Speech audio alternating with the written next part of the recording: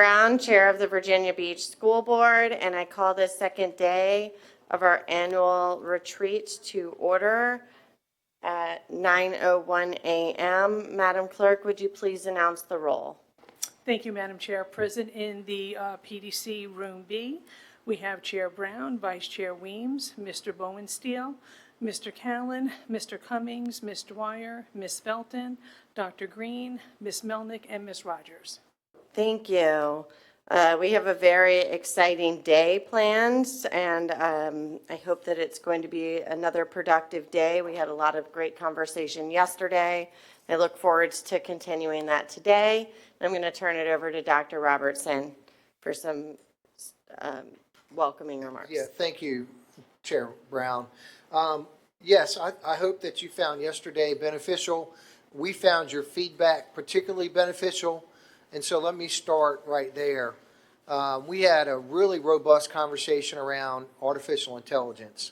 And you asked a number of good questions that my team heard and have already taken it upon themselves to go back and take another look at a couple of areas. One of the areas that we heard concern of is a level 0, a level 1, and a level 2.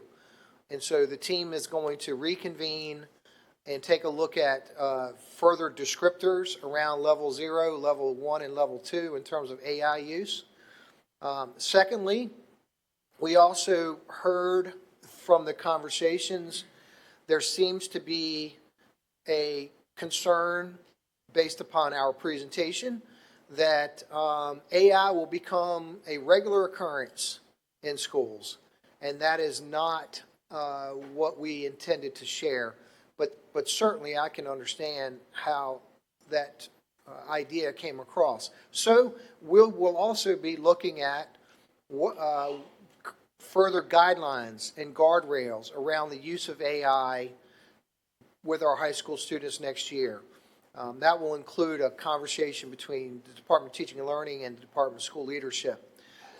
With that, on August 12th, I will bring back to the board, likely in a memo format because we already have an agenda and it doesn't really fit as another workshop, but likely as a memo on August 12th with any revisions that we made based upon your feedback around AI yesterday, and a plan to come back to this board quarterly with updates on the use of AI in high school classrooms, the lessons learned, the predominance of AI, because again, we do not anticipate it being a regular occurrence.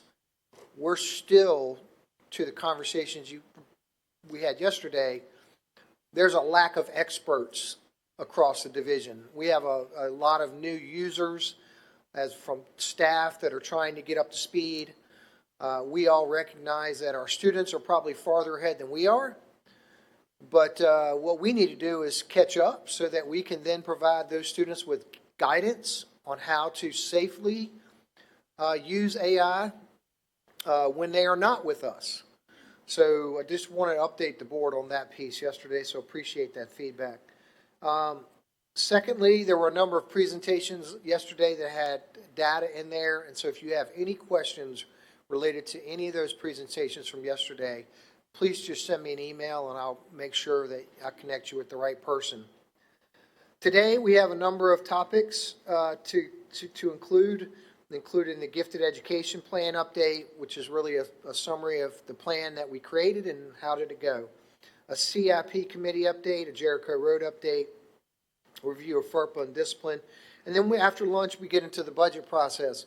Yesterday, we had a question from Ms. Melnick related to federal funding, and several of you have sent me emails. So before we get into the budget process presentation in the afternoon, I'll start with those 6 grant areas that were impacted by the freeze in federal funding and tell you exactly where we are with each of those 6 areas so that you're aware. Preview, we're going to be okay right now. We're hoping those freezes don't become permanent, but right now we're going to be okay for this year. And so I'll share that information with you before we get into the budget process presentation after lunch. And so, anyone have any questions? All right, thank you. Okay, great. And we will start with our gifted education plan update. And we welcome Dr. Crystal Wilkerson, Director of K through 12 and Gifted Programs.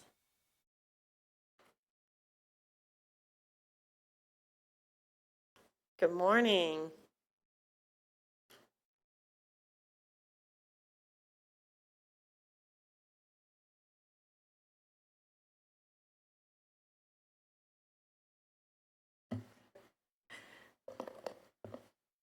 Thank you. Good morning, School Board Chair Brown, Vice Chair Weems, school board members, and Dr. Robertson. I'm Crystal Wilkerson, Director of K-12 and Gifted Programs. I'm here today to provide you with the current update on our gifted programs and services. Joining me today are members of the Gifted Leadership Team, coordinators Mrs. Bubu Haropoulos and Mrs. Scott. In our review of other neighboring gifted plans, research and standards, and collaboration with other divisions, we felt that it would be helpful to point out a few things that we have identified that make Virginia Beach City Public Schools, I'm sorry, I didn't realize this wasn't advancing. Oh, back in the back. Thank you. Unique. Virginia Beach is one of the only divisions in the Commonwealth and the only one in our area that staffs an endorsed Gifted Resource Teacher, or GRT, in every comprehensive home school. In addition to school-based GRTs, we staff division-level testing specialists to support schools with assessments for gifted identification.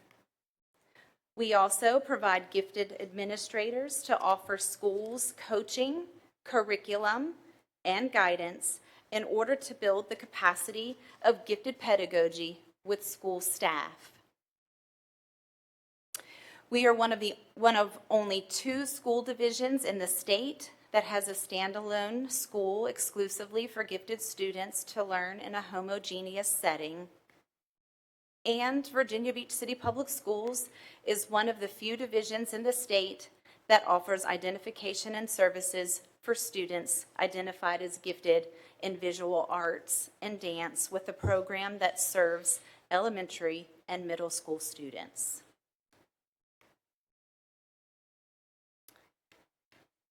In developing the 2024 to 2029 local plan, the VBCPS Office of Gifted Programs staff, along with subcommittees, reviewed many of the plans from other Virginia divisions. It is important to note that while our neighboring school divisions use some of these common programming practices, this slide illustrates how VBCPS's gifted program encompasses all of these practices, as indicated by a green check. The push-in model allows the GRT to support gifted students within their classroom or cluster. A pull-out model removes students from their classroom for enriched instruction with the GRT based on readiness and similar performance needs to other students being pulled out. VBCPS offers a wide variety of honors and advanced courses. We have differentiated enriched instruction, which is the core of our teaching and learning framework. Teachers use data and student needs to develop instruction based on the current performance of their students. For example, our elementary schools use data to develop small group reading and math instruction as part of their Tier 1 instruction. And grade or subject acceleration provides opportunities when students demonstrate grade level mastery of standards. Allow me to review some of the steps taken over the past 2 years to refine and enhance gifted programs in VBCPS, as well as what continues to drive the work moving forward. After receiving approval for an amendment to the 2020 to 2025 local plan, some changes were made to previous practices in response to feedback from stakeholders and the school board, such as we removed the consensus score and changed the rating scale from a 4-point scale to a 5-point scale. We worked collaboratively with GCAC members to solicit their feedback as an advisory committee about gifted programs and our services. We also facilitated and solicited the feedback from our stakeholders, including parents, staff, GRTs, gifted cluster teachers, ODS staff, teachers at all levels, school counselors, community members, and school administrators.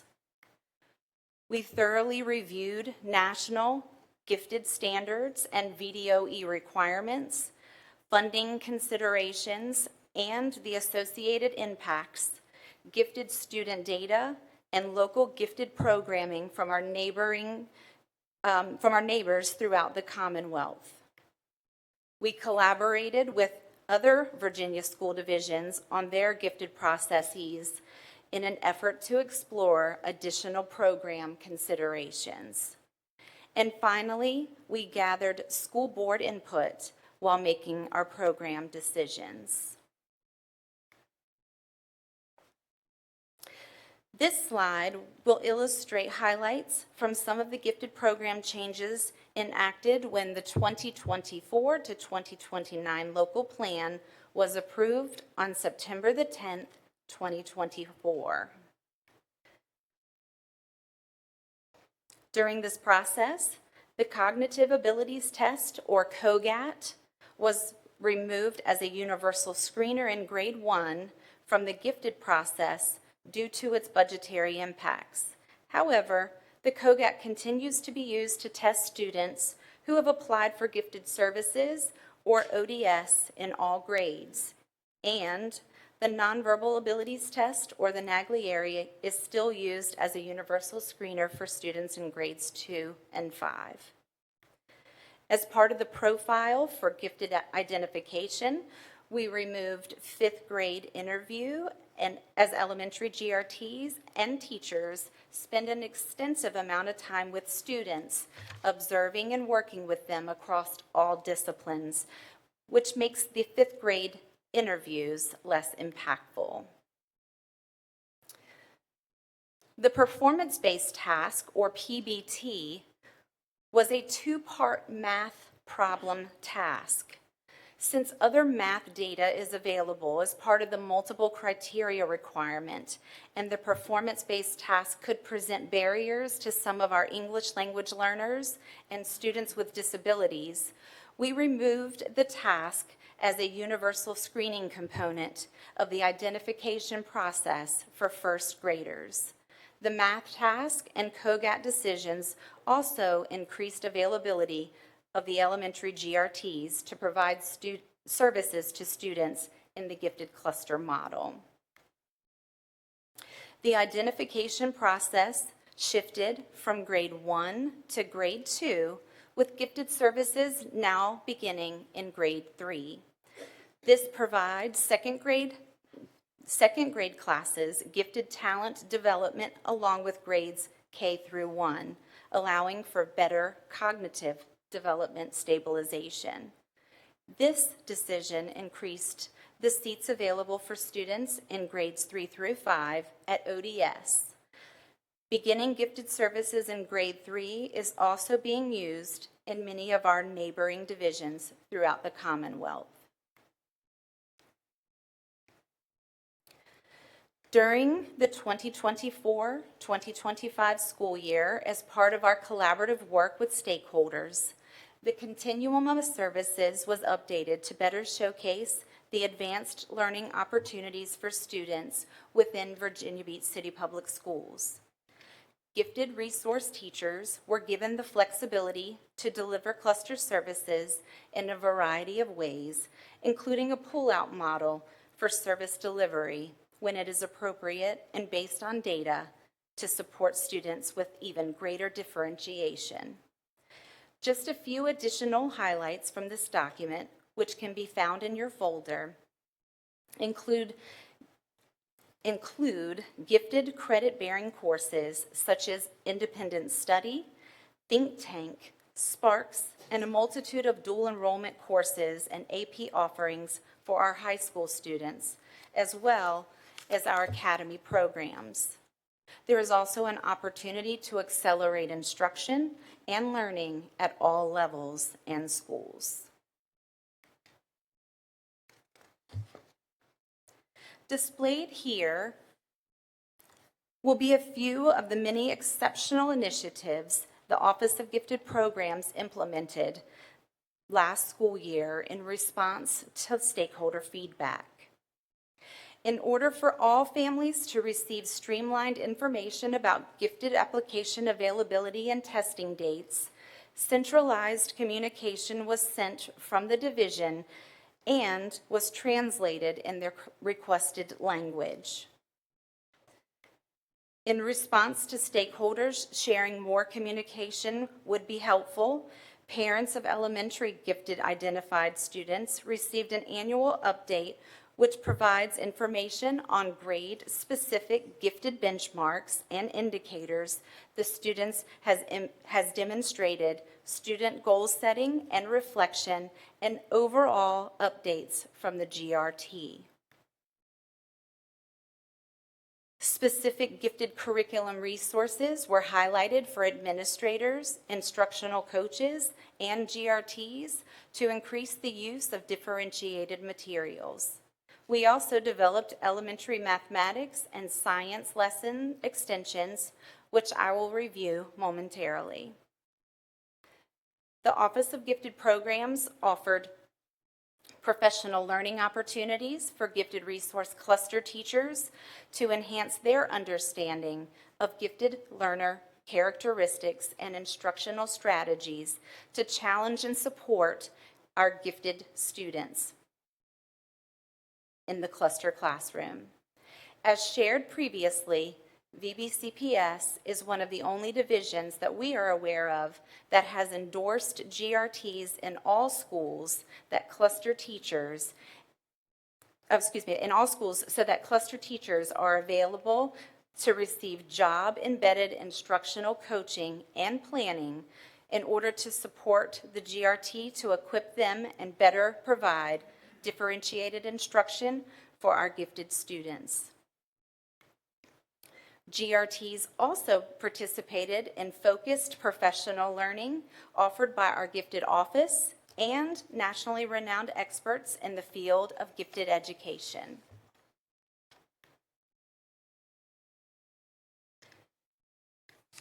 Displayed here is an example of one of the gifted math extension lessons for our 5th grade, which was newly developed in partnership with the DeTahl Elementary Math Team. For this example, while completing the mathematical analysis and task, GRTs or cluster teachers engage students in comparing, contrasting, collaborating, and asking them to justify their decision-making.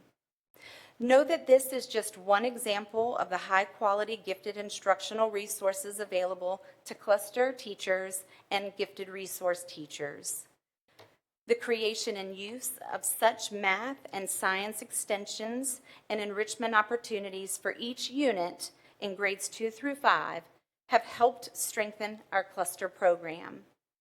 Elementary GRTs and cluster teachers use data to identify students who would benefit from these lessons, whether through extension, enrichment, or acceleration.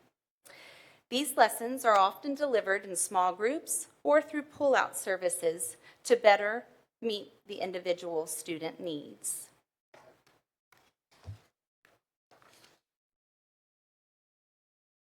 Once again this year, GCAC members, along with the Office of Gifted Programs, conducted site visits to observe gifted cluster programs across elementary, middle, and high schools, prioritizing schools within members' feeder patterns and at a variety of levels. Members observed instruction and debriefed with GRTs and administrators. The Office of Gifted Programs attended Principal League meetings to provide information about gifted programs to administrators. Additionally, partnerships were strengthened with many of our departments to improve gifted programs, services, as well as professional learning opportunities.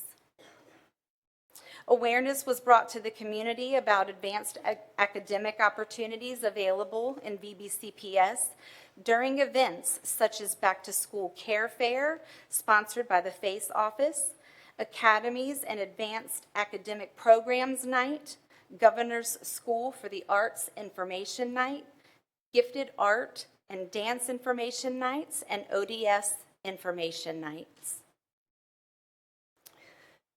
Throughout the spring, the Gifted Leadership Team, GRTs, and Old Donation School administrators and teachers took part in reciprocal learning walks where they were able to share instructional strategies and teaching practices.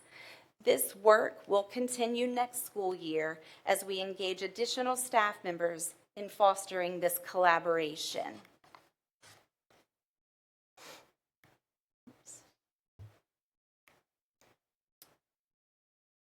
As we move into the 25-26 school year, we're continuing to strengthen VBCPS's gifted services. We will continue to enhance the resource cluster model by partnering with targeted schools to provide on-site professional learning for GRTs and cluster teachers. The new K-2 Talent Development Initiative will give students early opportunities to build on their strengths through collaboration between GRTs and classroom teachers. Starting in 3rd grade, students will be eligible for services in general intellectual aptitude, gifted dance, and gifted visual arts. The 24-25 school year was the final year for gifted identification in 2nd grade. This spring, as we complete the ODS rating and selection process, each of the 53 elementary schools will have one of their highest rated applicants offered one of the 156 total available 3rd grade seats. This process will maintain a focus on high-performing students and help ensure fair access across the division. Data will continue to be used to inform decisions and guide our support for schools. As in previous years, we shared data with the GCAC, which you have a copy in your folders, and used it to shape our ongoing work. We have enhanced this practice by developing a process for additional data requests when aligned to the local plan. We're also working closely with the Office of Assessment to better understand the new MAP growth assessment and will support schools and GRTs in analyzing the performance of gifted learners to identify strengths and areas for growth. In fact, Math and English specialists partnered with us already this past school year to present on NWEA MAP data analysis related to gifted learners. We will continue to engage in this type of professional learning in the 2nd year of administering the assessment, as well as other assessments and data points that we use to drive our instruction. These updates reflect the commitments outlined in our strategic framework, Compass to 2030, which Dr. Bannicky reviewed on the first day of your retreat.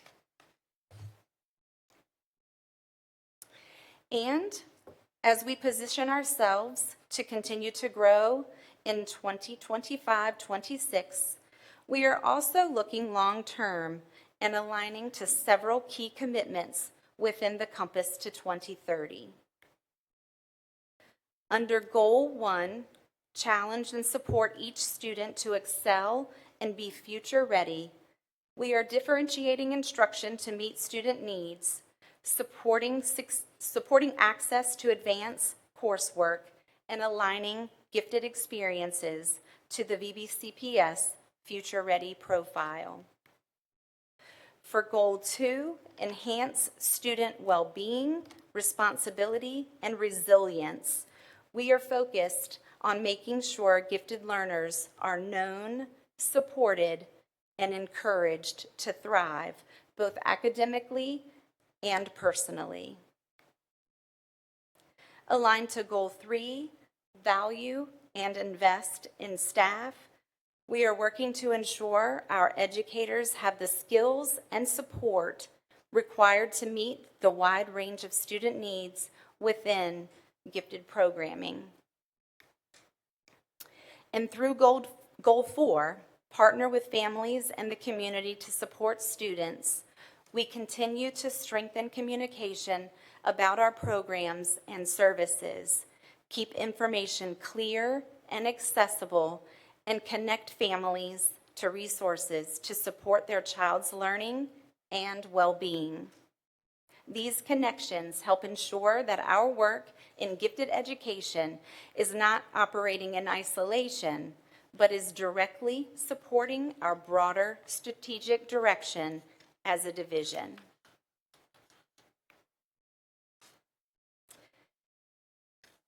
In closing, I'm proud of the hard work of our GRTs, cluster teachers, administrators, and our gifted leadership team. They have worked very hard this year to collaborate and enhance their support of gifted learners, as they are all passionate about meeting their students' needs. Additionally, we are committed to continuous improvement and continuing to strengthen our practices and partnerships. We are excited about the future of EBCPS's gifted programs and the goals that we will achieve over the next 5 years. We also thank you, the school board, for your support of our gifted learners. This concludes the presentation from the Office of Gifted Programs, and we welcome any questions that you might have at this time. Great. Dr. Green? Thank you. And Dr. Wilkerson, excuse me, good morning, and thank you for your very informative presentation. My first remarks are a comment that just food for thought, and then I do have a question. Sure. So you referenced that you and your team are working on really being aggressive with the beefing up the resource cluster model in our schools to ensure that all of our students who cannot have access to the programs at ODS will have the same type of programming in their home schools. And I really hope that there is true sincerity and heart in really beefing up those cluster programs, because as you know, that there's a lot of concerns about what students are receiving at ODS versus what students are receiving when they are in their home schools. I hope those programs get beefed up so much so that we will not need that ODS building, and then we can eventually, in the upcoming years, have another discussion about repurposing that building. Because one of my concerns, I know the research with gifted education, it's mixed. There are pros for having heterogeneous models. There are pros for having homogeneous model, which is the one that we have currently with the school. I will go on record, I am a proponent of heterogeneous models because I feel that the current programming does create segregation, elitism, that when people do not get in, I think that creates even more problems. With that being said, my question, not related to that, Renaissance Academy is not listed, and I know they have a rolling enrollment. It's listed. Okay, it is on that one. Okay, with the number that have been identified. We have 12. I missed it. 12, okay. Thank you. And then, other than that, and did I miss the double exceptional numbers for students who are identified as special ed and as gifted ed? Double exception in what in a specific school, or are you? in Just general? overall, in general. I don't think you gave us. Is that?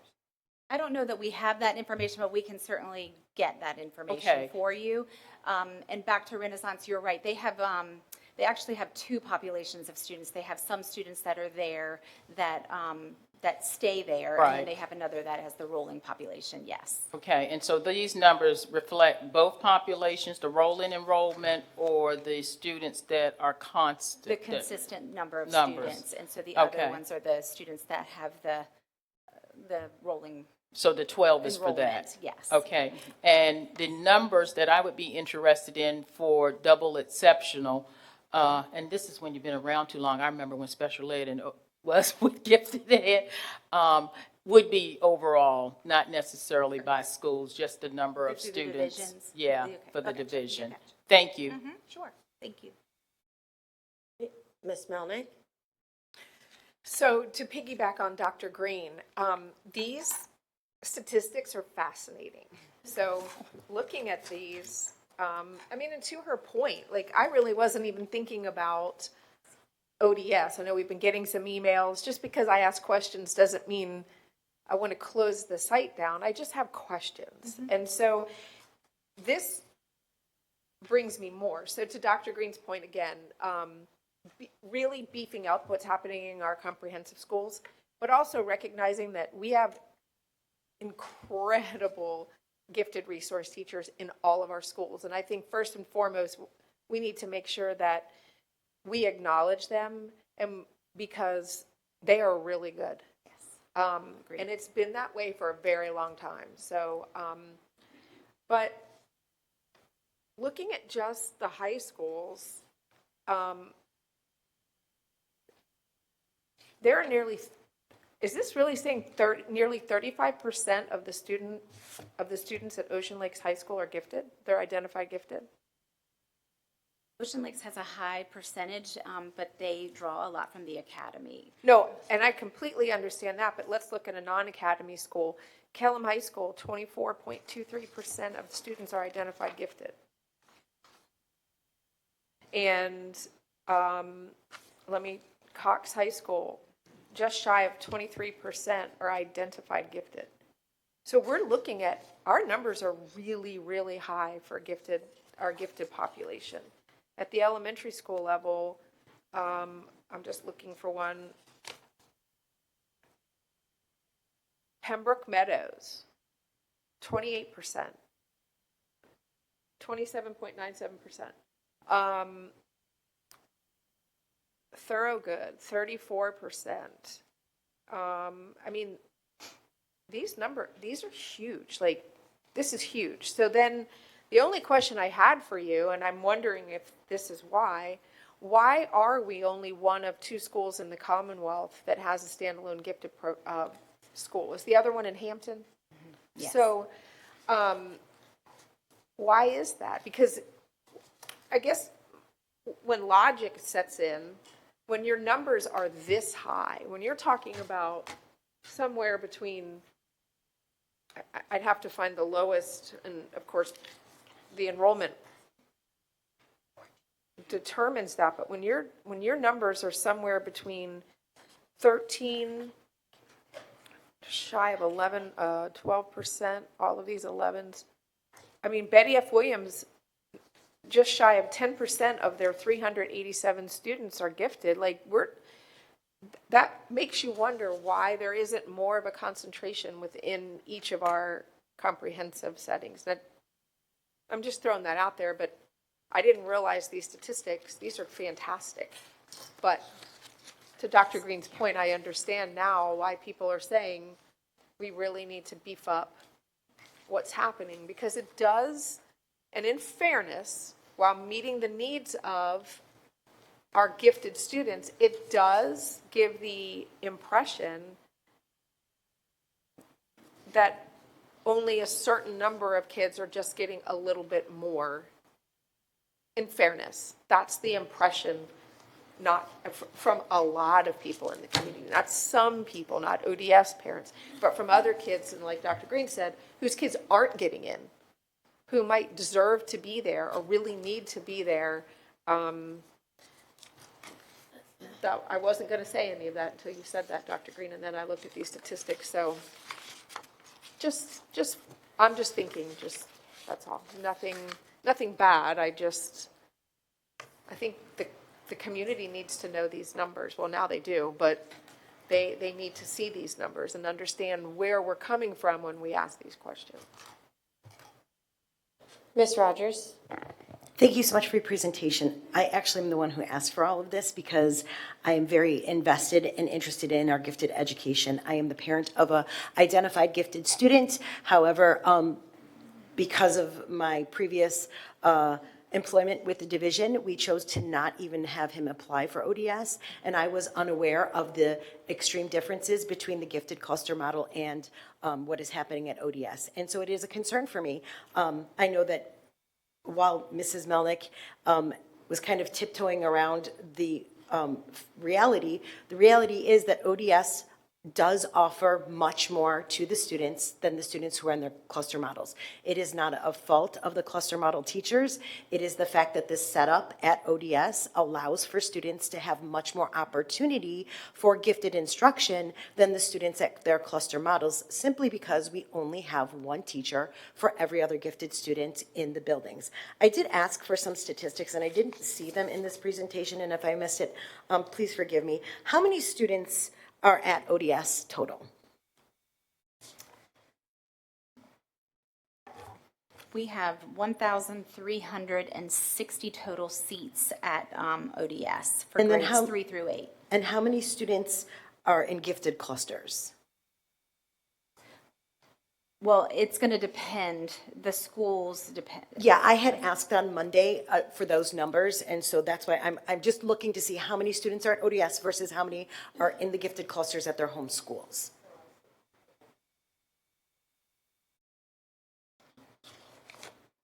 I think is that what you're talking about for the students that the students on this sheet should be what would be in a cluster model at their home school. So how many is that? It varies by the school. Okay, so is it more than 1,360? Well, Yes, it is. Okay, And thank Ms. you. Rogers, let me make sure I clarify your question, because I'm not sure if we're answering your question specifically correctly. Okay, I was just looking for like the number that are ODS versus the number that are at their home schools. Correct. So I'm looking to the gifted team, so we're going to make sure we get you your Okay. answer. Yes, What we have here is a total number of students receiving gifted services in those schools. right. And I would need clarification if every one of those students are assigned to a cluster model or not every one of those students are assigned to a Okay. cluster model. So we'll get that information to you. And I Yeah. think to your other question, there's roughly about 2,700 students in elementary school Perfect. that are gifted.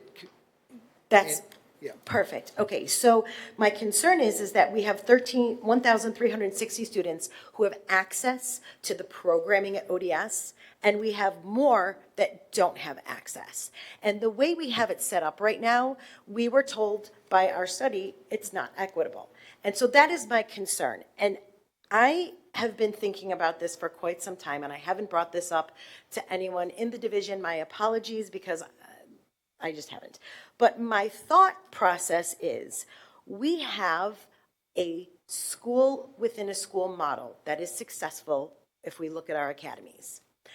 Why don't we have our cluster models be the same idea, where we have several teachers clustered at a school, and it's a school within a school model for our gifted students, so our Twice Exceptional can have their special ed services and have access to the same programming that we can get at ODS. We can't do it in our homeschool models because it's one teacher for many students, where at ODS you have many teachers for many students.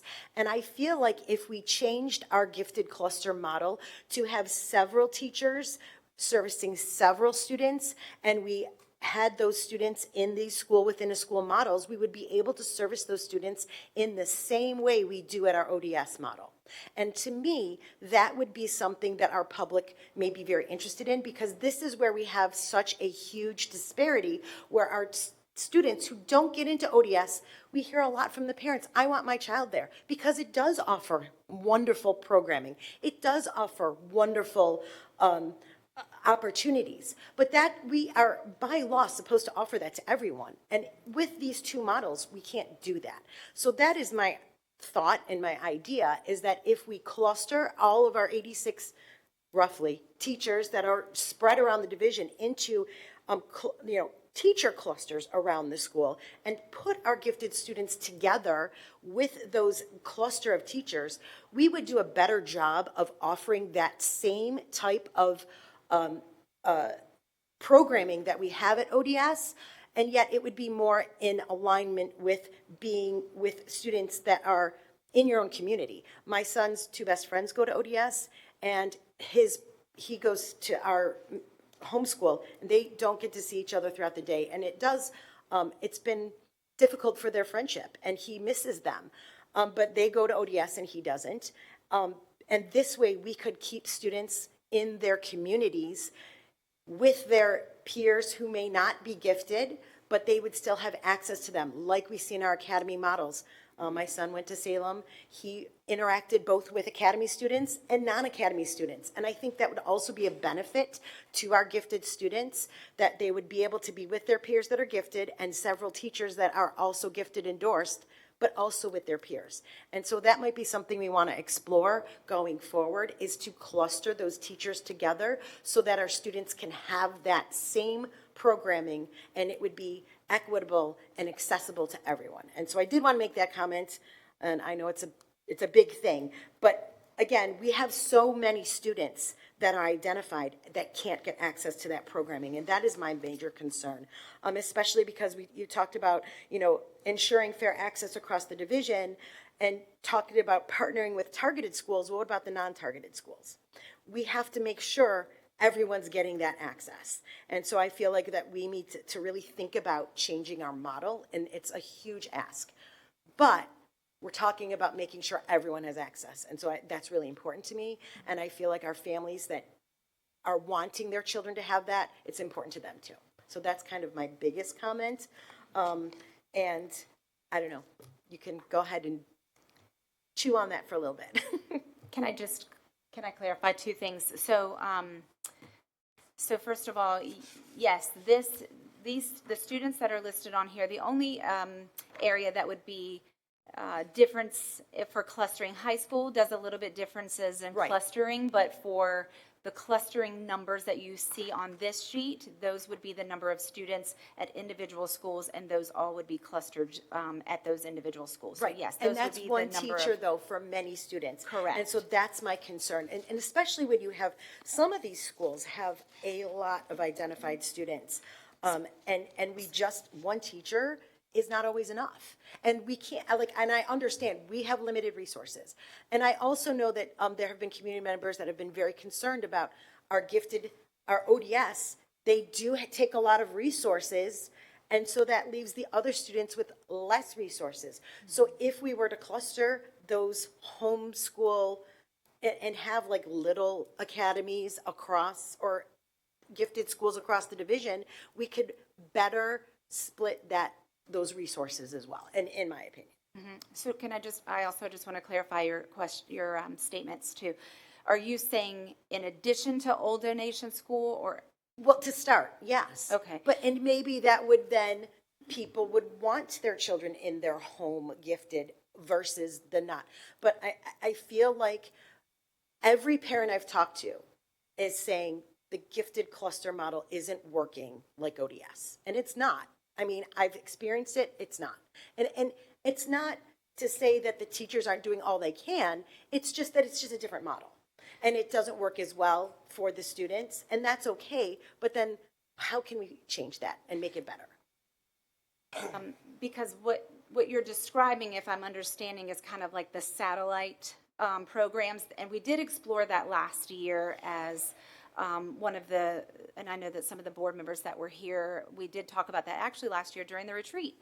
And I brought that information along last year, and I know the cost, every year things are different, but for last year's estimates of cost, when we looked at the approximate cost for one satellite program, which would be 4 classrooms, the cost was roughly between $1,659,552, between that and $1,683,000. So it was a significant impact, a budgetary impact, which was why it was not a consideration that we were able to really consider at that time. But we certainly explored it. We did have that as part of our roundtable conversations as a consideration to do it in addition to providing that as a different layer, like a middle layer, if I'm understanding what you're describing. So if we're talking budgetary concerns then, it costs us 12 times the amount of money to run ODS than one academy. And so that should be a point of concern for us as well, that ODS is 13 million-ish to run, where an academy is 1 million-ish to run. And so again, if we're talking costs and we're funneling it all to one place, and our other students that are not there and can't get access are not able to get that, any one of those students then could bring a suit against us for inequities, and we would lose. And so this is what I'm saying. We have to be able to provide this. And if that means that, you know, we put that cluster model throughout the division and we take that funding and put it there, again, we have to start exploring ways to make it equitable for everyone and continuing a model where we have a building that doesn't fit everyone. It's not working. Like ODS itself is a wonderful program. The problem is our building doesn't fit everybody. And we can't keep telling kids, well, you can't come because we can't fit you, when we have to service them. And we need to service them the same way as we do at ODS. And that's just not possible with what we're doing now. So we have to start thinking creatively on expanding the programming in ODS, whether that's in that building or outside the building. We need to expand that program so that every gifted child, twice exceptional or not, is going to get access to the programming, whether it's in that building or whether it's outside the building in a school within a school model. We have to do that for our students, or, you know, we're just going to continue to keep ourselves open for that kind of litigation. Okay, Mr. Cummings and Ms. Melnick. Oh, I'm sorry, Vice Chair Weems was actually in the line as well. She raised her hand, so. Thank you. All right, Vice Chair Weems, then Mr. Cummings. Okay, so this list, I just have, and I've said this for, I don't know, a decade, 15 years. I don't know how long I've said this. I don't understand, and I have a kind of a problem saying 1 out of every 4 children in Virginia Beach is gifted. I mean, it's 25%. So I think that number is so high. Now, does this count? So if I'm a dancer and I'm in the dance program, is this the same as, okay, so this is just academic? Correct. Okay. And I know when we have different programs, we have to separate out. Obviously, the model, as in special ed, is to try to do all-inclusive, but in some cases, the least restrictive environment is a self-contained class or a different building. In some cases, you have to go to another building to take certain courses because your building doesn't have a welding lab. So I know that we separate according to need, but obviously, ODS was not built for 25% of our population. So I just don't understand if we're saying you have to be in a separate building in order to be adequately educated, why aren't we taking the and I know we're not supposed to use this term, most gifted or profoundly gifted, that really cannot be educated in their own building because their challenges are too great for their own building. I mean, why are we identifying 25% of our kids as gifted? I mean, Well, the identification process, remember, is, we don't use any one criteria, but, so that process is the process. But the students that go to Old Donation School, it is the 555s and so on. So that process is that. but to get in that pool, it's a 90 percentile, like on some of those testing, right? Unless they are recommended from, their parent can recommend them and that kind of thing. Okay, so why isn't it a 98 percentile? I'm just, if we have a standalone building, that's the only place that this child could be educated adequately because of their challenges, why aren't we like, this standalone is so unique and you're such a unique learner that we're taking 98 and 99 and 100 percentile? I mean, So I think those are two different things. So the pool for, so you're talking about when we do the rating versus the identification. So when you're talking about percentile for the outcomes on the COGAT and the Naglieri, those are for the identification. So right, that's and just the overall and identification. that's 25% of our students, right? But okay. that doesn't necessarily mean that they will even want to be considered for Right. Old Donation Right. School. So, Now, I understand that, but then when you're going to separate them, to me, that needs to be such a need that, Carolyn, your child just is not going to thrive in the home school because she scored 99 percentile on all the tests and her IQ is 200. She cannot be educated. So what, and it doesn't seem like we're doing that. It seems like some people are in a separate building that could be educated adequately, and some people are now in our general that really need that separate education. And I'm like, Ms. Rogers, I have experienced both of them. I've had a daughter identified, gifted, and now a granddaughter, so I've seen what the cluster class was 12 years ago, and I've seen what it was 2 months ago. And I'd love to have that conversation with you. But I just think when you have a standalone, and it's just like with special education, when you have a standalone program, a standalone building, that's so unique for that learner that you have to provide more resources. Does it cost more? Yeah, but that learner needs that. But it doesn't seem like we're doing that when we're saying that 25% of our students could actually be in a standalone environment. That doesn't seem, I can't get my head around that. And so, I mean, I guess the original, and I know we had this conversation tons when we were talking about building the new Old Donation School, and we had lots of feedback. But I guess the original purpose of Old Donation School, was it for the ones on this end of the bell, that were so bright that they had to be separated? Or is it not? Is it not for that? so that was before my time. But historically speaking, if you look back in some of the board meetings and some of the literature, yes, that was part of the thinking, was that that those students who had unique needs, their needs could be met in that building. Yes. Well, perhaps, and I do agree with all my colleagues that we need to beef up what's in our home school, because again, I have experience. I think we all agree on that. But perhaps the conversation of what is the purpose of Old Donation and who is it actually for would be a really great conversation to have. Ruh-roh. All right. Mr. Cummings and then Ms. Melnick. So I just have to clarify what I heard earlier, and then I have some additional questions. So in the Commonwealth, we're only one of two schools who have a school similar to Old Donation, right? Mm-hmm.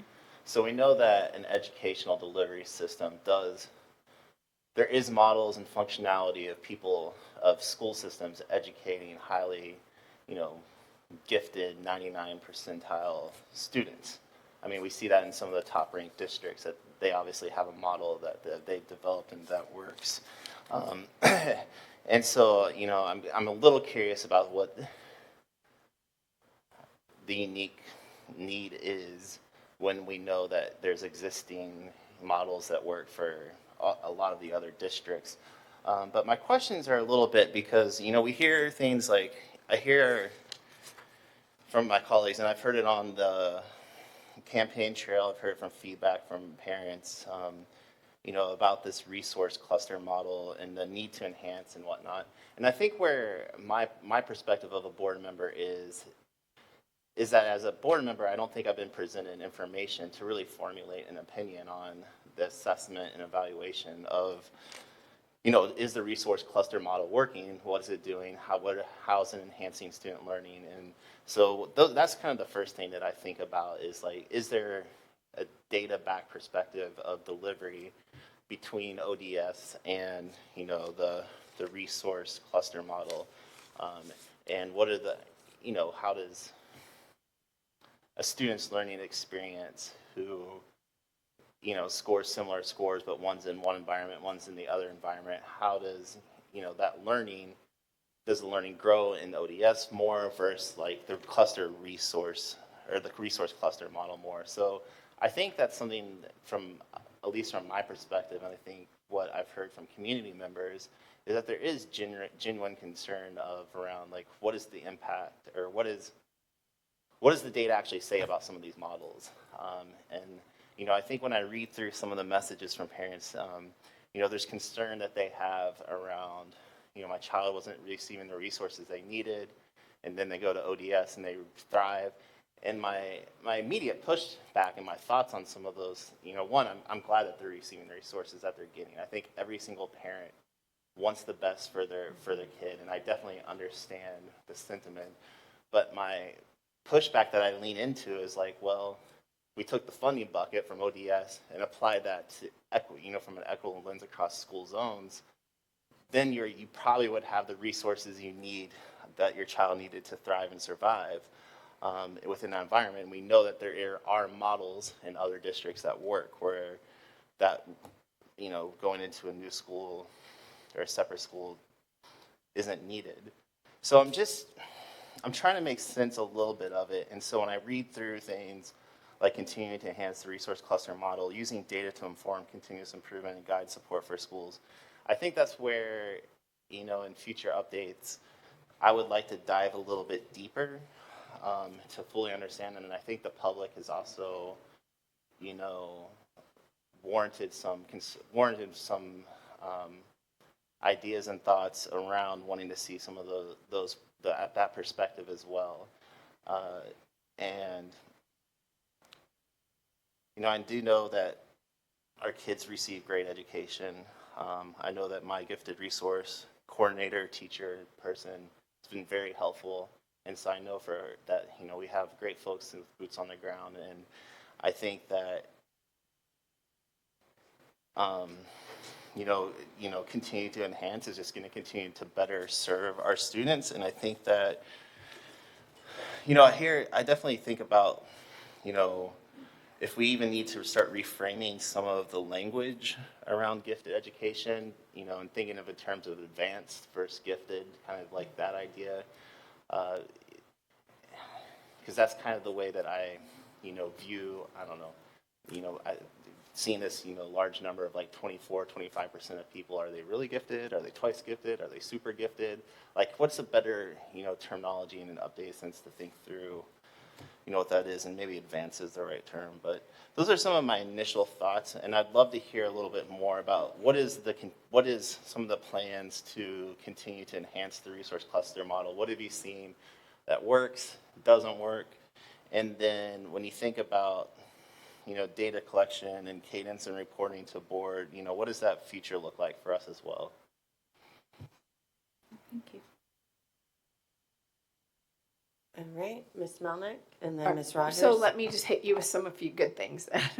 Okay. First, I want to thank you so much, you and your team, for, and I know school board had input last summer, but for really making this the first step to making this a community school. So I know I talk about Green Run Elementary a lot, but on this sheet, it told me that 27 children at Green Run were identified gifted and 0 attended last year. So I thank you for taking that step, and I feel so good knowing that next school year, no, that's not this one coming up, but the next one, that there will be a Green Run Elementary School student at Old Donation. So I thank you for that. Second, let me just go back to thank the GRTs again. And Dr. Robertson, you'll remember, and Mr. Bowensteel, the day we were at Providence Elementary School, and we went into the cafeteria, and they, is it Miss Furlick? Is she? That's who's there. She had pulled second graders, and they were doing algebra, like full on introduction. Actually, it was beyond. They were solving for X, and so it was full on algebra, and it was so impressive. And we walked out of there, all three of us, like, these are 8-year-olds that are critically thinking like that. So I know that happens every day in our schools. Now, I know what gifted means, and I know that gifted doesn't always translate to academics / SOLs. However, when you look at this sheet, again, the statistics you provided, that only 36% of our gifted students in reading and math are getting a pass advance, which now leads me down another road of SOL reform. I'll just stop there. Ms. Rogers? Thanks. Dr. Robertson, could you please provide, because I forget that I've been, perhaps not everyone has been, could you provide the board with the results of the study from Johns Hopkins on our gifted education? I think that would be helpful to see where the study, what it had said, and so that kind of guided what has been. Decision-making wise, would that be possible? Dr. Clucci, you have that? Do we? Okay, I just want to make sure, because again, that was some of the things that guided some of the decisions that were made. But I also want to reiterate, I guess, for our twice exceptional students, the population, the last time I looked, for gifted education at ODS for twice exceptional students was at a 0.9%, but I know that our twice exceptional student population is much higher. And so that's another thing that I think we also need to really think about, is those students who need their gifted services, especially if they've developed relationships in their home school, and how we can better service them with the same type of opportunities that the students at ODS have, as well as giving them their access to their special education services. And so that improvement is something too I'm also going to be looking for. Great. Dr. Robertson and then Mr. Bowensteel? Yeah, so if I can just offer a couple of comments from what I've heard. First of all, we're entering year 2 of our current 5-year plan. So I think that's important to note. A lot of the changes that we shared with you today are just an example of, we changed the plan midstream, and this is where we are early in the stage. But I did hear a couple of things I think are interesting. First of all, we 100% agree that providing gifted pedagogy in every classroom for every teacher is good for every kid, and that's the goal. And so the Department of Teaching and Learning has been working diligently over the last several years using available grant funding to give more teachers the opportunity to get their gifted endorsement, whether or not they become a GRT or not. Because we believe a teacher with a gifted pedagogy in their pocket is going to be much stronger and have a better ability to meet the needs of all students. So that will continue. I did hear, and I think this is going to be interesting, whether or not our identification process for gifted needs to be looked at again. Certainly, you know, there could be 2 schools of thought when you see 25% of the students gifted. Either you're really blessed and it's a great thing to have so many quality kids, and I would say I think that's probably accurate when you look at our overall performance that we've been sharing in terms of academics, scholarships, number of kids going on to college, et cetera. But I think it's worth another look to see if our identification process could be adjusted. And then to Mr. Cummings' question around data.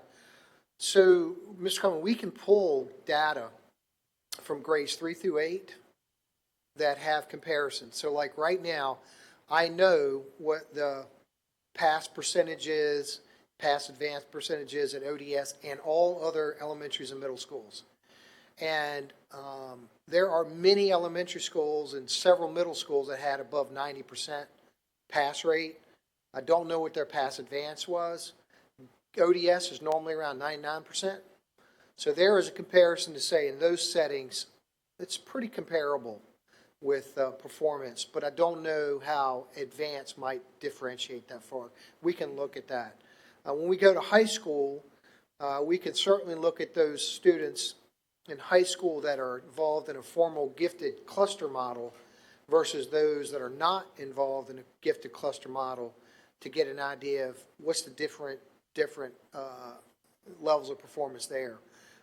Because clearly when you can put teachers together, working together in a gifted cluster model, it's a benefit to all students that attend that or in those classes, the gifted students and the non-gifted. So you've given us some homework to do, and of course I know that the conversation's not over, but I did want you to let everybody know we've captured that piece. Thank you. Mr. Bowensteel? I have lots of questions, but I'm not going to ask them at this time. But I do agree with Matt in a way. I like some different terminology as far as gifted, like advanced. I like that a lot better. And I also like the fact that everybody is going to get a chance to attend ODS. I just think that when you go to a school and no one is going to the top school, so to speak, I think it leads more for discouragement. And this way, I think the students will have a chance to say, hey, I can achieve it. There's somebody, and it will just push them on to go further, is my opinion.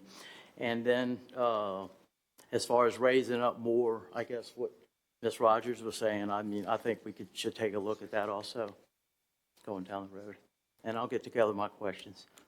Thank you. Okay. All right, Ms. Dwyer? I just wanted to comment because thank you for your presentation. Thank you. And Dr. Robertson, thank you for clarifying what you did, because I'm honestly confused about what quote-unquote gifted is in our schools.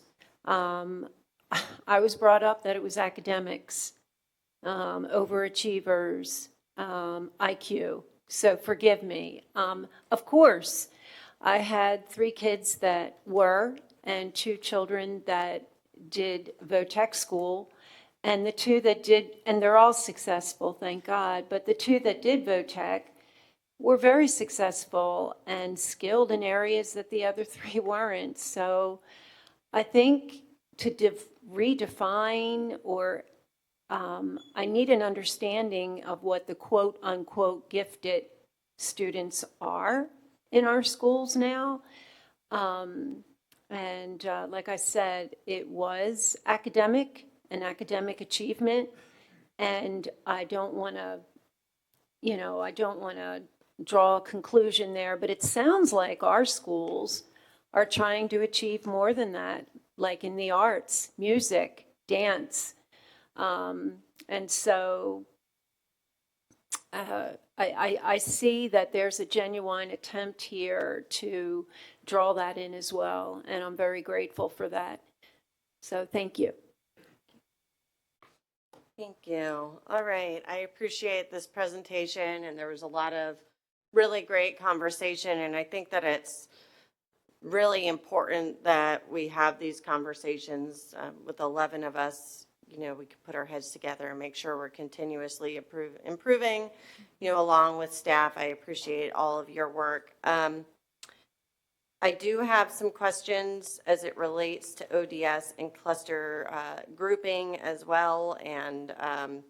But But I do want to start by saying, and I don't usually talk about specifics when it comes to my kids much publicly, but I do also have a child that is identified as gifted, and at the time, this was back when you used to apply for ODS, and I did apply for him at ODS, although I had questioned at the time if that was really the right fit for him.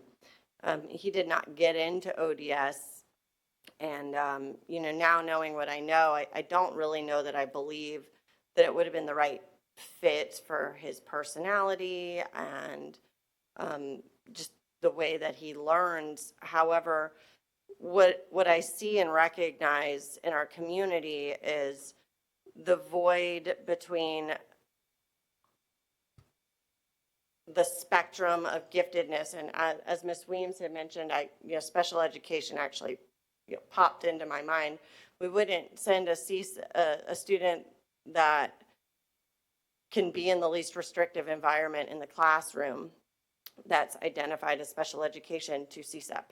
And so I think that not every single student necessarily needs what ODS offers, but rather that there's a spectrum, and that in the community and in the gifted community, there's a lot of questions about how we can better make sure that we're working across the spectrum.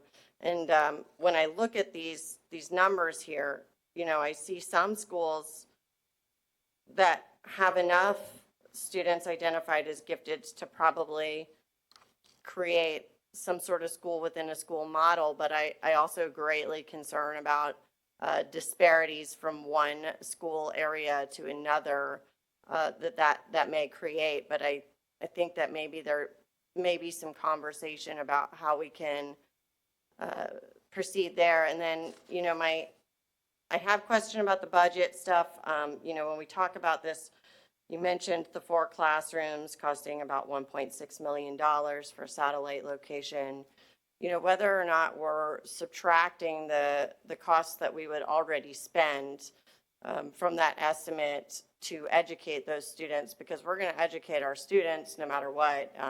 I don't know if this $1.6 million represented additional costs or not, so I may be looking to follow up. But if you could walk me through what a cluster grouping might look like, and in the community too, because a lot of families don't really always necessarily understand what does a cluster group look like. For example, at Corporate Landing Elementary versus maybe Glenwood Elementary School, you have 2 different schools, 2 different cluster models. How do those look from one school to the next? So you said Corporate Landing and Glenwood? Right, and I guess I'm not really specifically looking for each of those. There's less students identified as gifted in one school from the next. And so what might a family expect in a cluster model when we say we're going to give your child services in the cluster model? Mm-hmm. What might they expect when they hear that term? Sure. Well, there's a lot of factors that have to be considered. So a school like Glenwood is a large school, so they have a lot of classes per grade level. So they have more things to kind of play around with. For example, they can have multiple cluster classes on a grade versus a smaller school. They might not have as many classes on a grade level, so they might not have that opportunity, but they might not also have as many identified gifted students on a grade level. So you have to look at the number of students that are identified per grade level, so that's going to make it, the clustering look different. Again, the groupings within a grade, the groupings within a class, some students would be pull-out, some students, you might have twice exceptional students, you might have some of your English language learners that are included in that, so you might have Your clusterings might look different that way. Every school is going to have a different kind of clustering based on the type of identified students, the number of identified students, the number of identified students on a grade level, the types of unique needs that each gifted learner has. So when we talked about some of those acceleration opportunities, some of the gifted learners need opportunities for acceleration, so their clustering might look different. They might have to be advanced up in grade levels for some of their academics. So clustering can look different. Again, pull out for some of those services. Some students their giftedness might be in math, and so their clustering for math might look different than their clustering for other content areas. So that's why it really is unique to the individual school, because you really are differentiating to the unique needs of the gifted population that you're servicing at those schools. Okay, so in short, what you're saying is similar, that each gifted student has unique needs, and so and there's unique circumstances in each building. Yes.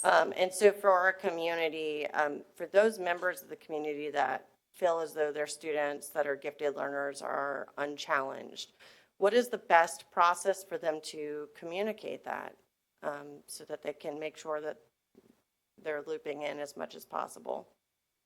So I always encourage parents to start with the GRTs and the cluster teachers, to start there, to express some of their concerns, to have those conversations, to loop in their administrators, to have those conversations. I always tell the administrators that myself and the other members of our team are welcome to join them in those conversations, where we can help to provide opportunities for extensions or enhancements to the curriculum.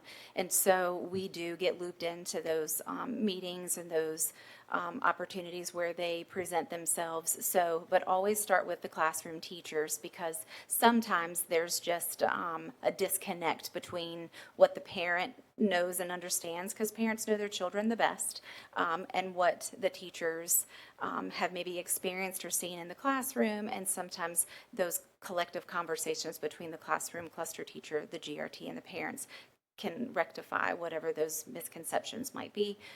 But sometimes we need more extensive conversations, but always starting at the school is the best solution for that. Okay, I appreciate that. And again, I just wanted the community that, is watching to be aware, because I know that gifted education, especially when you have a gifted learner, is a very important thing. So we've gotten a number of emails and comments from the community over the years that I've been on the board, at least. And one of them was a fair question, so I just want to ask this one. I have lots, but I'm going to just leave it at this one. One community member asked why we don't retest students that are going to go into middle, and we automatically put them in ODS if they started in ODS. And what is the rationale for that? Is it a cost prohibitive to retest, or could you? You mean like if they, that they just matriculate in middle school from the elementary within Old Donation School? So it used to be, when we were separated and Old Donation was separate from Kemp's Landing, that was the process. So maybe that's what they're referring to, that they used to have to retest and reapply. But when they became one school, they just consider that just like any other one school. You would just matriculate from grade to grade. So that's the way it's just been handled, is that because it's housed within one school, it's considered one school unit, that you just matriculate up within the grades within that one school. Okay. And then just a final comment, not really a question, but I do recognize that the Fordham Institute has recommended that you automatically enroll students participating in advanced education and subsequent advanced learning opportunities in middle and high school. And I think generally speaking, in our middle and high schools, it's easier to get into those opportunities. So I think it's at least worth evaluating whether or not that type of consideration should be given for the middle school portion or not, and some rationale and reasoning behind that. So, thank you. I appreciate all of your work. I know you guys have rigorous discussions as well. And Dr. Robertson, do you have any final thoughts? Yes, you guys have given us several items to consider. So much like we talked earlier around AI and some additional information, we'll come back to the board in September and answer many of the questions that you have asked today in a presentation. And then also, as we kick off board member school visits, I strongly urge that all the board members, when you go and visit schools, ask to see a cluster classroom and a non-cluster classroom, so you can get a look at it for yourself. I'll make a point of that when I go on visits with board members, but then that way we can collect not only, the quantitative and qualitative information, you can collect observational information from your visits. All right, thank you. And if you wouldn't mind, can you send to the whole board the approved local plan for the gifted? Because we have some newer board members, and I just want to make sure that they're able to look at that. I know it's pretty comprehensive, so. All right, thank you. We will now move on to our CIP update, and we welcome Dr. Robertson and Jack Freeman, Chief Operations Officer, for that presentation.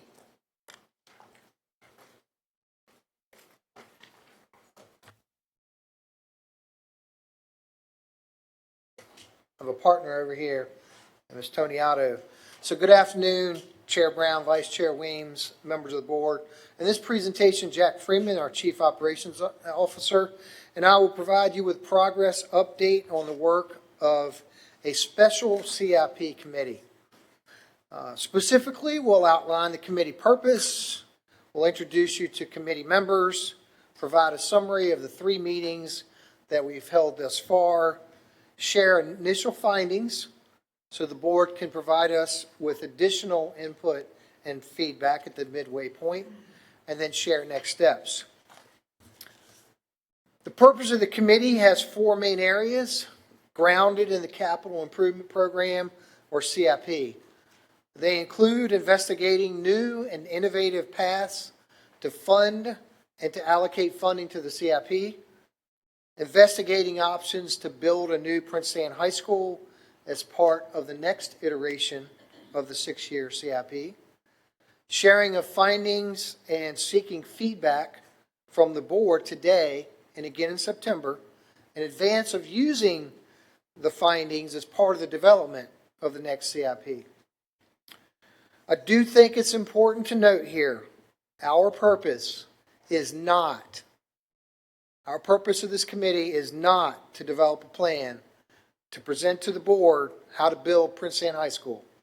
That's not what we're doing. That work will be done at a later date based upon available funding as captured in a future CIP. And that said, though, it's our hope that the work of this committee will yield a quicker path on getting Prince Anne High School built and open for students. So in selecting members for this committee that are captured on this slide, Mr. Freeman and I felt strongly that we needed members at the senior decision-making level that included key departments like school leadership, teaching and learning, school division services, and budget and finance. And this group of leaders has engaged in this work and are making good progress, identifying new and innovative approaches to address this dilemma. So here I want to take the next couple slides to review what we've done so far. So the first item is our first meeting. And so Ms. Tony Otto, if you can pull that up.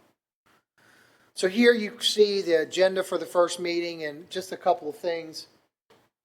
We started out item 3 with meeting protocols. I thought it was very important that we establish meeting protocols with this group, because anytime you put the school board chair or the superintendent in a meeting, everybody else waits. What's the chair going to say? What's the superintendent going to say? So that was not going to be helpful. So I started out with creating protocols where we were King Arthur's table. which is circle, right? You can't tell who King Arthur is. It's a safety mechanism. Not really. But it was very important that everybody brought their voice to the table without worrying about whether or not their title provided them the ability to do so. So we spent some time talking about protocols, and in our first meeting, we did a SWOT analysis. And so if you can go back, Ms. Toniato, and open up the SWOT. All right, so a SWOT analysis is done basically to get you going to address a dilemma. In a SWOT analysis, the S stands for strengths, the W stands for weaknesses, the O stands for opportunities, and the T stands for threats. So if you can just make sure we can see the strengths and weaknesses, if you can roll it up a little. There you go. So what we did in the first meeting is we said, okay, what are the strengths? In this case, this SWOT analysis was on Prince Anne High School. What are the strengths? And we listed from the group what we felt like the strengths were on where we were right now with Prince Anne High School, and you can see that there. You identify the strengths, so hopefully you can use those strengths to address what you perceive as weaknesses. So we also went through and jotted down what we saw as the weaknesses of where we are currently with Prince Anne High School. Then we moved down to the opportunities and the threats. Again, what you want to do is seize opportunities to address threats, just like you seize strengths to address weaknesses. In our first meeting, which is captured in the black font, are the notes that were made. The blue font represents what occurred in the second meeting. So our first meeting, Danielle, Dr. Colucci identified some specifications that can be updated. And June 10th, she came with Ronnie Myers-Dobb and Dr. Lockett to look at educational needs and whether or not adjustments could be made. So that's kind of the flow of how that meeting has gone, looking at the opportunities and threats. And if you could scroll down a little more. So again, this is the process that we've used throughout the three meetings. This was, again, the SWOT analysis for Prince Anne High School. And now I'm going to ask to pull up the SWOT analysis for the capital improvement program. So very similar. We started out and looked at the strengths and looked at the weaknesses. So if you can just make sure they can see all that. There you go. And as you can see, we have many strengths in both the Prince Anne High School project thus far and the capital improvement program. We really focused most of our attention on the opportunities and threats. So then, particularly the opportunities. And here's where we have really thought outside the box around what we can do to address the challenges of the capital improvement program. And again, the blue font captures the second meeting, and it's aligned under the items that were captured from the first meeting.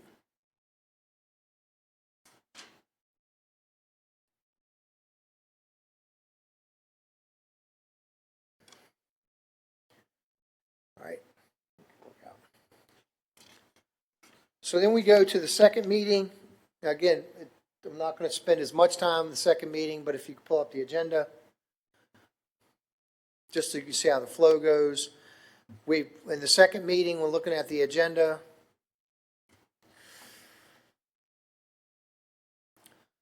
You can see it looks very similar to the first meeting because we were really going to go back and say, what did we learn between the first meeting and the 2-week period between that and the next meeting?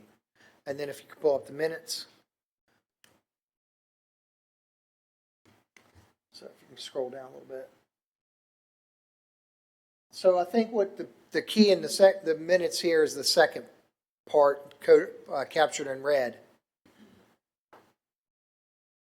And I can't read it backwards, but the group recognized we must find ways to increase funding to the CIP, to reduce costs through efficiencies and review the long-range facility plan, if we are to continue to take care of our facilities and build new schools. This will require a stronger partnership with city staff, increased awareness and understanding of stakeholders, and finding innovative ways to meet the needs of future students.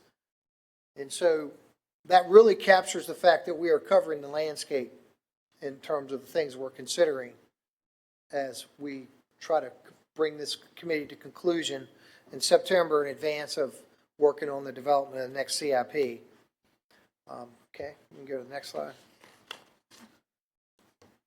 All right, so again, the third meeting, if you want to pull that up.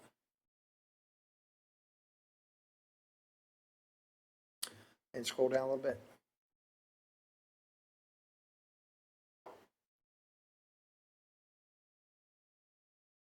Okay, in the third meeting, I think what is important to note here is we're still going back to the SWOT analysis. So if you just click on CIP, I think that'll show the notes from the, yeah, where it says CIP, yeah. Yeah, go to that.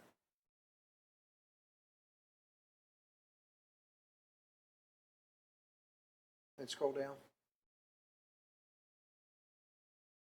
Scroll down.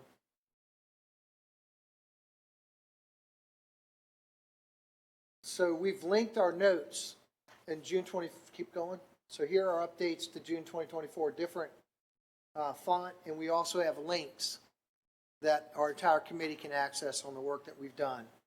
So we're capturing our work. Scroll down a little more.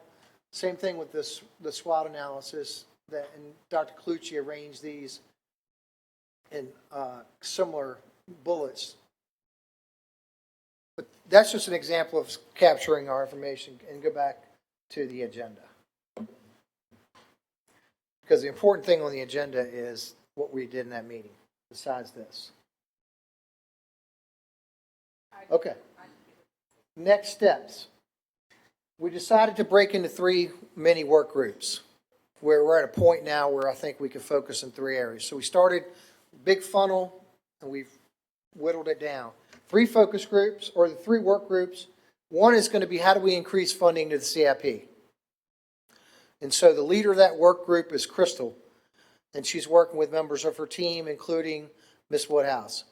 The second group is to reduce costs through efficiencies, and Melissa Ingram is leading that work with members of her team, to include Mr. Delaney and Dr. Colucci. Then the third group is a long-range facility plan led by Mr. Freeman, and I am on that group with Don Bauman. And it goes back to the presentation we did yesterday around building utilization and redistricting.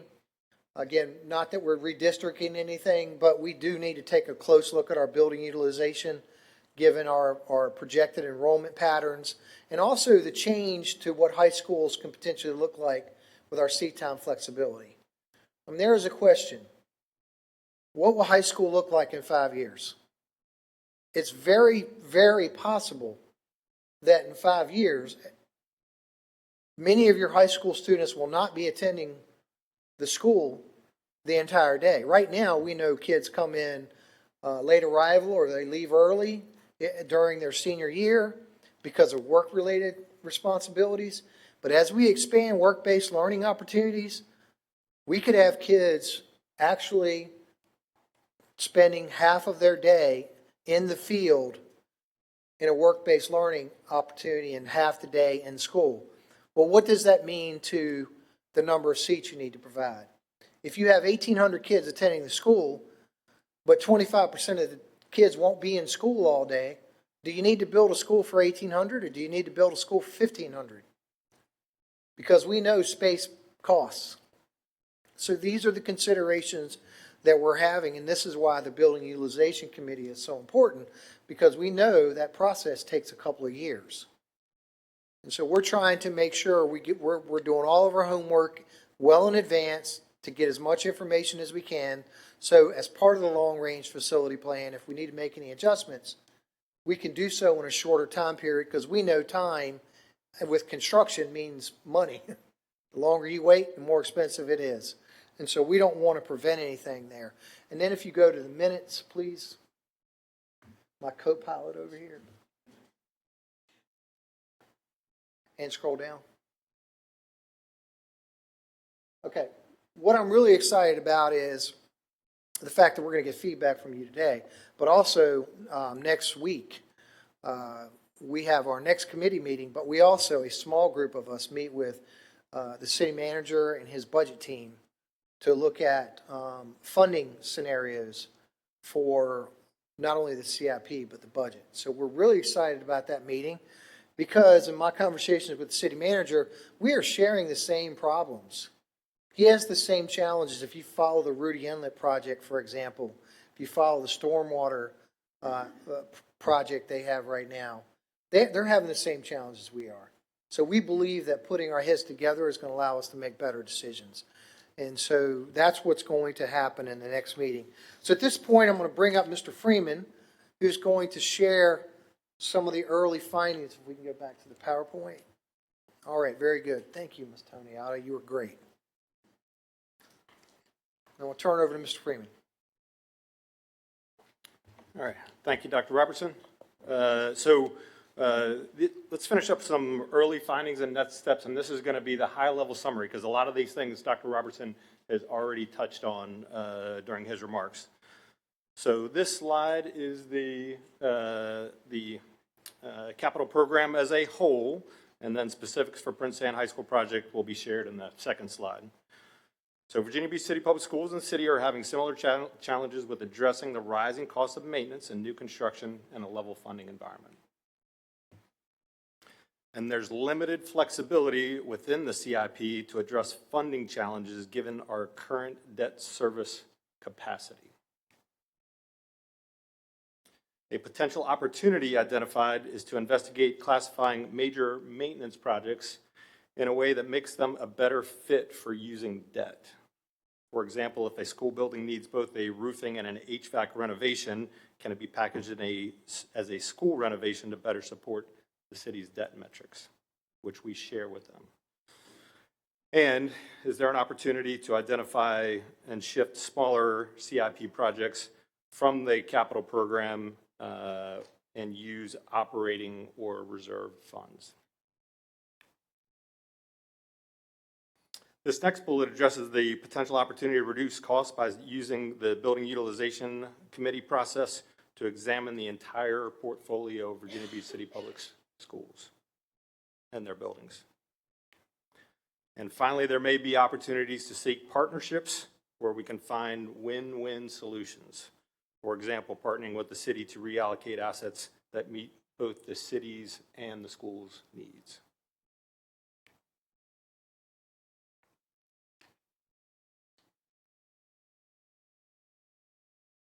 And here are the early findings specific to the Prince Anne High School project. Consideration should be given to reviewing the educational specifications to find efficiencies. It's always a good idea to ensure that space specifications are as efficient as possible while complying with codes and standards. Consideration should be given to the impact of time on construction and costs, just like Dr. Robertson just mentioned. And consideration should be given to the new seat time flexibility when considering the number of students served. Again, Dr. Robertson shared a little bit more detailed information about that in his remarks. And consideration should be given to seeking opportunities for partnerships. Again, finding win-win solutions with external groups and to potentially add value while sharing costs. All right, those are the high-level early findings. So next steps include, as kind of summarized by, to summarize what Dr. Robertson shared earlier, a meeting with the Virginia Beach City Public Schools Committee on July 15th in the morning, and that's followed by an afternoon joint meeting between Virginia Beach City Public Schools, the city manager, and his staff. On August 11th, the Virginia Beach City Public Schools Committee will meet again for the follow-up work that Dr. Robertson described earlier. And we are on track for a school board workshop on September 9th. And there's always a caveat for finding opportunities to add more meetings as we learn as we go. And with that, we would now like to open it up for questions and discussion amongst the board. Ms. Melnick? So I really appreciate thinking outside the box so much because we honestly don't have a choice, right? One one of the most dangerous phrases is, but it's always been done this way. And so you really limit yourself if you're sticking with that old school thought process all the time. It's really very dangerous. Matter of fact, I think David French had that banner. I'm paraphrasing that. It was hanging, he was the principal at Glenwood, and that was hanging in the teacher's lounge. Just kind of reminding people to just really think about what you have and what you might be able to do. So I appreciate the collaboration with the city because they are facing the same problems, but at the same time, we still have to build new schools and we have to find a way to make this work. So like everything else you guys do, I appreciate you bringing in stakeholders from everywhere to do this. And I guess I didn't have a question. It was a comment, but thank you for your innovation. I really appreciate it. Vice Chair Weems? Yes, thinking outside the box, as Ms. Melnick said, how many students do we have that don't go their senior year? Like 2 of my 5 children graduated after 11 years because they only needed 2 classes, and one actually used that year as a gap year and got her yoga certification, and then she went on to college and got her master's.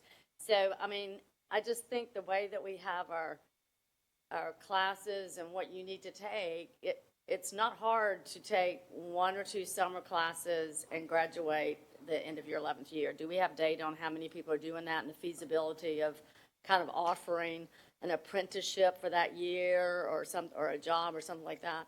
So I'll get Dr. Brower to get that data for you.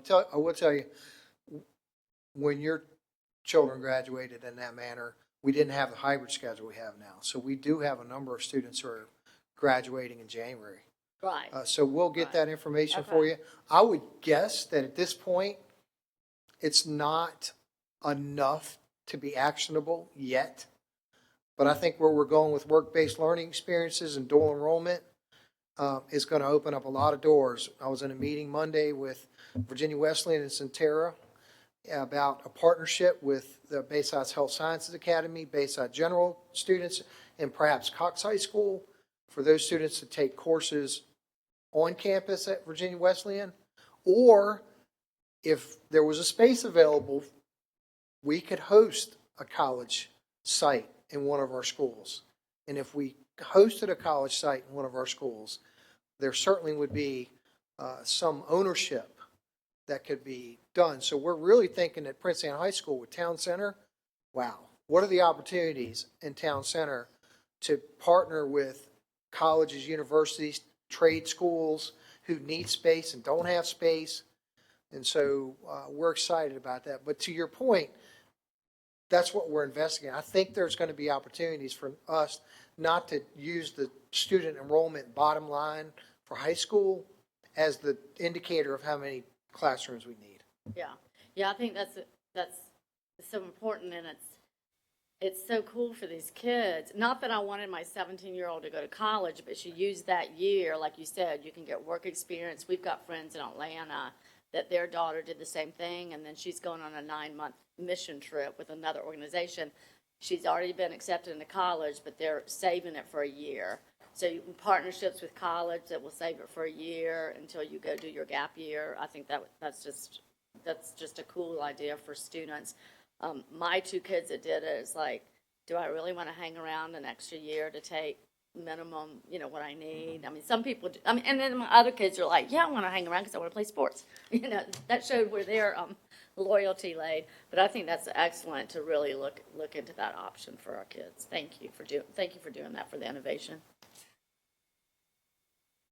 All right, Ms. Rogers, then Dr. Green. Thanks so much for the presentation. CIP is always one of those topics right now that kind of make me nervous because I know that we have some work to do. First, I wanted to just say that I'm so glad to hear that we're working so closely with the city. I don't know if anyone has brought this up. It's something that I have floated to city council members, but the idea of having proffers, which are basically agreements with developers who are developing other sites throughout our city, having an agreement called the proffer where they then do get some sort of deal with our city for development, and in exchange, they do some work for us. And that might be something that we want to explore more and ask city council if they would be willing to put some of those in for some of the work we need done. There is a lot of development in our city, good or bad, for the community. But those are ways that we can then bring in a public-private partnership, is through a proffer and say, hey, we need work done on our roof. You want to do this big development, help us out. And so that might be something that we can explore. The other thing that I just wanted to comment on is, and again, these might have already been talked about, but I think about the Red Mill School model, the square that we did in the 60s, and that we repurposed that model across the city, and we need to start thinking about that perhaps for our high schools. We love the idea that they're all, unique and, all of that, but cost-wise, it's not practical. And so maybe we need to start thinking more long-term of, this is our model. We can add, subtract little bits, but having something that's more like a footprint that's not as unique. And maybe that will help our costs out. And so those are just the two comments. Otherwise, thank you so much for all of your work. This is, difficult, but necessary. So Crystal, you copy the proffer. Dr. Green, then Mr. Cummings. Thank you. First of all, Mr. Freeman, I cannot begin to tell you how much District 4 appreciates how you and your team, along with Dr. Robertson, resolved our issue with the tri-campus so that our students also will continue to thrive. Dr. Robertson as well, I'm appreciative of the explorations that you all are discussing for Princess Anne, because I'm going to be selfish again. My district, we have students that go to Princess Anne High School as well, and I'm very excited about the partnerships that you're discussing and other recommendations as well. At what point will we have a timeline when we can say to our Princess Anne community that, this is the time frame, it may be fluid, that we are going to start building the new Princess Anne High School? Because I think that's the question I get a lot. Ms. Weems and I share constituents through, we're bordering districts. And so it looks like you and Mr. Freeman are on a good track for making that happen sooner than later. Yeah, so I pulled this slide back up for a couple points. One, the third bullet, we recognize the impact of time on construction costs. And then, so hold that thought, and then we go back to the previous slide. And we also recognize available funding is going to play a big piece in what the new school looks like. So it is our hope that at the conclusion of this report, when we sit down with you in September, we're in a position when we start to build the CIP with the board, there could be a pathway to put Prince Anne High School in the next 6-year CIP. That's the hope. Cautiously optimistic that can happen. There are always things that occur outside of our control that might influence that. I'll feel a lot better in answering that question after we have our meeting July 15th with the city staff, because we have to understand their dilemma as well, since they're a major funding source for us. So, Mr. Cummings. Yeah, I think, I was just listening to what everyone's saying. I think about what excites me a lot is just thinking about some of these public-private partnerships, and I'd love just to hear, some pie in the sky. Like, what is the future dreaming of when we think about innovating public schools and spaces? And have we seen new, kind of urban models? When I think about, urban development, I think about the walkable neighborhood, and so I think about and how there's, for better or for worse, but there's stores on one level, then housing above. And so have we seen within, urban design kind of a new approach to to public school infrastructure where, and I'm just kind of curious about it, just as you're talking about the public-private, I'd love to learn more about like maybe kind of what some dream ideas that we've seen. But also, what are, unpack a little more. Are we thinking more partnerships like the joint library style model or like the Creeds elementary library type model? What are some of those? And you mentioned the healthcare model as well that was being explored. What are some of the other ideas that are on the table, you think? Well, I'm going to go back to what Ms. Melnick started with, Yeah. which is, to me, the most foundational thing we have to understand. We can't fall into, well, this is the way we've always done it, Yeah. right? That ship has sailed. We have to be creative. So to your point, we have all kind of ideas. Mr. Delaney came into my office Monday. I thought he had just won the lottery, but he was sharing he must have had an exciting weekend of thinking about possibilities of town center. Yeah, of town center. The opportunities that town center provides to the urban setting. So I've been to schools in my travels as superintendent in urban divisions where the school is in the middle of the city. And the school is part city, or part school, part daycare, part the kids walk from their school to their work experiences, or they walk to other work. We don't have that situation in Virginia Beach. We're more suburban.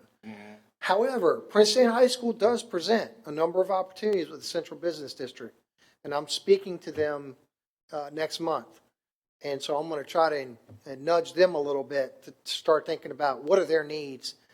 Then the other flip side of that, Mr. Cummings, is we always have to ensure that we don't put anything on our property that is going to put our kids in harm's way. So we have to make sure we're wise, and that's where the board's going to come in. That'll be a decision of the board with ideas that we bring forward of what makes sense. But we're not saying no to any opportunity right now. Yeah, I think it's exciting. I applaud like the effort for innovation, and I think seeing a challenge and I'll probably share some of Mr. Delaney's random excitement. Having a background in urban studies, I get excited about extra wide sidewalks. Because you chuckle, but the urban theory behind that is, it increases social capital, increases walkability, but also increases economic development when you have more space for people to walk and shop. And so I think about innovation, small things like that. And I applaud our efforts to see a challenge and rethink, what does public education look like beyond 2025? So that excites me. Honestly, my concern, and I saw that on the threats and the opportunities, is the politics and the funding, and that's going to always be my concern. Is that we're continuing to see an attack on public education. We're continuing to see the defunding of public education, and I think we're going to continue to see some of those things. And I think the public has to understand that when public education is defunded, that's going to impact our infrastructure and our ability to rebuild or to build, the new schools that we need. And that's a concern that I have, is that how will this impact, how this will, the potential long road impact of, when we see funds starting to, go away from our schools. And so I'm concerned about that. And I think also within the lines of that is, I see everything they said, and how do we make that digestible to the public to understand that new schools cost money. Money comes from somewhere. I wish we had infinite resources. I wish that we had, the ability to start digging and building, right? But I'd love to see somewhere within, a communication strategy, I think, of being on the forefront of communicating to the public, because I think sometimes folks have this idea that we could just start right tomorrow, and it's like, well, actually, this is a pretty complex issue. We can't start tomorrow, and here's why. So maybe I think some communication would be great around that. So those are just kind of some of my final just things I was thinking about as you're going through. And I also have to give slight nerd props to whoever put the Carl Jung quote on there. I never thought I'd see that in the CIP minutes, but whoever did that, you get points today. For what? For what again? For, for being clever. I like it. So, Mr. Cummings, to your point around communication, we haven't looped Nicole's Livis's team in yet because it just wasn't time. But as soon as we conclude our business in September and we feel we've gotten feedback from the board, we're in agreement on how we want to take next steps, then we'll loop Nicole's team in on how we can get the communication out. Yeah, perfect. So, Thank you so much. Ms. Felton, then Ms. Melnick. Thank you, Chair Brown. I'd just like to say to you, Dr. Robertson, that I am really excited that you created this committee to be more engaging with the city and having conversations. Being an alternate for Mr. Culpepper, attending some of those CIP meetings are very contentious. And getting the language, understanding what we were trying to say to each other in that setting. But this will provide a totally different kind of conversation, and I hope that they appreciate you and consider you all bringing this about in this present wave of the future. Because being that the city and the school board, we hire a lot of employees in this city, and I think that that voice should be heard about how we can work together as partners. I know we've done a few things with private partnership when it came to the school, and I look at the Franklin project that's on Laskin Road. When I sit on that committee, it was there were things that I pointed out that I wanted the school to be a part of what they were doing, and some way form a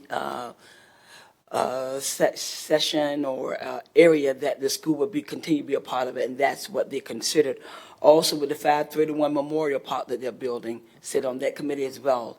I'm sitting there thinking about the schools and what we can do to collaborate to make sure that the students become a part of that initiative, even with Hive, sitting on that as well. And Hive, the center down at downtown Virginia Beach, has considered our students quite well. Yeah. And especially when we do our Shark Tank, our students are there, and they provide space for them to come in to do what their projects and to give them space to sell and to present there at the Hives. I could go on with a couple of things that how the private partnership has really helped our schools, but what you're doing now, it sets another precedent for the future, making sure that we are really seen and really heard as far as the schools, our schools are concerned. I was talking with some individuals the other evening that have businesses, and I know that the talent bank with the school, when it comes to summer programs, we don't have enough partners coming in and allowing our students to work. So talking with them as well with the internships, making sure that they're on board, and they need to know more about how they can help within this city and help our students. So I'm very excited about this new collaboration and conversation that you're having with the city, letting them know that we are not the foe, that we are friends, and we want to work more and better with them as well. Thank you for this initiative. yeah, thank you.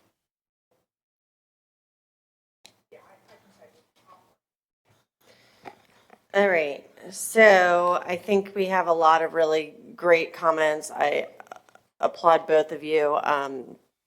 And I kind of want to discuss with the board, how the great partnership with the board has actually progressed our CIP forward. If you look at our 24-25 to 29-30 CIP, you would see that Princess Anne at that time was proposed by the build date of a start date of 2043 at $727.8 million.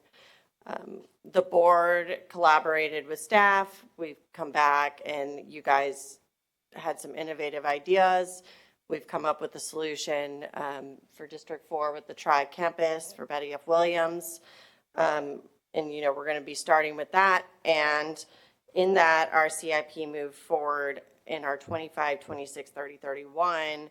That Princess Anne proposal then went to a 2037 start date, which I recognize is a long time and is still not really early enough. And I would like to find a way to tackle that sooner. But, that one went down to 499.8, like I said. And so these are significant, decisions that are being made with the board in conjunction with city council and staff, that are moving the needle in the right direction. And I think that these continued conversations are really, important. I feel confident that you guys are going to come up with some really good recommendations and ideas, and we're going to have, again, more conversations, and I think we can keep, rolling the ball and hopefully, get this done, because a lot of people in our community, they may not realize that we have right now 86 buildings in our inventory, and I think we're probably going to be looking at about 84 here shortly, because just of the way things have already been progressing. But waiting 12 years to build a school when you have 84 buildings or 86 buildings kind of is a little bit alarming. And so I think these conversations are important and need to continue. So thank you, colleagues, for, your openness and your willingness. And I think when we all work together, we're going to come up with some really amazing solutions. Ms. Melnick? Yeah, I wasn't going to speak, but to your point, and I don't think we say thank you enough, honestly. What you guys do is really remarkable. And I know, Dr. Robertson, I'm assuming, but I could guess that your legacy really is CTE and everything that falls under that umbrella. And that's really important. And I really think that component to this school division is important for the city to understand, and for them, honestly, to be briefed on everything we're doing CTE related. So I'm the chairman of the board for 2 nonprofits, and I will tell you, children sell. Anytime you can use kids, it really makes a difference. And when people really realize what path you're creating for the students in the city of Virginia Beach, hoping that helps our efforts. But you guys are really short of remarkable, honestly. And I applaud all of this work, and for keeping the roundtable really tight just among you, because as Mr. Cummings said, sometimes things just, we bring a different lens. And so kudos to you guys. I did have one more note that I forgot to add. Because there is in the community the viewpoint, and I understand that sometimes community perceptions are not always 100% accurate as far as the cost and what we can get, and I recognize all that. But we do have $176 million already appropriated for Princess Anne. Has there been any consideration to putting out an RFI or an RFP to have someone come back and say, here's what we're willing to do, and see if there's any bites? So we felt like that was probably outside our purview. We would be waiting for some board direction there. We wanted to be sure that when we finish this committee work, the board was as prepared as they could possibly be to enter into the budget season, which you'll hear this afternoon. We're suggesting starts earlier to give the board more opportunity to engage in the budget process than they've had in the past. So we will be looking for some board direction at that point. Okay. We'll have more conversation about how the board might do that if they were so interested. So, all right. Well, thank you very much. If I can share one yes. last thing. So I just want to piggyback on something that you said, something Ms. Felton said, and what Ms. Melnick said. All of you have connections. I mean, we started out, I think Melinda Rogers was the first one about where the Profer idea. All of you have connections with council members, business people. The more you can talk about the work that we're trying to do and that we want to be a part of it, the more opportunity I think the more fortunate we'll be when we start asking for people who are willing to engage with us, because there's already been conversations. So your workforce council that's been in existence for 3 or 4 years, the community roundtable which is why we got the Virginia Wesleyan Centera deal. Those things matter when people know who you are and you have conversations with them. So that, if you guys can continue to do that, Ms. Felton, with all the groups you're on, that's really important. That's going to help us, because us is us. It's all of us trying to do this.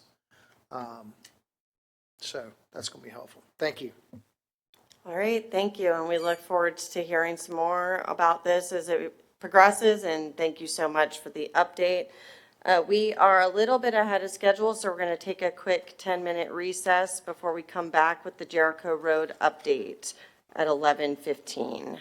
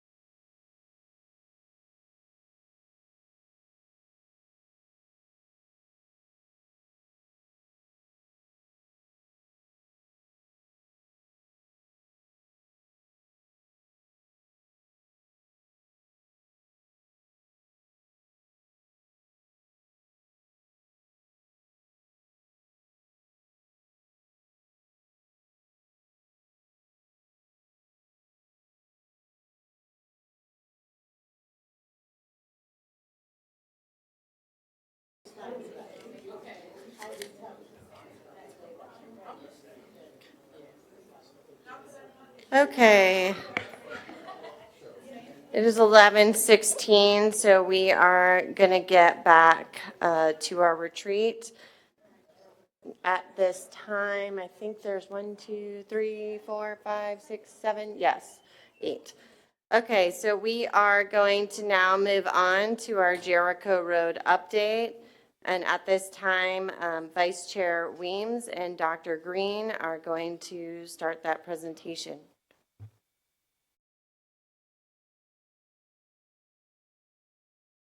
Okay, thank you, Chair Brown. And first of all, I want to thank Dr. Green for being a part of this committee. She's got a lot of great helpful insight and, of course, lives and represents the area.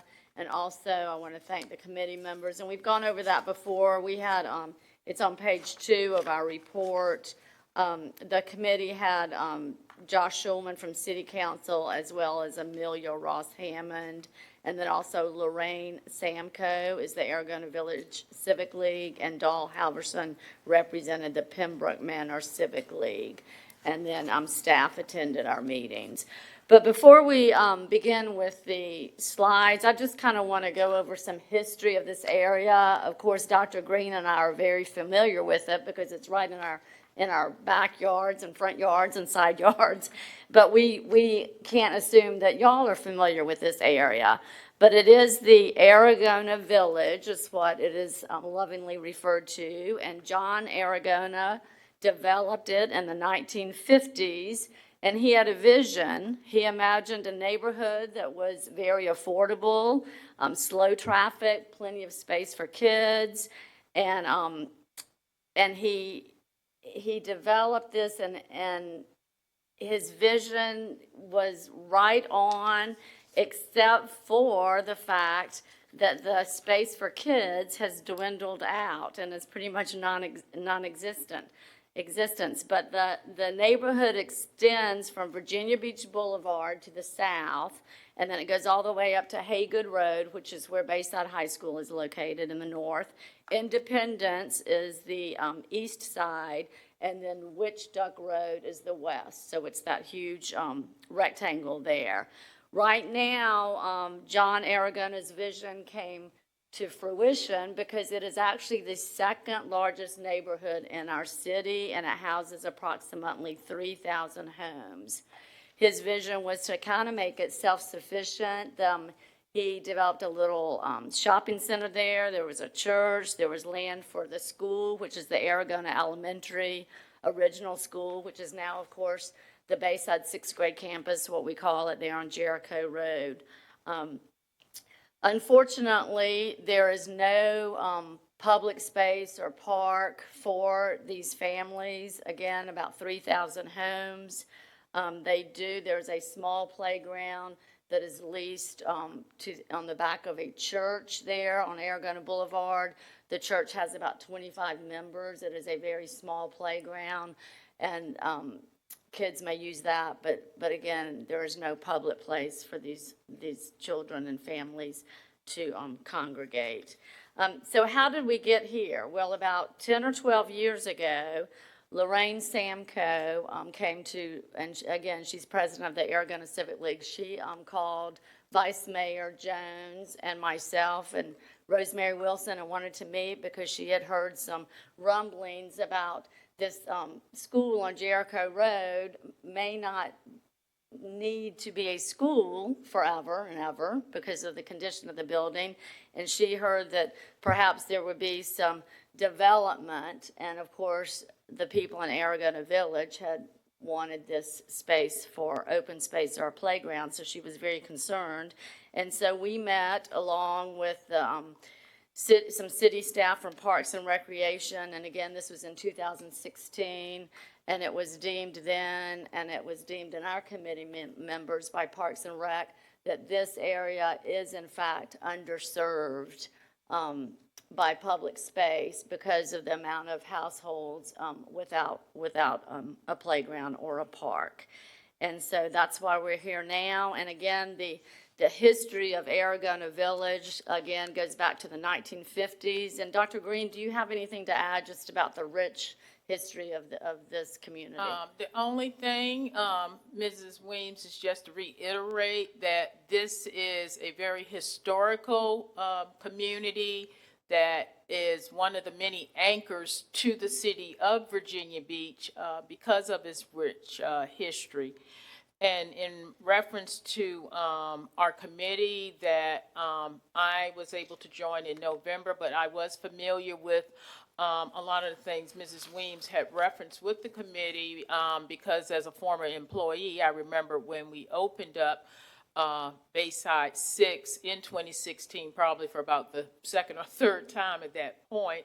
And just a reminder to our public that our sixth graders now will be going to Bayside Middle, and we're very excited about that. So now it's time for us to look at how we are going to manage the Jericho Road property. And in a moment, Ms. Weems, as well as Ms. Ingram, will share with you the process and the options that our committee reviewed, and then the final recommendation from our committee, which we have full support of our two city council members that were a part of that committee. So thank you, Ms. Weems. Okay, thank you. All right, Ms. Ingram, if you would show the first slide, and y'all have seen this before, but I just wanted to refresh your memory. This is where the property is. Currently, it is in 3 different parcels, and you can see the line dividing 2 of the parcels goes right through our elementary school. So, of course, one of the first things that has to be done is to redraw those lines. So those are the 3 properties right now. And then this is the conceptual map. That property line has been moved over to the left, you know, the purple line in the middle, giving Pembroke Elementary plenty of space there around their building. And Melissa, do you want to make any comments about why it was moved? Where is Ms. Ingram? Oh, Ms. Ingram. Why it was moved. I think you made sure that it was moved far enough to the left. Can you just comment on that?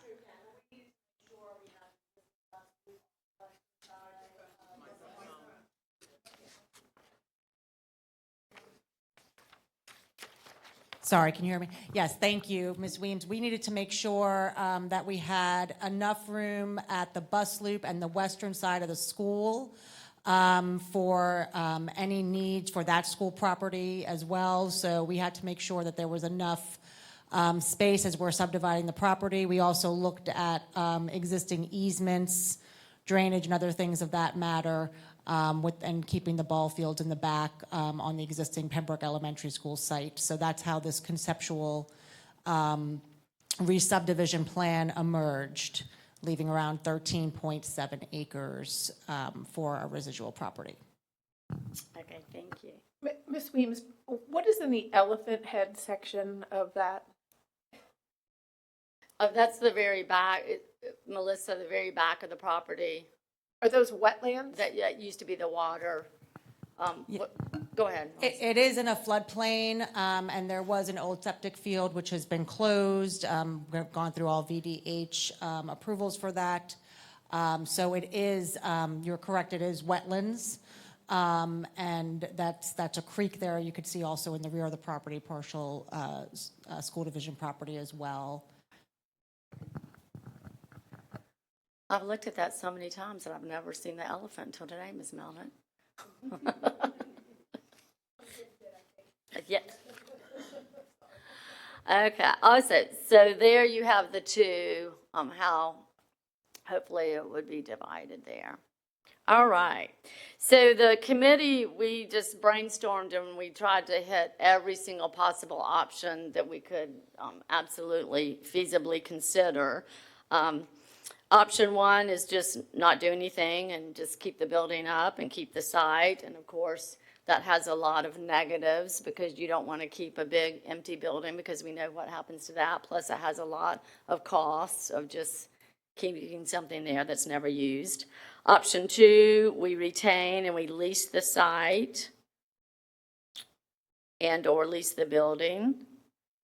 Option 3, we transfer or sell the property to the city And then the city would turn the property into open space or park use.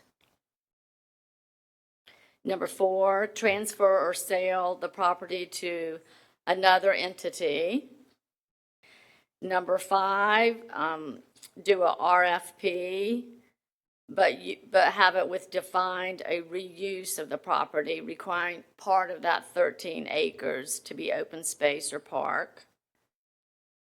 Option 6, the sale of the property with an RFI, which would have parameters for reusing the property and again, requiring part of that to be an open space or a park. And then number 7, a RFI with no parameters at all. So those were all the options that this committee came up with. So the final recommendations, and again, as Dr. Green said, our recommendation is option 3, and it's a pretty strong recommendation. On the committee, we have 6 voting members, the 2 Civic League presidents, Mr. Schulman, Dr. Ross Hammond, and then Dr. Green and I, and it was unanimous that we go with option 3, and that is to transfer or sale of the property to the city for open space or park use. Okay, if we came up with kind of a backup plan, if that option was not supported by this board, our second option would be number 6, to put out an RFI with general parameters for reuse of the property and requiring a portion of it to be used for open space or park. Now, we do have an option 2 down there in case we have, because all this process takes a while, and you'll see that in the timeline. It's going to take about a year to go through all the rezoning and the secure the funding, all the agreement, the demolition and all that. So there was an idea that could we lease the site or the building to somebody else in the short term while we're doing option 3 to just make a little money. I don't know how viable that is because, again, a year is quite a lot of time, but a year is not that long for somebody else to come and lease that space.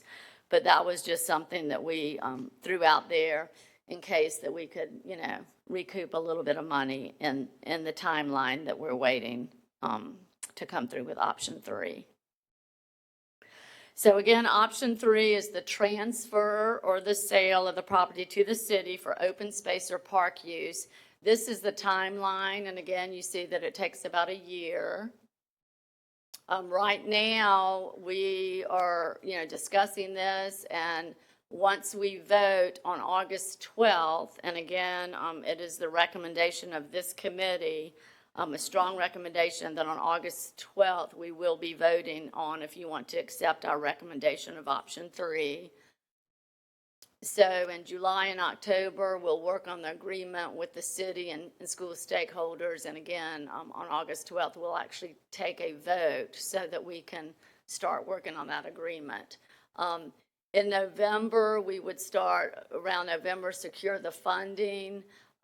We have had very detailed conversations with our city council folks, the 2 that were on the committee. They have talked to their colleagues, and because they are going to need to pay for a park or pay for the maintenance of open space, they want the land pretty much gifted to them. So, and they want us to use our reversion funds as the way to pay for the demolition and all the legalities and the report and the contract work. And so we've estimated that, Melissa has estimated that to be about $1.2 million. It's amazing how much it costs to tear down a building. We all learned that. We were all very surprised at that. But, okay, so we've got, again, to vote on it August 12th, to work on the agreement. Dr. Green and I have talked about this, and it is our very strong opinion that in that written agreement to city council, that we write it out, that they will accept the land and agree to turn it into open space or a park. And that we need to get that in writing, because we don't want to go through all this process, and then a year from now, city council will say, oh, well, we don't want the land, or we want to do something else with it. So once we vote in August, and then once we get that agreement, we would send it on to them for them to take a vote as well. And then about the November, December, when all the agreements will be signed, the terms of transfer and/or sale, and then the new year, the survey and the construction work and the demo begins, followed by the legal and survey and re-subdivision, and then the plats, and then finalized in about a year from now. Melissa, you're the expert on this. Do you have any comments on that? Or maybe in a little while we'll have questions, but do you want to comment on anything that's on that slide? No, I think that was pretty thorough. Thanks, Ms. Weems. Okay. All right. And again, the next slide is if this board does not agree with our recommendation, option 6 is our second, our backup plan. And again, of course, we prefer option 3, but option 6 is to send out an RFI, with general parameters that would require part of the space to be dedicated for a park or open space. And again, it follows about the same timeline. Of course, with option 6, when you're looking to an outside entity, you take on that risk. If you remember, Laskin Road had some bumps in it that we had to overcome. And so this one would take along some of the risk of working with an outside entity. So again, just to close for the final slide, it is our recommendation, all 6 members of the voting committee, to transfer the property to the city for open space or park use. And we will be voting on that recommendation, option 3, on August 12th. And then once that vote is taken, then the timeline on slide 6 will begin. Dr. Green, do you have anything to add to this? I do not, and we look forward to answering any questions you may have about the committee's recommendation. Thank you, Mrs. Weems. Thank you. All right, Ms. Melnick. Well, first, in fairness to the developer on Laskin Road, I don't think in the world of business, the real world of business, I don't think what happened there was out of the ordinary. I don't think that was an abnormal bump. So I like the open space idea, but my question, just because we weren't a part of any of the discussions, what could potentially go there? What if we put out an RFP, what could potentially be built there? What are the parameters for the neighborhood itself? And being next door to a school, what could they do? I can answer that, and Ms. Ingram, you can correct me if I'm wrong, because this is right in the heart of District 4. Right now, Ms. Melnick, that entire community is zoned for single-family homes.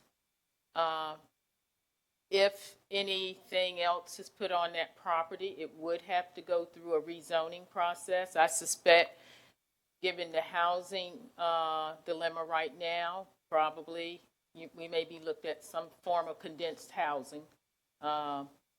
Hopefully that will not end up being the case, but it would have to go through rezoning because right now that community is zoned for single residential homes. Okay. And what is the size of the space is 13 point. What? For that piece, it's 13 acres. Okay. For a park to exist, 13 acres, open space, or if it's turned into a park, does that size require employees to run a park of that size, 13 acres? Well, that would be on the city's, Well, regardless, I'm discretion. just Yeah. curious, if you have a space that size and it's turned into a park, then they're looking at additional costs too. And if it's just open space, what does that, so I'm trying to think of another large open space in the city. So Kings Grant. Kings Grant has a large, that's just open space, anybody can use it. And I guess we couldn't talk about this here, but in a closed session, I guess we'd have to go into a closed session to know exactly the value of the property. We generally don't discuss value of property if there's a possibility we're going to sell it because it would adversely affect you. Correct. So we don't do that publicly. I have shown most of you what the current estimate is. It would just depend at the time you were selling and what they were proposing, what it would go for. Okay. So, so two things. So the first is, we really need money for our CIP. However, I did talk to Councilmember Schulman, who did say that that is a community that really needs and deserves a park. And so, I lean towards that option 3. I'm just asking the questions, like, what if we did this and what if we did that? So. Yeah, and again, Ms. Milner, that would be the cities, but I think why we added the open space option, because at first it was just, we were talking park, is because of the cost that they would incur if you build a park there and playground equipment and restrooms and all that, that's going to be a bigger cost, but that will be, the city council's decision. That's why we put both of them, open space or park. So, Princess Anne Park out in my district, that was a huge space, open space, ball fields, parks, covered areas that at some point, when Centerra built Princess Anne Hospital there, they lost part of that. So it's just a little tiny portion of what it used to be for those of us that have lived here a very long time and remember that. Is that something that could happen down the road? That the city might need that space for something, and the community loses the park, or especially if it's only open space. That's something we're going to need to work out in the legal document. Once you transfer the property, it is going to the city to control. We've talked about some type of clauses that would, if it's not used for what you intended it for, whether it would come back. That's the piece we have not worked out with the city because we really haven't had these conversations. Those can be hard to enforce at a later date, so we'd have to look at that. But once you've transferred it over, you no longer have title to the property. So if they needed to slice off a portion, that would be something the city would choose at that point. But we'd have to work through some details on how much decision they would allow you to have in a future use of the property. Okay, because it is near town center. Yes, So yes, it is. And then just to put your perspective as far as playgrounds and parks, we have, I think, 277 of them in the city of Virginia Beach.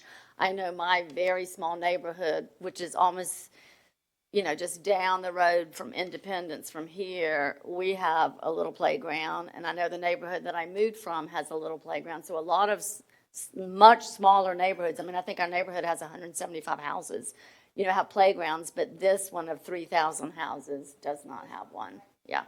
And Councilman Schulman did mention that they are in desperate need. They've never had one, and they're, yeah. Yeah. The city recognized. Right. The Parks and Rec staff definitely said this was underserved and would be very high on the list of, and they do it kind of like Melissa does our school buildings, which school needs to be rebuilt depending on usage, depending on underserved, and they kind of do that with their playgrounds and parks, what needs to be revamped, rebuilt, what area needs to be a park, and because this is such a big area with lots of families, the need is very great, and they're very up high on the list. And Madam Chair, if I may add, in reference, it's not a comment to Mrs. Weems' remark, and Mrs. Weems, correct me if I'm wrong, our two city council persons did share that there was a study, wasn't there a study that the city had done? And that Aragona, our Aragona area was marked as a priority for a park. The city has done a study in looking at where needs are, and that was, and that area was indicated that there is a high need. Yes. Ms. Rogers? Thank you so much. Thanks, Dr. Green and Ms. Weems for the presentation, as well as your ongoing commitment to Jericho Road and to the community there. I very much want to see the community have the park or space that they're looking for, and I think that's extremely important. My concern is that the city wants us to transfer the property and take on the $1.2 million cost of removing the building. And I guess to me, it seems like maybe we can share some of that cost, because as we just discussed, we do need help with our CIP. We do have a lot of costs coming up for buildings, and it seems a little counterintuitive for the school division to take on all of the cost of ripping down the building and then gifting the property over without any skin in the game from the city. Does that kind of make sense, what I'm saying? Well, there's skin in the game with even to maintain open space, you've got to cut the grass. They're going to have to pay for all the maintenance, and then. However, if they decide to then use this as a mixed-use property and they have a park and something that is generating revenue, then that is then not a burden to them, it's a burden to us. So that's, right. like, that's where my concern is that we are taking on all of the burden, and that perhaps that's something that should be considered, simply because we're not, you know, I feel like it should be more of a partnership to taking on the cost of taking the building down if they Well, want, yeah. and because we're not selling them the property. Right. Which, so if we're transferring it, that's fine, but then we should also then share the cost of taking that building down, because it is very expensive. And yes, we have reversion funds, but those reversion funds could be going towards our CIP. And so, like, that's my only concern, is that they want us to take on all of the burden of the cost of that, and then they can turn around and make that property into mixed use that then would generate revenue for them, and we're still stuck with our. Well, our recommendation is not for that. Our recommendation is for number 3, which is open space or park. Another option is for them to do split, Right. but that, our recommendation is they have to, and then our memorandum of understanding or resolutions, which is all the paperwork that will be done after we vote, would specifically say this is intended and shall be used for open space or a park. And I hear what you're saying, but I also heard Mrs. Linetti just say that it's difficult to then enforce that later on. So again, I have that concern. Yeah, it's expensive, thank you. Okay, Mr. Bowensteel, and Dr. Green, I see your name here, and since you guys are presenting together, if you guys just want to answer questions, since this is both of you all presenting, so if I see your name, I won't call on you, but if you feel the need to jump in, just let me know. Mr. Bowensteel. Yes, I'm all for the park. I think that's a great idea. I'm not a big fan of giving the city the open space, just for whatever reasons, but I also share Ms. Rogers' concerns, like, we're giving them this property and then we're still gonna cost us $1.2 million. That just, to me, seems counterproductive. But that was kind of my concern on that, but I guess that's what it is, but I don't know. Just seems like we're giving them everything and we still have liabilities.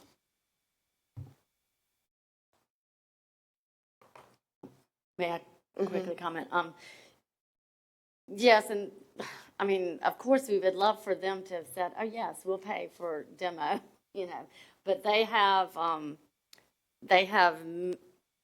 several parks that they're trying, several other communities that are like us trying to have a park built. And I forgot, and Ms. Ingram and Dr. Green, maybe you remember, and at one of the meetings, they quoted the cost to build a park. Does anybody remember that cost?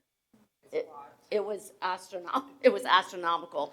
So, It's not just to build the park, depending on the type you build, you might have to staff it too. Right, exactly, So, and yeah. if you had to build bathrooms, administrative building, appropriate parking, not even to mention whatever the park services are, if it was gonna be a jungle gym, if it was gonna be a baseball field, something like that. And then you'd have to staff it depending on the size of the building, Right, the right. park or whatever you're building. yes, exactly. So they have, so they're thinking about those millions and millions and millions and millions of dollars, and I can't remember how much. And then just, we have to also remember, even though it was, I think, 1956, this land was gifted to us. Correct, it wasn't to you, it was given to the Right, city to the at the city, time. yeah. When the Constitution of Virginia changed, it became the school boards, but at the time, it was actually given to the city.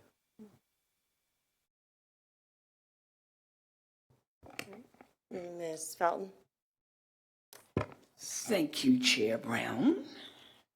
And thank you, Ms. Melnick, for finding out what the zoning is, because that means a lot, knowing what the zoning is, what they can and cannot build. I had two questions here. Dr. Green, how much public input do you all have for this? The community of Aragona through the last few years, and Ms. Weems can help me with this as well. I know for many years they have expressed this because that is the community we are proposing, option 3-4, and they have been ongoing, vigilant about wanting this, and they have been great partners with us as we have, worked with Mr. Freeman and Ms. Ingram in looking at options. So this is definitely a community want, Ms. Felton. Keep in mind, again, this is right now zoned for single residential homes as well, and a park placement there would be more than appropriate. It will enhance the community. That community still has a lot of children. Also, Pembroke Elementary is next door to the property. I'm sure they would benefit as well from such amenities as a park also. Thank you, Dr. Green. And that was one of the things that I asked about the Laskin Road project. It was always about the public and how that came off. And I think that Laskin Road project came off pretty decent, considering all the things that were thrown at the developers for that with the school board. I'd like to say, too, that I served on Park and Rec Commissioner for 8 years.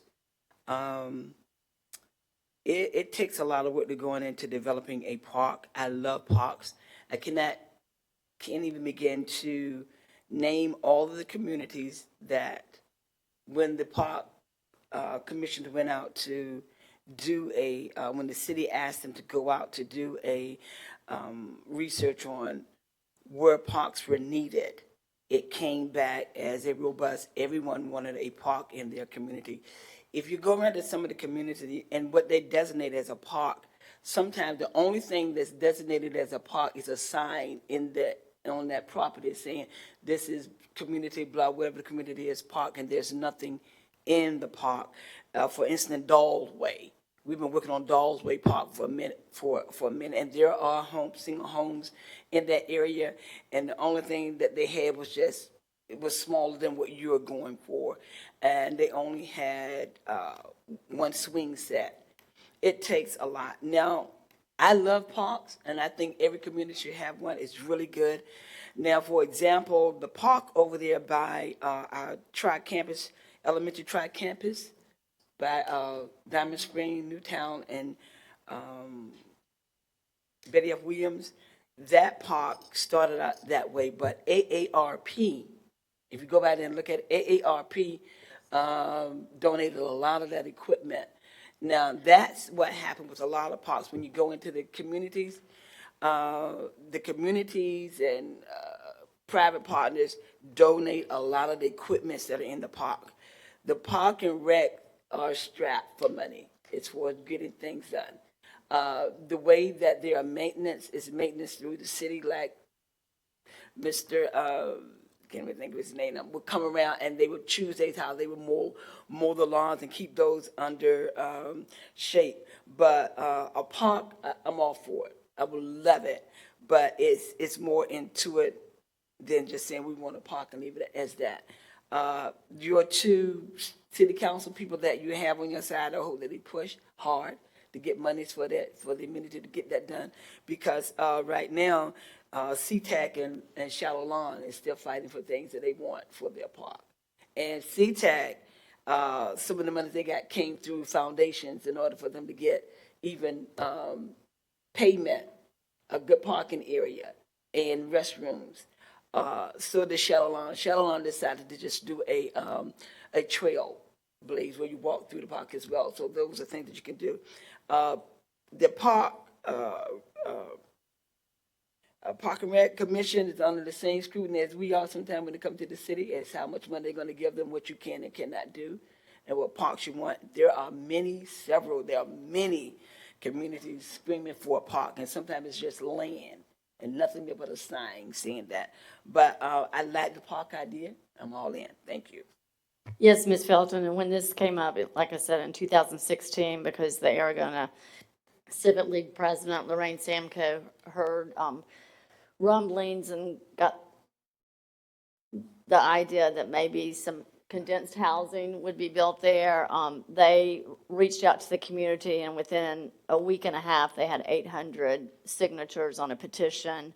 And we will, and Melissa, when we go through this process, there will be time for public input, correct? So the first part is the working through an agreement, and then I'll defer to Ms. Linetti on the public hearing Well, requirements. obviously, this will be on in your August meeting, and so public would take comment. When we actually are able to define the boundaries in the property and surplus, you also have to have a public hearing for it, and you may, depending on the agreement, the MOU that we have with the school, or the city council, that may also have to come up. So there would be opportunities along the line for it. I don't think it's our business as to what type of park or anything of that nature. Right. That's not our piece. Ours is whether we're going to retain it or get rid of the property, and that would be the piece we handle. Yeah, so our big thing, our big thing is August 12th, we will be voting on recommendation 3, and then through this process, we will have public comment. The city, it will then be up to the city, and they will get tons of public comment, and I can very much share with confidence, and I'm sure Dr. Green will agree with us, there will be many, many, many public comments at that time. Thank you. Great. Ms. Dwyer? So I just wanted to say thank you, and I see your heart, both of you, and I love the collaboration. And I even hope they get a ball field, a soccer field, a dog park. I mean, I hope you get the whole shebang. I think it's a great idea. And 13 acres is a lot of land. I mean, who knows, maybe we could sell off a portion. I don't know how that would be written up and how they would do that, but just want to say thanks. Great job. Mr. Callen? Chair Weems and Dr. Green, you have recommended that we lean strongly towards option 3, but option 3 has 2 scenarios, either a transfer or a sale. And we are hearing all of the different considerations that surround each of those. Do you have a strong recommendation between option A, a transfer, or option B, a sale? Yes, we have heard from the 2 city council members on the committee that they are desiring and expecting a transfer because they will be in charge of then, after getting public input and looking at their budget, deciding whether to leave it as open space and they'll still have the maintenance and all that stuff, or to start building a more traditional park or ball fields or restrooms. So they will be having the burden of all those expenses. So our recommendation is to transfer the money, or I guess, I mean, legally, you can sell it for You'd be, well, sometimes you do value, maybe $1. a dollar, that's yeah. typical. But they do not want to incur a big cost for this property because, like I said, because they will have costs down the line to maintain it and to build. Well, I understand the desire to build bridges of relationship between city council, but as we've also discussed, the CIP introduces a significant amount of financial challenges that await us, and this represents an opportunity to contribute to that deep need. So I hear you, and I understand that that would be my perspective if I was a city council member as well, but I just wanted to hear what your thoughts were as well, and I thank you for that. Mr. Callen and colleagues, and, you know, the four of us often said that we know money is involved, but we strongly believe that this is the best use, and it is actually the right thing to do for Aragona Village. It's the right thing to do. Any comments on that, Dr. Green? Ditto. Okay, and I'm going to speak first and then turn the floor to Ms. Rogers. So this property, and I know that it was said, but I want to reiterate it. It was gifted to the city, correct, Ms. Linetti? Correct, in the sense that that time, school boards didn't always own property because of the political relationship, but it was given for the purpose of school, but technically it went to the city. You assumed ownership because of changes in the law after that. Okay. So this property was already gifted to us, you know, and I'm going to go on the record right now in strong support of transferring to council for this purpose, specifically either open space or a park. I did serve on this committee temporarily, and I also went to the Aragona Civic League some last year as well. So I'm aware of the community's thoughts on this property and the importance to the community. Part of the reason that we have to pay to demolish the building is so that we can retain an additional 4.84 acres of land. So, you know, I think it's important to make sure that we recognize in that I believe worst case scenario, probably around 1.2 million, that we would consider asking for reversion funding, that we're getting almost 5 acres for the future needs of the elementary school there. And so, you know, in part when we're doing that, we are actually on the receiving end still of that deal. It's not like we're saying demolish it and we're not going to take any more of the property. So I just wanted to note that. And then, you know, intention, when it was gifted to us, there's several news articles signaling the intentionality of this gift was for a school or a park. It was a developer that gifted it. If the developer wanted to develop it, it would have been developed.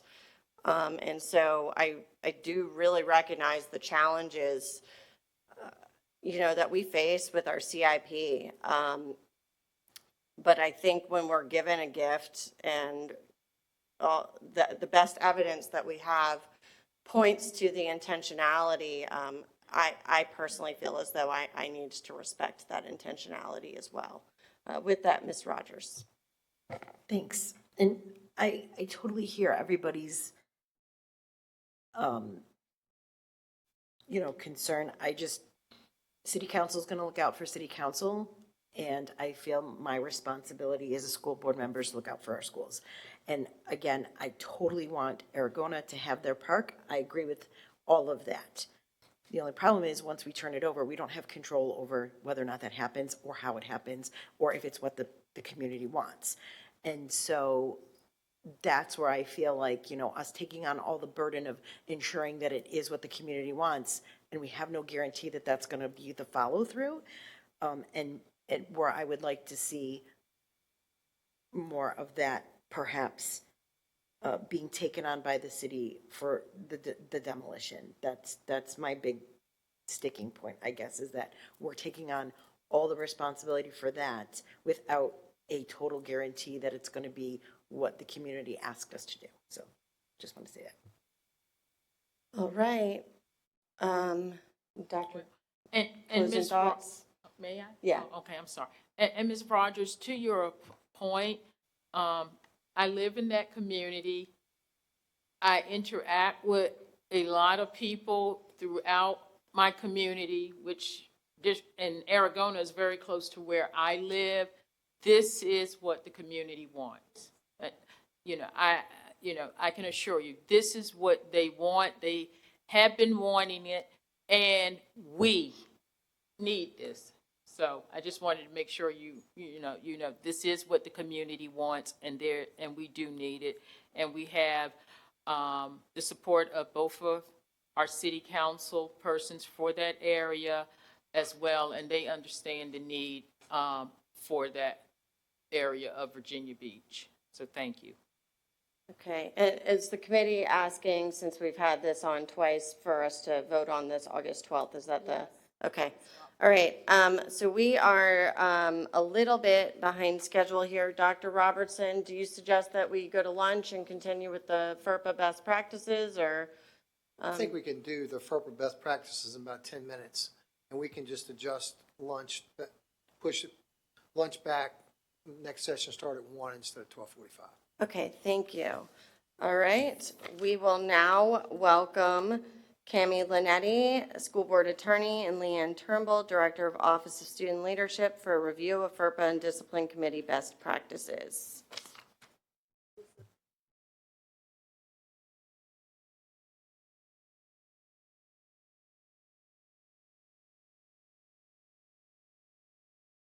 Good afternoon. I'm Cami Linetti, the School Board Attorney. I've been asked to give you a presentation involving the background on FERPA. Once we're done that, I'm going to turn this over to Ms. Turnbull, who's going to give you some best practice concerns and issues having to deal with school board disciplinary committees. So let's start with what is FERPA. Ms. Turnbull, next slide for me. Thank you. In the early 1970s, the federal government enacted numerous laws and regulations directly impacting public education. One of those laws, the Family Educational Rights and Privacy Act of 1974, referred to as FERPA, was created to establish the rules for confidentiality of student records and the right to access those records.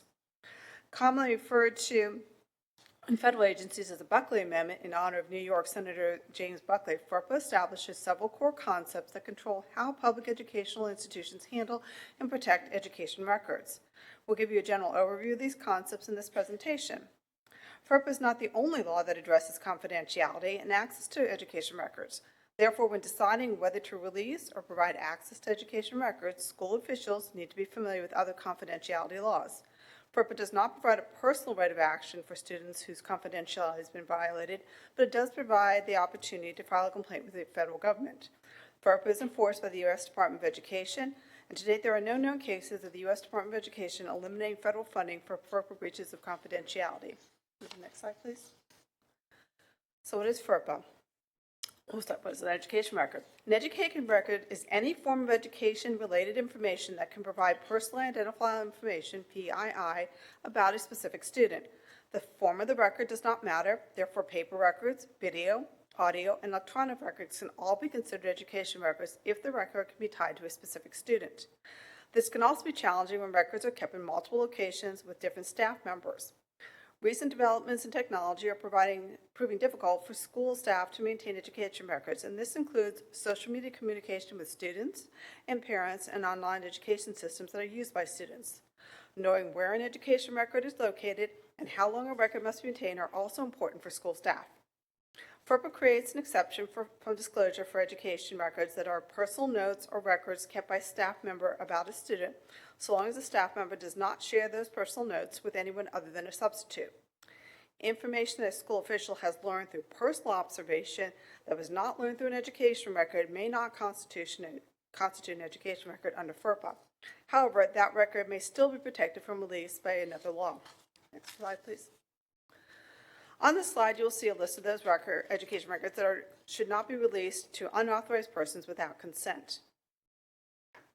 For reviewing that, we can move to the next slide. So who may access records? FERPA delineates the rights of adult students from their parents and legal guardians. Referred to as eligible students under federal law, those students who are 18 years old or older are determined by FERPA to be able to make their own decisions regarding their education. If an eligible student is still a tax dependent of his or her parent or legal guardian, the parent and legal guardian have the right to review their education records, but they cannot make education decisions for the student. There are also exceptions for those adult students who are incapacitated, and the parents have a court order or guardianship that allows the guardian to access and make decisions for the student. Additionally, there are also exceptions for students under 18 who are determined to be emancipated from their parents.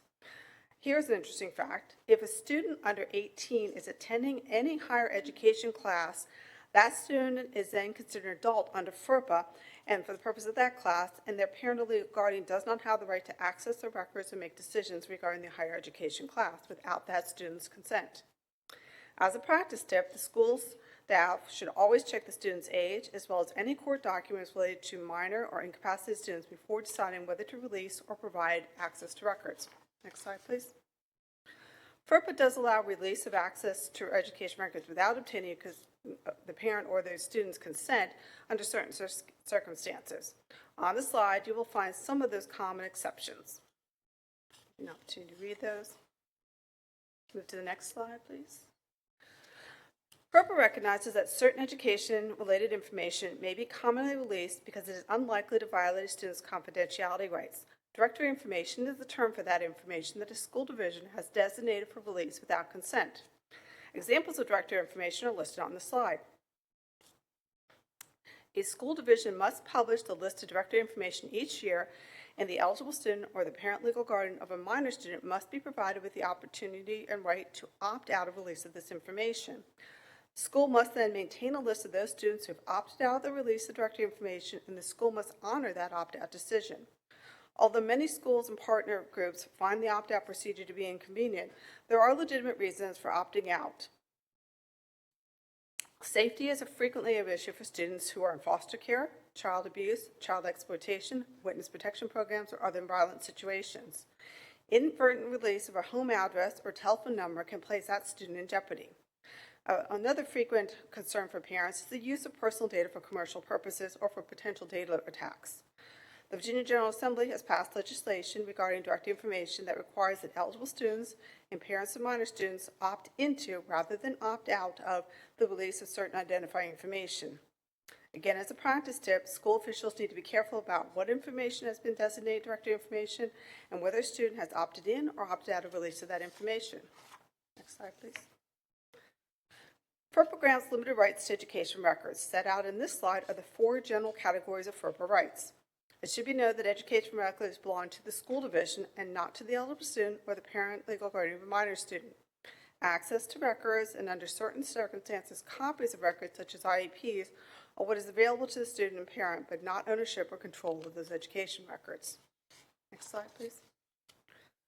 FERPA allows an eligible student or parent legal guardian of a minor student to request an education record be changed or deleted.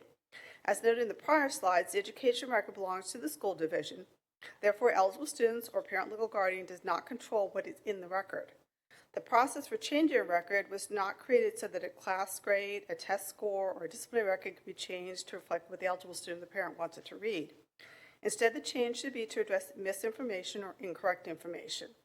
A request to change a record is then sent to the principal, who can make a decision as to whether the record will be changed, and that request is then handled by the principal. The standard by which the principal makes a decision regarding a record's change is whether the record is arbitrary, capricious, or without basis of law or authority. If the principal decides not to change the record, then the eligible student or the parent is allowed to include a letter that will be attached to the record in question explain the student or parent's concern with the record. Generally, there is a word limit, such as a 200-word statement that is attached to that request. To prevent record challenges from becoming so overburdening, there is generally no appeal to the school board or to a court regarding a record's change. Next slide, please. FERPA is not the only law or regulation that addresses confidentiality of education records. Listed on the slide are some of the more common laws that also address confidentiality of education records. Although FERPA may allow release of an education record, there may be another law that prevents release or imposes other requirements before release is allowed. Therefore, school officials need to be familiar with the other laws that address confidentiality. Thank you. School board members have the same right to access education records as any member of the public would have under FOIA. However, school board members should be cautious about accessing education records that are related to matters for which the school board may later be required to render a decision. Student discipline is a good example. A school board member may have a need to know about the disciplinary matter. However, accessing the information outside the disciplinary process may disqualify a school board member from participating in the decision on that matter at a later date. In another example, a school board member would certainly have the need to know about a student's medical condition if the student was injured as a result of a school board bus accident or a school-sponsored sporting event. So this would be qualified as a school board member's need to know. School board members do not have a need to know about routine matters such as a student's attendance, a student's grades, a student's IEP, and they should not be granted access to records of that nature. School board members need to be particularly careful about not accessing education records in efforts to be helpful to constituents, the media, or other government officials who are interested in confidential records. Even when a school board member has knowledge of an education matter, the school board member should not discuss what the school board member knows with anyone who is not authorized as a school board staff member. You do not know who you're actually talking to on a phone call or an email, and you could potentially be releasing confidential information to an unauthorized person. If you do not have access to the student's full QM folder, you do not know who has custody or legal rights to access the student's education records. Grandparents, older siblings, aunts and uncles may only have access to information about a student if they have the legal right to that information or when they've been properly authenticated for a FERPA release. Simply being related to a student does not authorize you to access their records. School officials, however, do have access to information about legal rights. Therefore, school board members should refer all requests for student education record information to the school staff to review for compliance with applicable law. Next slide. A developing area for local government is the use of personal assistants to assist school board members with their workloads. A personal assistant does not have the same right to access education records as a school board member, if the assistant is not also a school division employee. If the personal assistant is hired by the school division, then the assistant would be granted rights to have access to education records.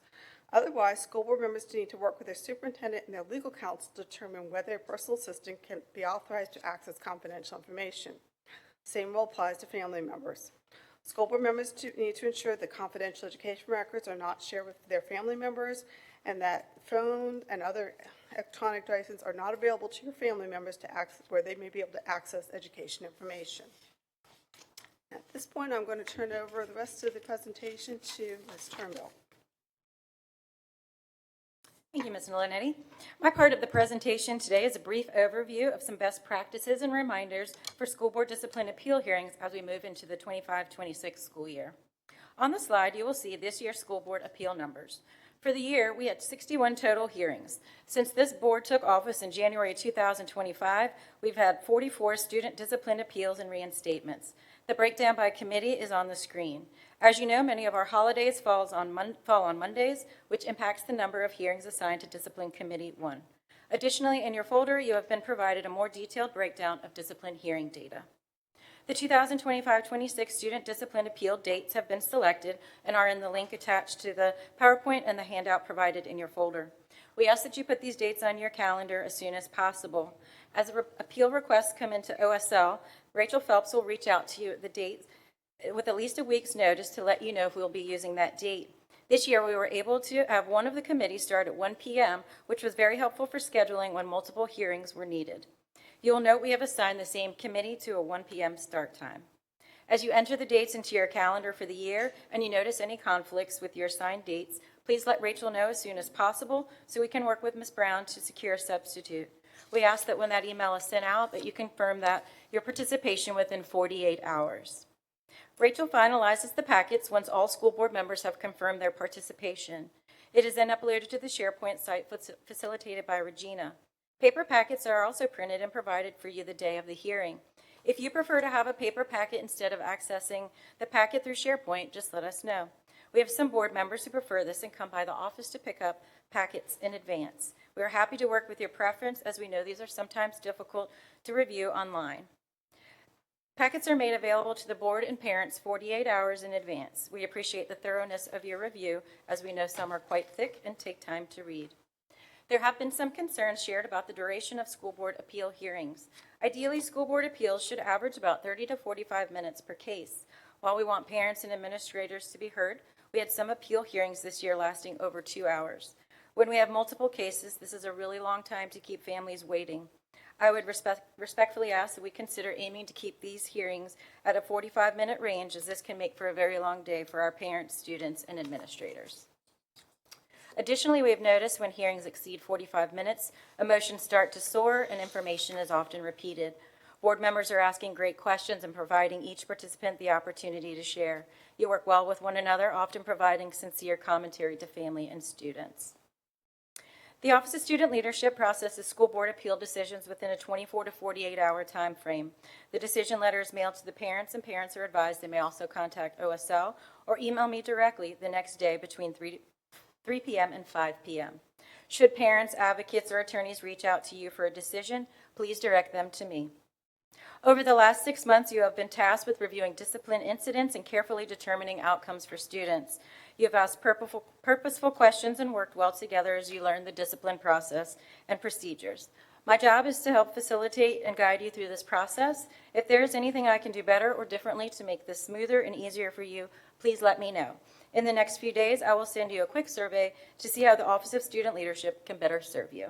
Thank you for giving me the opportunity to present to you today. Is there anything Ms. Linetti or I may clarify for you? I just saw one here. I believe it was School Board Discipline Committee 2, the Tuesday one that was meeting at 1, and Wednesday was at 3. A couple school board members on the Wednesday committee that are not available till 3 p.m. So at the top here, I think that might have accidentally been Okay, reversed. I'll make that correction. Thank you. Okay. And we'll try to be brief because we're going to take lunch, but Dr. Green. Yeah, mine is similar, Mrs.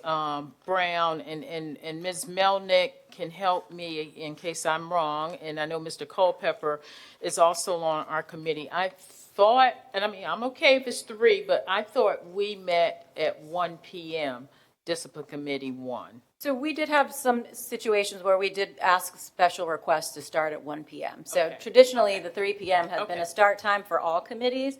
But as we had certain cases and timelines come through with the appeals, we then requested, could you all start at 1 p.m.? So we do make special requests at times to start at 1 when everyone can, or if there's substitutes that can fill in. All right, thank you. You're welcome. And when you guys have your meeting before that meeting, they can confirm the next time and availability with you guys as well, correct? Absolutely. Okay, Mr. Cummings? Yeah, my question is super brief. It's just around FERPA, and as we have family members come into hearings, siblings, maybe alleged step-parents or mom's boyfriend. I'm just kind of curious what is the leeway, I guess, with having some of those folks, and what's the safeguards? Are they allowed in those hearings? Do they sign If something someone with beforehand? legal custody, so assume you have a student coming in, a student under 18, and they bring in mom and dad want to bring grandma in or boyfriend in, I'm assuming that they have authorized that they've chosen to bring that person in, so they're there, the legal custodian, the person with the right to make the decision had the ability to bring them in. If you were in an IEP, a 504 meeting, we would probably have you sign a certain piece of paper, what we would call a FERPA release piece of paper. We do have situations where grandparents are helping take care, aunts and uncles taking care of students living in their house. They will sign forms so that the school can talk to them. In that situation, when they call in, they can share, because it's okay for grandma because grandma's taking care of the kids in the afternoon. The school would sign that. In a student discipline case, if the parent has brought them in with them, we're assuming the parent has consented to that. Okay. That was just my only question. I think a couple more, but those are email worthy, so. Ms. Rogers? Ms. Turnbull, on the August portion, it says in service. Is that something we have to? Yes, so I put in there where we might have conflicts that might be a challenge for administrators to attend. And then I put in the holidays so that you could see where a committee may not have a second date in that month. Okay, thanks. You're welcome. Okay, that brings us now to lunch. Is everybody okay with kind of splitting the difference here and coming back at 1? Okay, all right, so we will recess for lunch and we will return at 1 p.m. Thank you.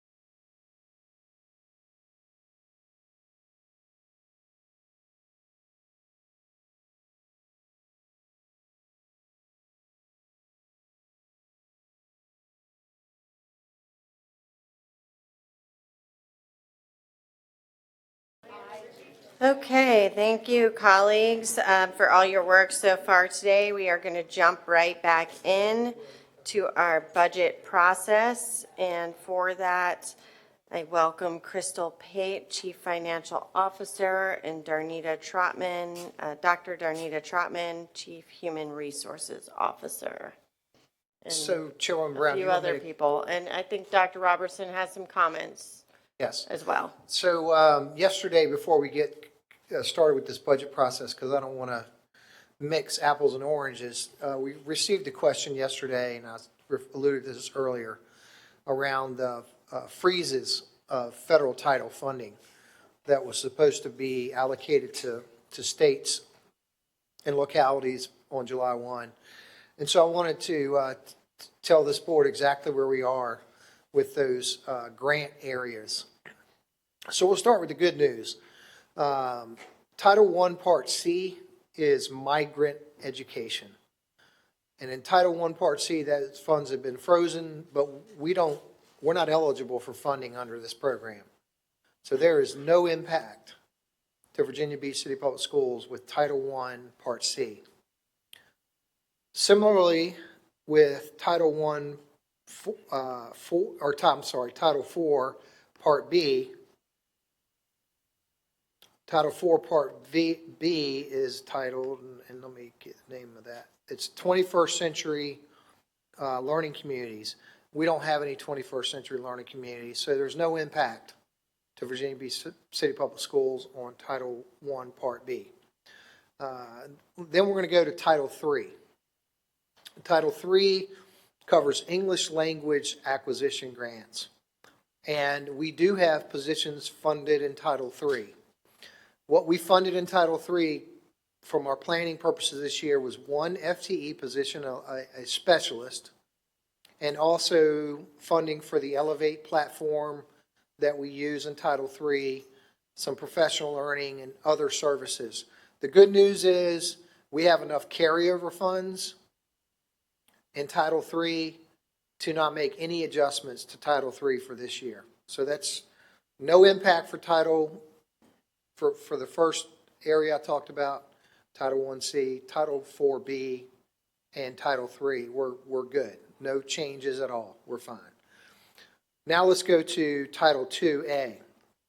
Title 2A, we primarily fund through Title 2A coaches and specialists. So we do have 15 reading and math specialists funded through Title II, Part A.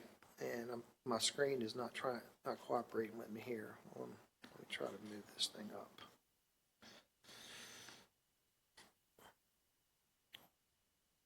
And Title II, Part A is titled, again, Supporting Effective Instruction. Our application was based on funding 21 positions, although last year, I believe we had 18 positions funded.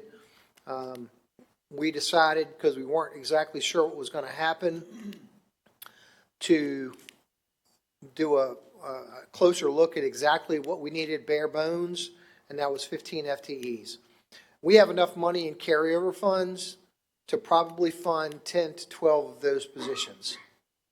And what we're going to do for the remaining positions is pull money out of other locations of the operating budget to ensure that those 15 reading and math coaches who have already been told that they're in this grant to work next year, that we're going to support them this year. So for the 15 FTEs that we've currently staffed, we're going to be able to use somewhere between, we'll be able to use money that will cover somewhere between 10 and 12 of those. And so that'll leave likely 3 to 4 positions we'll have to cover through the operating budget. And that's roughly about $500,000. Then we go down to Title IV, Part A, which is supporting student and academic enrichment. We were allocated to staff 6 positions, and we did not staff 6 positions. We took a look at our needs, again, anticipating there could be some adjustments, and we funded 3.1 of those positions. And so in that 3.1 positions, that means we didn't fully execute that grant. That allows us to cover those positions through our existing carryover funds. So what we were planning to do in June, at the end of June, we can continue to do using carryover funds and some support from the operating budget. So the last part is the adult basic education, which no one had any clue that adult basic education could be adjusted. We fund roughly about $500,000 out of grants for adult basic education, and we are going to shift those expenses from grants to operating for this year only, because again, that was not on anyone's radar. We had no discussion with the Adult Learning Center. Those staff members had already been notified they were going to be employed, and we are going to look within our operating budget and identify the roughly $500,000 that would carry us through adult basic education for this year only. Just a couple of things. In my contacts with my colleagues across the state, the language still from the federal funds is frozen or not allocated yet. So there is some hope that in future discussions between the United States Department of Education and the state associations that funding could be coming forward. We just don't know when that is. So there's no timeline for that. There's no definitive, well, you're going to get funded at 50%. But the point is, what I want everyone to know is we can continue with those areas this year only, and it will roughly cost us somewhere between $800,000 and $1 million that we will find in our operating budget and other areas. So that's where we are. Happy to take any questions. Okay, Ms. Rogers? And we'll be brief with this portion of the questions just because I did want to make sure, since board members had questions, that we didn't spend, 2.5 or 3 hours on the budget and not address those. Go ahead. Dr. Robertson, it's my understanding that it's a possibility that at the state level, they're going to be meeting again because of, what's happening.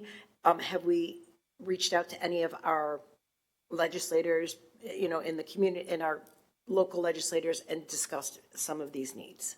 Yes, so the Virginia Association of School Superintendents has taken the approach. They've contacted the state legislators to encourage them to come together to determine what Virginia can do if there are no additional funds. And so that is part of the hope that we think that's going to occur.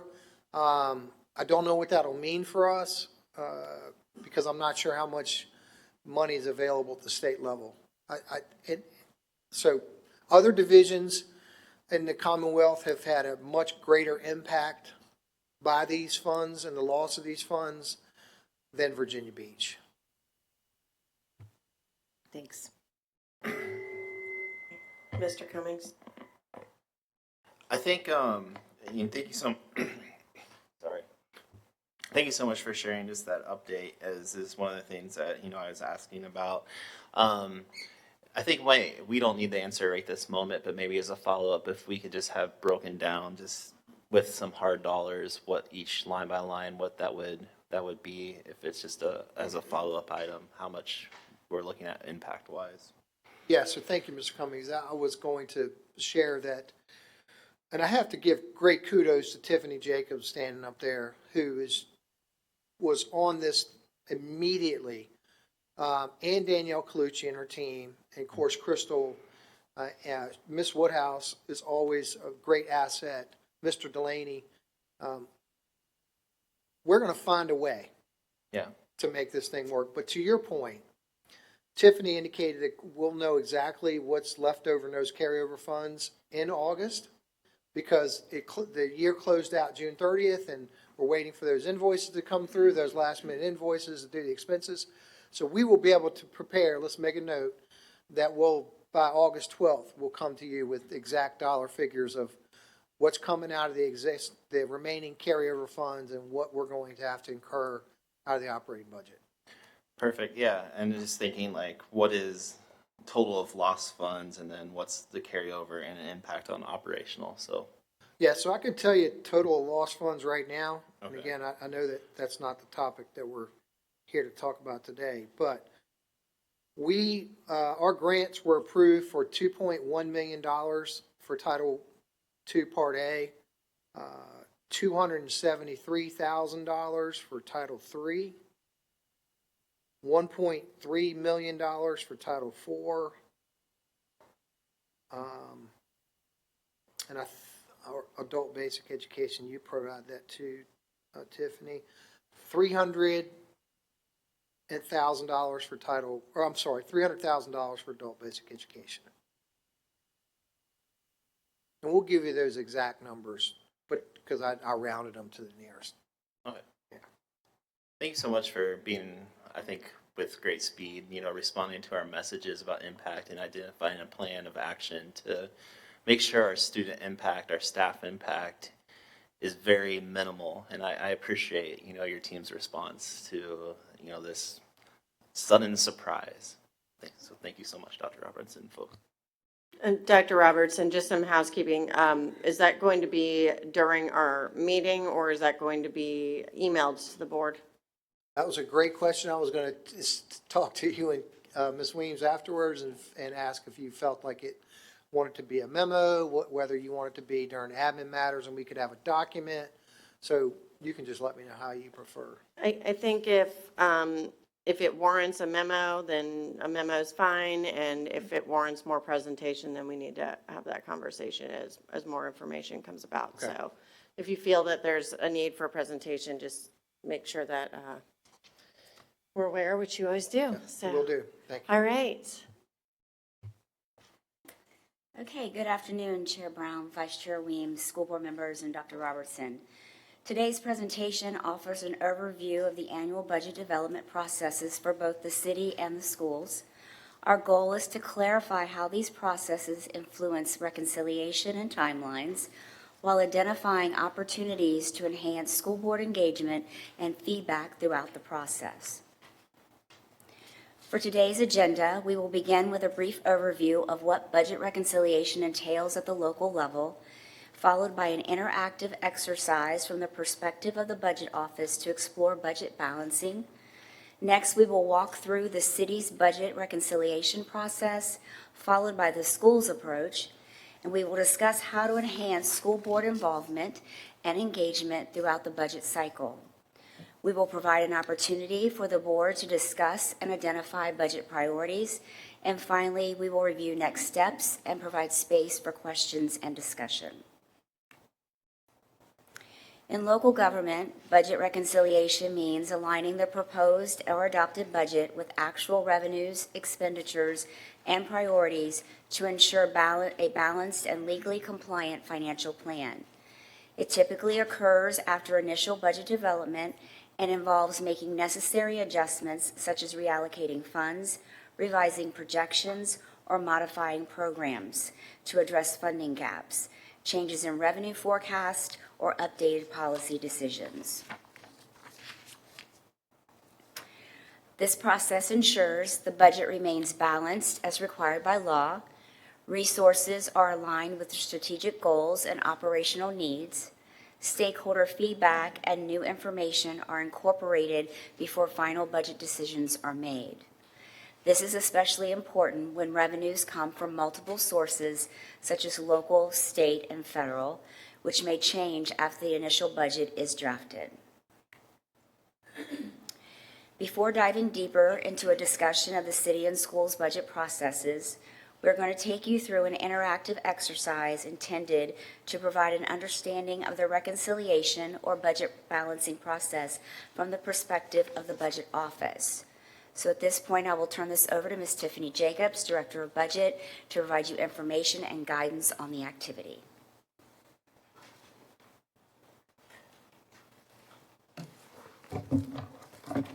Thank you and good afternoon. To support this activity, you will find a printed copy of this slide at your workstation. Please note that the figure highlighted in red reflects an updated amount, which differs from the version originally included in your packet. For additional context, slide 5 has also been provided as a reference. So in this fictional scenario, we have a proposed fiscal year 27 operating budget as presented in the Superintendent's Estimate of Needs, or SEON, of $500 million. Approximately 59% is allocated to personnel expenses, 24% to fringe benefits, and $85 million to non-personnel expenses. We can assume in this scenario that FTEs represent 85% of the total personnel budget, and the personnel budget includes a 2% salary increase for FTEs. Following the initial presentation of the budget to the board, we were notified of additional state and local revenues totaling $4 million for fiscal year 27. The concern or question for the budget office is how to allocate these additional funds to maintain a balanced budget.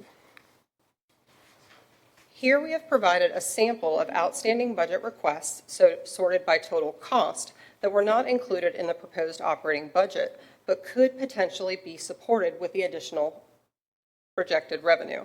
And we'll go through those items now.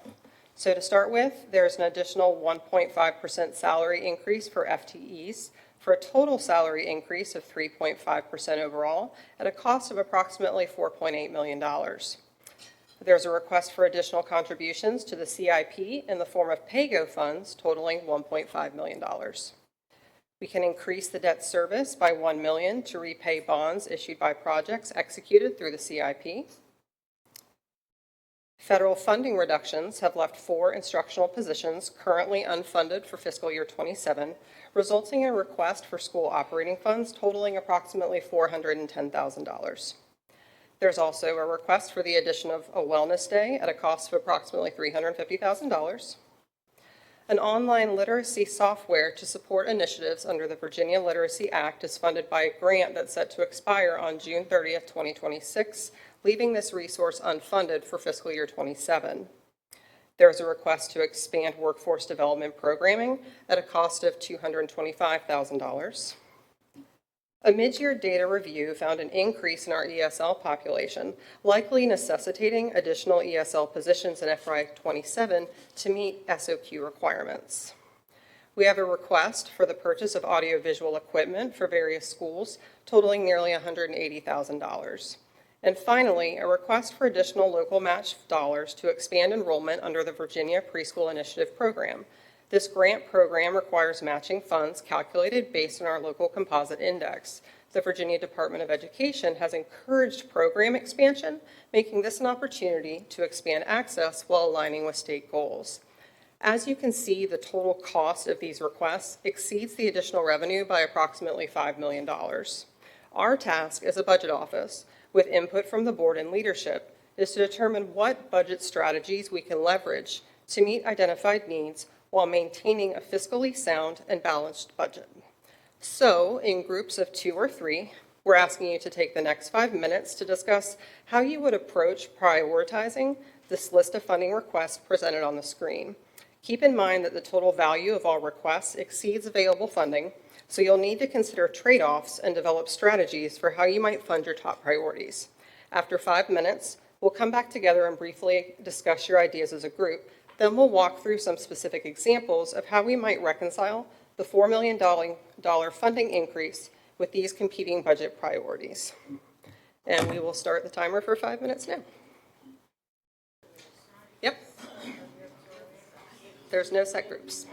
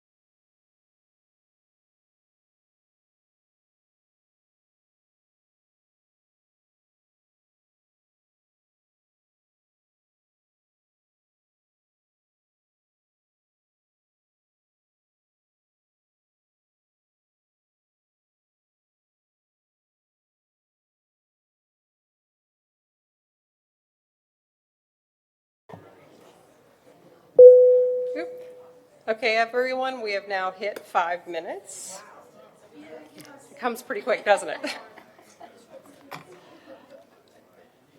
So thank you for working through that exercise. Would anybody,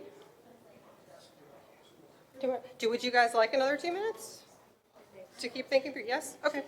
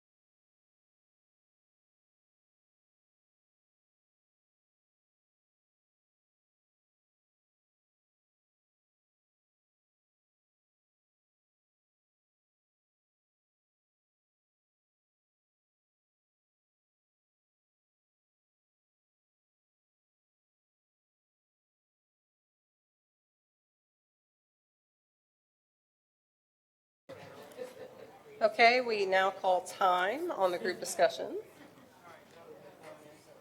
So just to reiterate, I want to make sure everybody realizes this is fictional. These numbers aren't real. They're not. I am. Well, I know now. I mean, and it's funny because I'm not an instructional person, so I got feedback recently from someone that is. It's that maybe you should have it flashing and all that across the screen. So now live and learn a little bit. Also, too, just to before we continue and talk a little bit through this, realize that this type of activity is what we do every year and what we've done the last 3 or 4 years when funds have gotten tight, when we've had budget priorities from both direction, from leadership and school board, and we've been able to go in and look at our operations and been able to cut $11 million over a few years to try to make things happen that were more important to us and to the board. So realize that there's no right answer to this. This is just something that we wanted to bring to you and let you see how that works, and that, that's why we really seek your guidance as a school board, that we really are trying to be efficient, be transparent, and try to make sure that we make our operations align with our strategic goals and what the school board priorities are. So we'll let Tiffany continue on with this. So would anybody like to share briefly what you came up with in your groups? Sure. Ms. Melnick, and then Ms. Rogers. So, again, this is fictional. To my friend, the president of the Virginia Beach Education Association behind me. So with only $4 million, but not really wanting to, we wanted to keep the salary as high as we could, but we did take a a 0.5% reduction in that because 1.5 was already over budget. So that reduced our number to 300, that 3.5. It took us to 3.5 is what it did. So we, right off the top, we chose the two programs that were kind of non-negotiable, the requirements. One, the grant expiring for the online literacy and the additional ESL teachers. Then we took the salary increase from 1.5 to 1, and that only left us $182,486. So we chose the VPI program expansion, which left us $141,238 left over that could be, you know, that small amount placed back in PAYGO, but that's what we came up with. It was not a lot of money, yeah. It sounds like a lot of money until you actually start working with Yeah. it, and then you realize This it's is really a not great, that this is a much great money. exercise, yeah. Anybody else? All right, Ms. Rogers? Well, we didn't actually go through the numbers part because we were trying to decide what our priorities were. And then you're like, it's time. So we did decide, though, that salary increases were going to be a big priority, as well as making sure that we had making sure we had positions. We don't want to have to have people not have positions. It's also pretty important when we hear what's going on with our CIP budget to prioritize those things. And then things like a wellness day, while we really like having those things for our staff, the feedback we get is that it's difficult to find a substitute on a wellness day, or we don't get an opportunity to use them. So it seems less important to offer those things when they're not as used as we would like them to be. And then some of these other things like additional, are the expansion of our workforce development programs. It's possible we can find more grant funding for those type of things. So making sure that we have that in the budget isn't as much of a priority when we know that we could find grants to actually fund that for us. So those are things we talked about. I didn't actually do numbers because, again, That's okay. listen, I'm a pre-K teacher. I can count to 20 and then I'm good.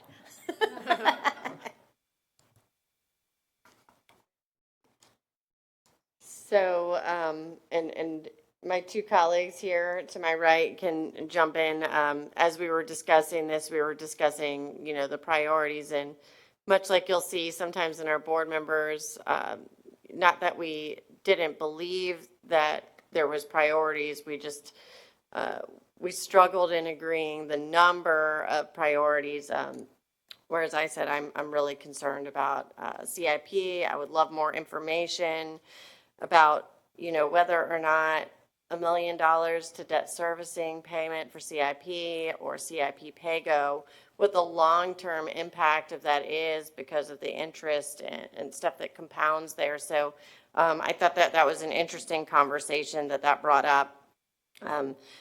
Dr. Green and Ms. Vice Chair Weems and I, we all agreed that the additional ESL teacher to meet SOQ that was required was something that needed to be a top priority. And then we had some, I wouldn't say disagreement, but differing opinions on whether or not, the salary or the CIP needed to go first and to what point. And we recognized that cost in this fictional work up here was more money than we had. And, much like we have to do regularly. So I do think this is a really great exercise. And then I thought that the expansion of workforce development was still important because when we're teaching our students, we need to make sure that we're having them future ready, and that's a huge increase. And I'm not 100% sure where we left off on that conversation, but my colleagues want to weigh in. I want to make sure that I'm not speaking for them. And you are correct, and I think the point of this conversation or this exercise, Ms. Jacobson, is to show us how difficult these decisions are made, because even with our group, there were commonalities, but there were some things we differed on, for example, like for me, for the pay was important, But then to Ms. Brown's point, we also need to look at the pay-go fund, so we get it. Oh, no, I'm just speaking for myself. Well, this is all really good discussion, and this truly is a representation of what we go through as a budget office in conjunction with leadership and, our departmental chiefs and representatives to identify what those important things are in making those decisions. I do want to emphasize, though, compensation always is at the top of the list when we have additional funding available. That is one of the top priorities because it has been identified by our leadership and the board as an area we need to focus on. All of the decisions about which requests are included in a proposed operating budget are made in close collaboration, again, with Dr. Robertson, senior leadership, and in consideration of the school board's priorities. When we're reviewing specific requests, we assess not only the content and costs of those requests, but whether these requests represent required expenses, ongoing expenses, one-time expenses, much as you all did in your groups.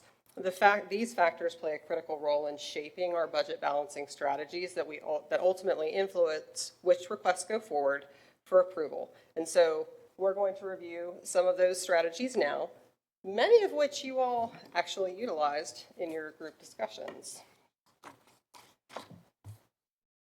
So required expenses are things we must do. We just have to do them, as in the case with meeting SOQ requirements for staffing. In practice, we would generally deduct required expenses off the top of any additional revenue before evaluating any other funding requests. However, for the purpose of this exercise, we intentionally left this deduction out to demonstrate how required items are evaluated as part of the overall reconciliation process. So looking at other budget strategies we could use to fund identified requests, Ms. Melnick, you had brought this one up specifically. We can look at reducing the value of the 1.5% additional salary increase. So by reducing the increase from 1.5% to 1%, the cost is reduced by approximately $1.5 million. So that would decrease the cost to approximately $3.2 million based on our fictional scenario, which is well below the $4 million in additional revenue we're receiving, which could enable us to approve some other requests. While we can always eliminate requests for consideration, in some cases, partial funding is a viable approach, which many of you all utilized in the exercise.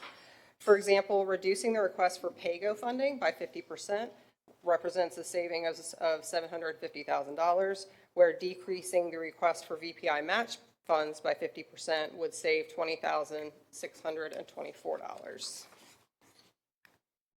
When evaluating requests for new or replacement instructional programs, it's important to consider whether existing resources are being phased out, potentially resulting in cost savings that can offset the cost of the new investment. For example, in this fictional exercise, in the case of the online literacy software, grant funds may have been used to pilot the resource for 1 year with full implementation intended for fiscal year 27. Sunsetting the previous software application prior to the full implementation of the new resource could eliminate the $150,000 annual cost of the old software. As a result, the net increase in ongoing costs for the new program are really only $139,000 annually, rather than the full cost of $289,000, demonstrating the importance of evaluating total cost impact, not just the initial price tag. Where appropriate, leveraging available grant funding may be considered to support specific requests, providing that the expenses are allowable under the terms of the grant. However, in such cases, it's essential to consider long-term sustainability and avoid relying on temporary funding for ongoing operational needs. In this example, if 3 of the 4 instructional positions can be shifted to another grant, the request for operating funds is reduced to less than $103,000 instead of the nearly $410,000 originally requested. And then we have one-time expenses. Identification of one-time requests is another consideration. One-time requests are individual initiatives or one-time expenditures that would not be considered for permanent ongoing funding. For one-time expenses, we may consider whether funds can be identified in the current fiscal year to support the request. In the case of the audiovisual equipment funding request, utilizing current year funds would remove the need to allocate resources for this expense in the FY27 budget. However, if there isn't sufficient funding available in the current fiscal year, a request still could be considered for inclusion in the FY27 budget, for example, the Wellness Day. In such cases, the budget office would flag the item for review during the FY28 budget process to ensure that this one-time expense is not automatically carried forward without further evaluation and discussion. And again, these strategies that we reviewed were not intended to be an exhaustive list of options, but rather to illustrate potential areas where savings could be realized to help address identified needs. The specific strategies ultimately considered will depend on the size and scope of the requests, as well as the availability of funding. Final decisions on which requests are included in the budget are shaped by a combination of factors: guidance from the school board, state and programmatic requirements, and input from the public. Once these decisions are made, the budget office reconciles and rebalances the budget to reflect the approved changes. The revised budget following reconciliation becomes the final proposed operating budget that is presented to the school board for adoption. This entire process underscores the importance of early and ongoing engagement with the school board to help guide the identification and prioritization of budget needs. And now I'll turn it back over to Ms. Pate.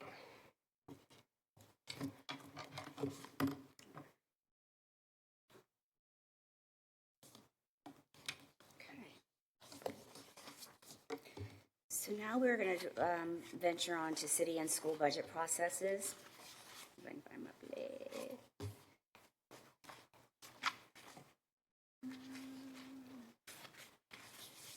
So when comparing the reconciliation processes between the city and the schools, the core structure and key steps are largely aligned. Both follow a similar approach in balancing available resources with identified priorities and making necessary adjustments. However, there are important key differences in how each entity approaches the process leading up to reconciliation, as well as how often reconciliation occurs. The following slides will outline each process, beginning with the city. The city's annual budget development process begins with the year-end closeout of the prior fiscal year, typically the third week in August. The resulting financial data is used to develop budget targets, which serve as the starting point for departmental budget planning. Budget targets represent an initial estimate of a department's general fund need and could be lower than the previous year's target. The percentage is based on the current year's budget and determines the structure of budget proposals. Budget proposals are then classified by tiers based on whether the request is an existing expenditure within target, above the target, or represents a new expense or initiative. In October, budget targets are communicated to departments as part of the budget kickoff. Departments submit their requests in early December, and from December to January, the budget office reviews and analyzes departmental submissions, formulates recommendations, and provides feedback to departments. Budget hearings are held with the city manager, budget office staff, and departments in January, affording an opportunity for departments to present and defend their request. Information from these hearings is compiled in February and is used to develop the city's proposed operating budget that is presented in March. Departmental presentations to City Council begin in April, offering council members detailed insight into departmental needs and priorities. Between March and May, the formal reconciliation process occurs based on City Council feedback, leading to the final reconciliation and budget adoption by May 15th. The Vice Mayor takes the lead in gaining consensus amongst council members to have final decisions prior to the Thursday before the council vote. This is when the final ordinances are posted publicly with the City Council agenda. This process is designed to ensure transparency, informed decision-making, and alignment between departments, city leadership, and the council. Similar to the city's process, and following closeout of the prior fiscal year in August, The school's budget office reviews current year budgets and makes baseline adjustments, including reconciling budget amendments adopted the previous May or June. Current year level funding for non-personnel lines is the budget target provided to departments as the baseline for their budget development work. Requests are categorized as being either within their baseline or outside of their baseline budget request. Budget kickoff occurs in September, and department requests are due by early November. Our budget office analyzes submitted requests between November and December. In January, the superintendent meets with budget staff to review departmental requests and finalize details for the superintendent's estimate of needs, or SEON, that is then presented to the school board in February. Formal budget workshops are held in February and the beginning of March and include a public hearing to ensure transparency and community input. Insights gathered during these sessions are carefully reviewed, reconciled, and integrated into the proposed operating budget that is formally adopted by the school board in March. The approved operating budget is presented to City Council in April and formally adopted in May. Should the approved state budget or local revenue projections change following adoption of the budget in March, a second formal reconciliation will occur with an amended budget being brought forward to the school board and City Council for approval. So to summarize, this slide highlights the notable differences in the processes between city and schools. The city utilizes calculated targets as the budgetary basis, not necessarily 100% of the prior year budget, while the schools use level funding adjust baseline as their budgetary basis. The city categorizes budget requests by tiers, where school budget requests are either within the baseline or outside of it.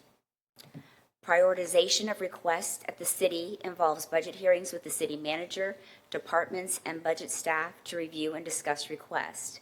Schools budget staff conduct meetings with departments prior to budget staff meeting with the superintendent for the same purpose. Budget presentations to City Council are delivered by budget staff and/or department representatives. School board budget presentations are delivered by the CFO and the budget staff. The city's reconciliation occurs prior to final budget adoption. Schools' reconciliation occurs prior to adoption and following approval of the state budget if there are revenue adjustments. The city adopts their budget in May, where the school board adopts the budget in March, with formal adoption in May at the same time the city budget is adopted. As demonstrated in our reconciliation exercise at the beginning of this presentation, early and active engagement and feedback from the school board is essential to establishing priorities and providing strategic direction for the budget reconciliation process.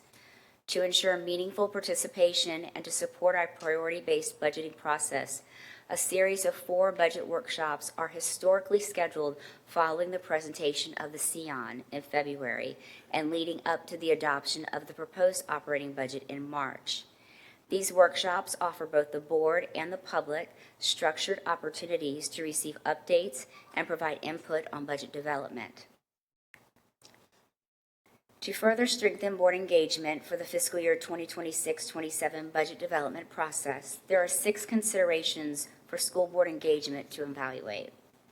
Maintain the existing schedule for the SEON presentation, subsequent workshops, and public hearings.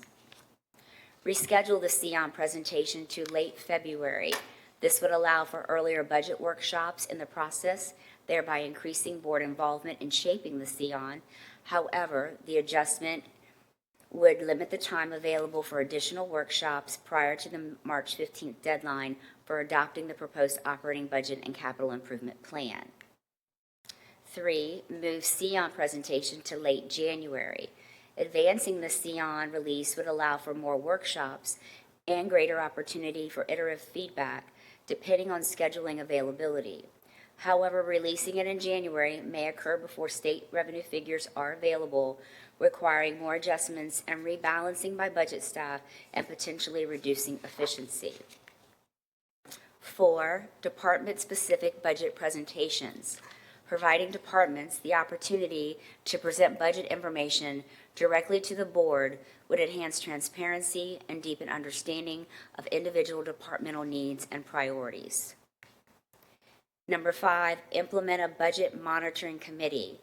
Establishing a budget monitoring committee would provide a venue for ongoing board engagement beyond formal budget workshops and promote deeper collaboration throughout the budget development process. A clearly defined purpose and set of parameters would guide the committee's work, with participating board members serving as liaisons between the board, budget staff, and chief of staff to help build consensus and communicate priorities. And then number 6 is other. We also want to provide space for any additional ideas or suggestions you may have that were not covered in the previous 5 considerations. What would help you feel more involved, informed, or empowered in guiding the budget process? We welcome your thoughts, whether they relate to timing, communication, content, or structure. Your ideas can help shape a more collaborative and transparent process. Each of these additional opportunities for board engagement are designed to ensure that our efforts are closely aligned with the board's priorities and our strategic plan. To effectively guide this work, we are seeking the board's direction on the budget priorities we should be focusing on moving forward. So again, I'm going to turn this over to Ms. Jacobs, and again to go through just another exercise related to school board priorities. And if I can clarify just for the board, because you're going to get into another exercise. For those considerations, it's not, you got to pick one, right? You might see 2 or 3 of those considerations you think we should explore. That's fine. Okay, so it's not just one. You don't have to pick one. It's what do you see that's up there that you would like consideration-wise, so we can seek consensus on any adjustments we want to make to the process. As part of today's retreat, we are requesting that the board identify 3 budget priorities to guide our work throughout the 26-27 budget development cycle.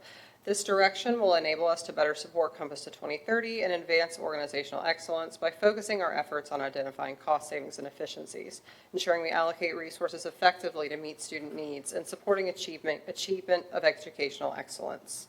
You will break into 3 groups of your choosing. All groups will have 15 minutes to discuss budget priorities amongst themselves. This will be followed by 5 minutes of individual self-reflection. After the reflection period, we will reconvene for a 20-minute full group discussion. We will have a check-in point at 10 minutes to kind of see where we are. At the conclusion of that discussion, the budget office kindly asks each board member to complete a provided form that I will be handing out, identifying the 3 priorities you believe should guide our work in developing the 26-27 budget. I'm going to distribute these forms during the self-reflection period. We ask that you do not record your names. We're going to then collect these following the end of the budget presentation and tally them while the Department of Human Resources is presenting. And following their presentation, we will provide you with a summary of what the stated priorities were. So if you want to go ahead and pick your 3 groups, I'll go ahead and set the timer for 15 minutes. Just clarifying question, even though I'm not participating in the activity. So it's not just budget priorities. We're also looking for their thoughts about the considerations. It's both, right? We did not put that as part of this exercise because we didn't know that we just did the budget priorities at this point. But they can certainly add that to this form. Yeah, let's add your considerations too. If there are considerations around the process and what your budget priorities are, that would be very helpful. So we'll do the budget priorities in the front and the provided boxes. Budget priorities on the front and the provided boxes. And if you'd like to put your preferences for board engagement on the back, we can tally those as well when we collect these sheets. Sorry, I have a quick question. Point of order, sorry. Dr. Robertson, can I get a little bit more clarification? Because we have either rescheduled the CION to late February or do it in late January. And I feel like the CION is your estimation of needs. So I kind of want more information as to pros and cons of each time frame before I make it. I put something on a piece of paper. So the only con for January is sometimes we don't have the state budget information at that date.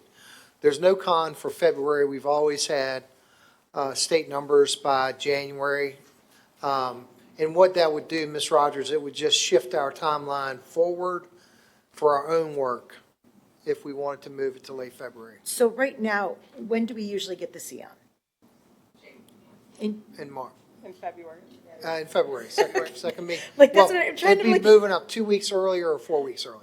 Okay, that's what I'm trying to figure out, like, when do we get it? How would this change? So that, I think that's, because I definitely feel like we have a lot. We would like to be more involved, but I'm just trying to figure out the timeline and how everything would change. So, thanks. And the calc tool doesn't mean anything in all of this, because that's always late anyway, right? No matter when you do your budget.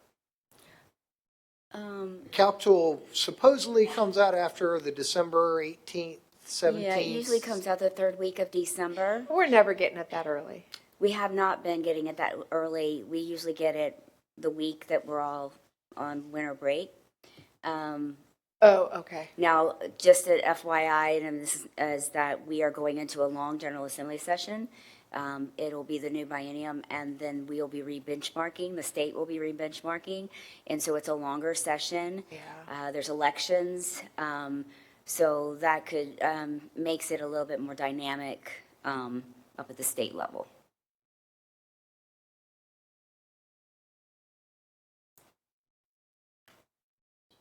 Just one more quick question as we're breaking off into our small groups.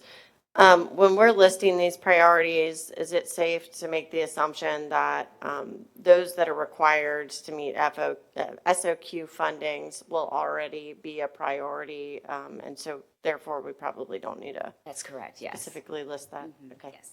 All right, thank you.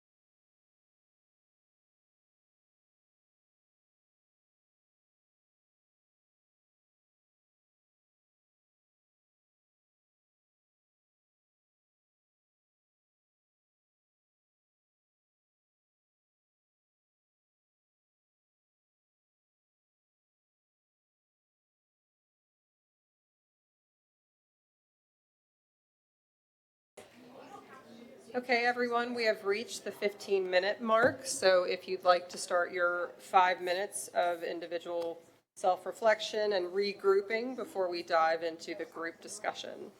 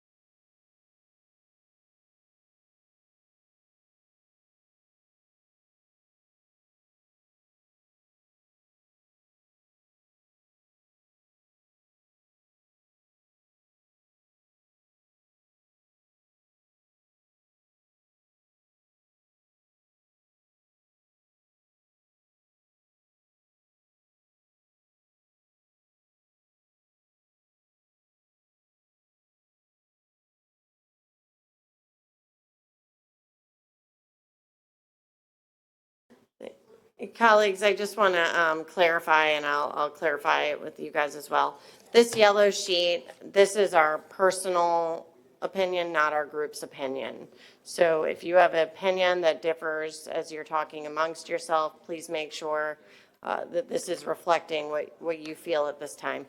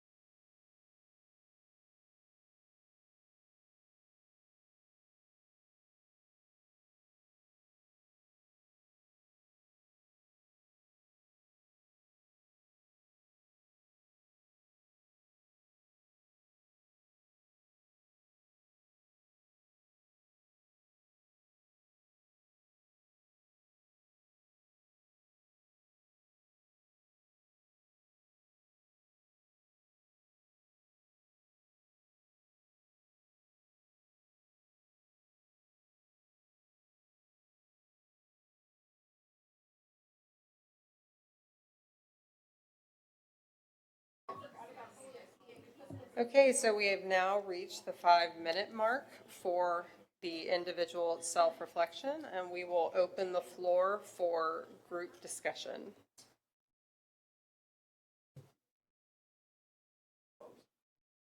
Any first takers? I'll go first. All right, Ms. Melnick. You want my three off my list? Is that what you're saying?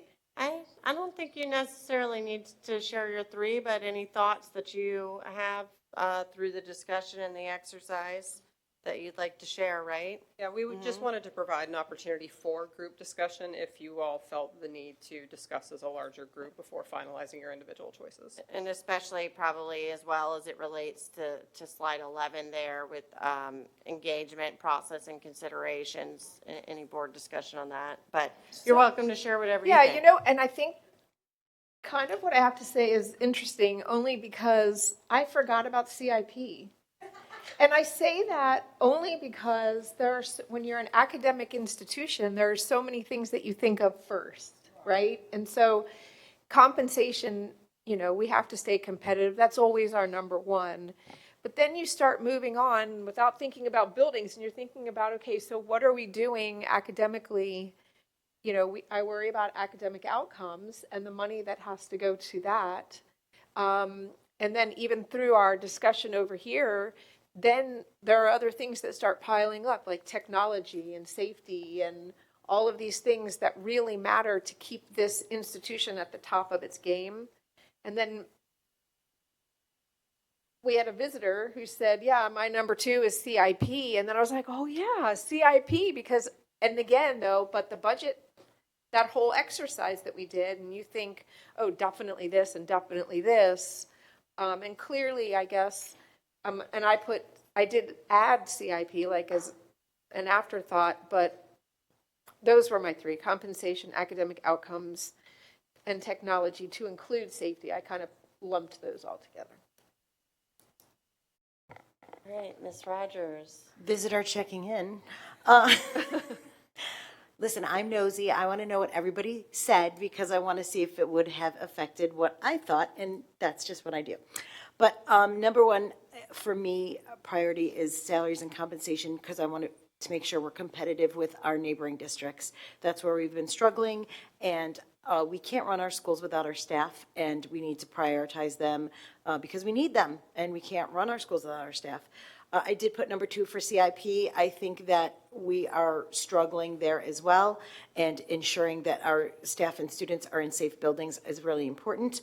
And then the last thing that I did put, and you know, we kind of all talked about it, was efficient building and program utilization. And I say that because from a budget standpoint, I think there are definitely ways that we can look at how we're doing things and find a more efficient way to do them to save ourselves some cost. And then that way we can put that extra savings like in our exercise to other priorities.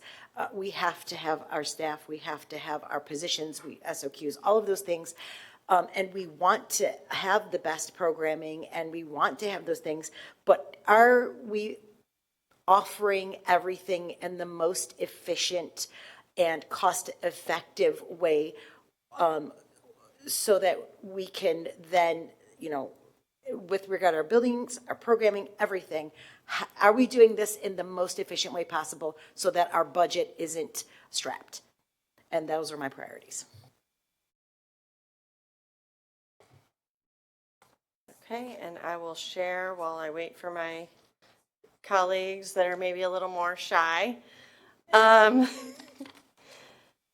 So I think when you're talking about priorities and you're ranking your top 3, I think as I share this in my personal thoughts, that it doesn't mean that I believe one is necessarily so much more important than the other. It's just that I think when we're looking at our division as a whole, and what we've done and, you know, what we've put off. And so, you know, I think CIP, PEGO, like I mentioned before, is really, it's up there.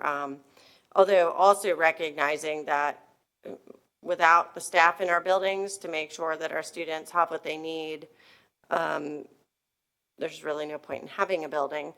So I think really the balance of those, and so I did list CIP up top because I recognize that we have some significant challenges that I do not want to leave to future board or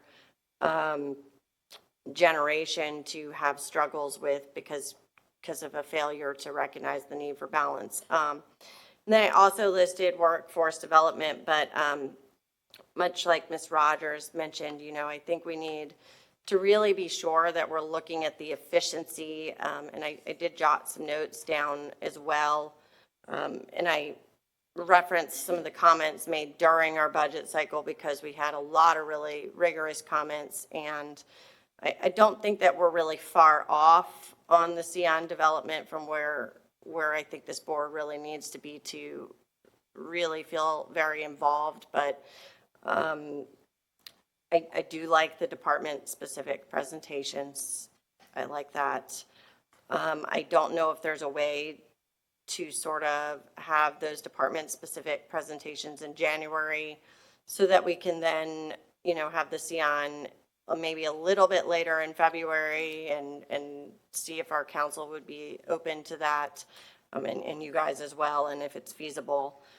So I think having those departments come in during our workshops, sort of to kind of give the community and us, here's why, as my colleague here mentioned, here's why we need that extra position here, and this is why that request. And I would echo another board member's thoughts from a different meeting that, most of the time it feels like I'm only looking at the new and existing revenues, and I feel like I haven't analyzed what we have done over the years and how it's gone. So, maybe it doesn't need to be every year, but seeing those needs in priority order is really going to make it a lot easier for us as a board, and I would imagine Dr. Robertson and you guys too, and I'm sure you do this to a degree already, but we just don't see this part. Be able to look at, okay, well, all right, that one's really on the bottom of this list, and we need that much money in order to raise the compensation or whatever the item is that the board has determined is also a priority. And so we can go to that bottom of the list instead of us trying to analyze for you guys, because we don't always know what's really, really necessary. And so when it's in order, I think it's easier for us. So anyone else? Because we're being real quiet, Carolyn. Vice Chair Williams, we haven't heard from you. Well, you know how shy there we go. You know how shy I am. And then we'll have Ms. Felton and then Mr. Cummings after you. I mean, I just thought we turned it down, but salary competitive with the other districts is, and this was good that you gave us this sheet of paper because the gap keeps getting bigger and bigger. At one time we could say, oh, there's no way someone would leave Virginia Beach and go there for only an extra $1,000 because we have all the resources and we're great, we're Virginia Beach. But then when that 1,000 gets up to 3,000 and then 5,000 and then $6,000 difference and 7,000, that's when, we should be panicking. So to have a 7th on the list and the gap to be basically, is that 5,000? Yeah, $5,000 or $6,000 is significant. And then CIP needs, and then I cheated and I gave 4 because I couldn't narrow it down to 3. Continue with workforce development because that's been a priority with this board, and I think we just got to keep going that direction. And then more efficient building and program utilizations. Look at our buildings. Look at vacant space in our buildings. Look at buildings that are not being used as schools anymore, et cetera, et cetera. That's it.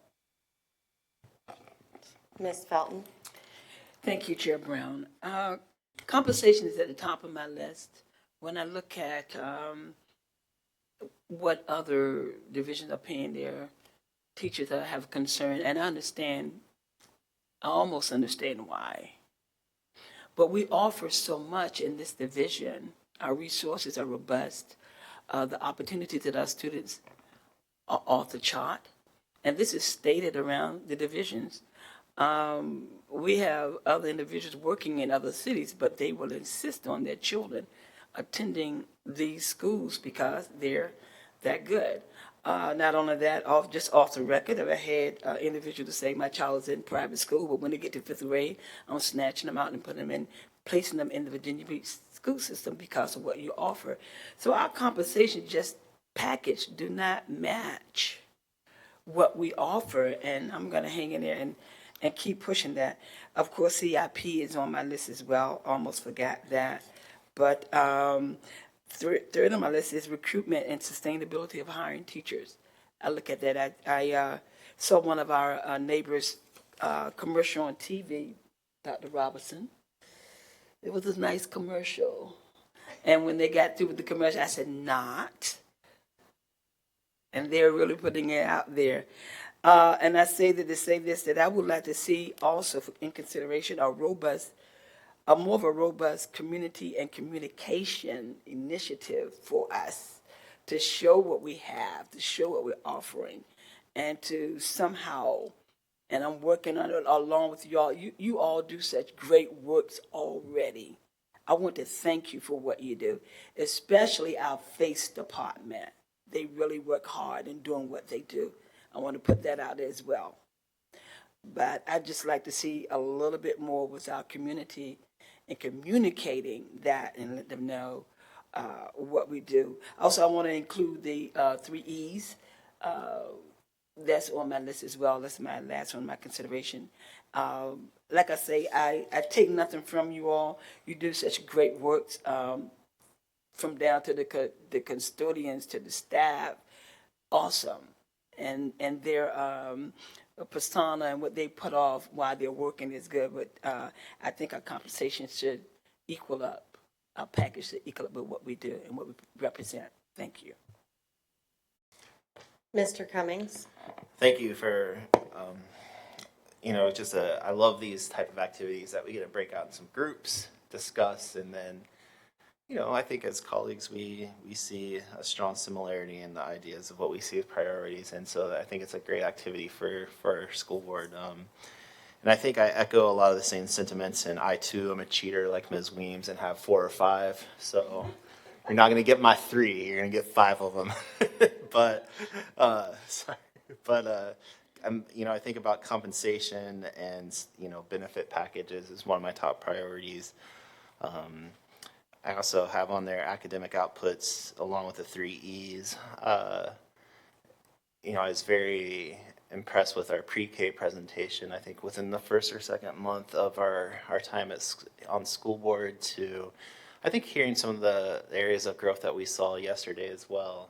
So those are a couple things on my mind, but I think we've done a lot of great work as well with our workforce development. And personally, I think, as we were talking somewhat in the hallway about, this future model of education where our high school students are only at our schools in the morning and then they're out and about learning in applied environments. And I think to myself, how this is going to help formulate their ideas for their next steps. So continue to support, the workforce development initiatives, 3 E's, all those things. And then, CIP's on there as well. After hearing my colleagues, I'm like, oh yeah, it's a great, you're stuck in budget land and you forget great things. But I also think about the community aspect that Ms. Felton shared where, just talking about, one of the things I feel like that's come up is, how does the community know about some of these different programs, initiatives, and whatnot? And I would love to, continue to see how we can continue to build more bridges between us, parents, involvement, and also awareness around just different initiatives. And then there's some micro shout outs on there too for technology, innovation, safety, and whatnot. So you get 6. You asked for 3, but it's not going to happen. we don't have anyone else in line, but while I was sitting here, I did start to think, and I don't know how the other divisions look when you get, a little bit more experience compared to VBCPS. And I do know that some of these divisions also offer some bonuses for starting with them as well. And, I think that it's at least worth a conversation and a look at to see if that's something that we may consider. So just a thought there. Thank you for engaging in the group discussion portion of this activity, and we will wait to collect the yellow sheets until Ms. Pate has concluded, just in case you have anything else you may want to jot down while we're finishing up.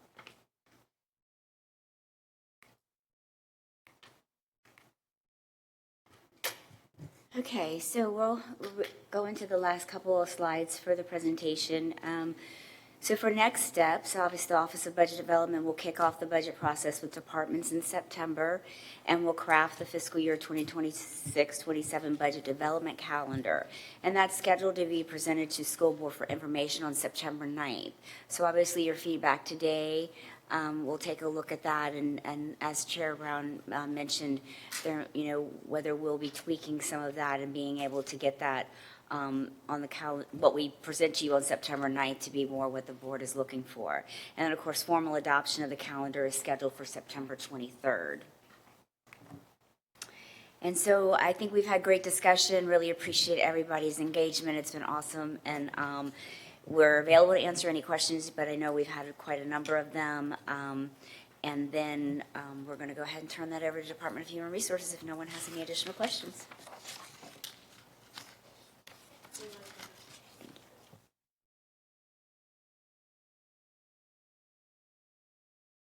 All right. We welcome Darnita Trotman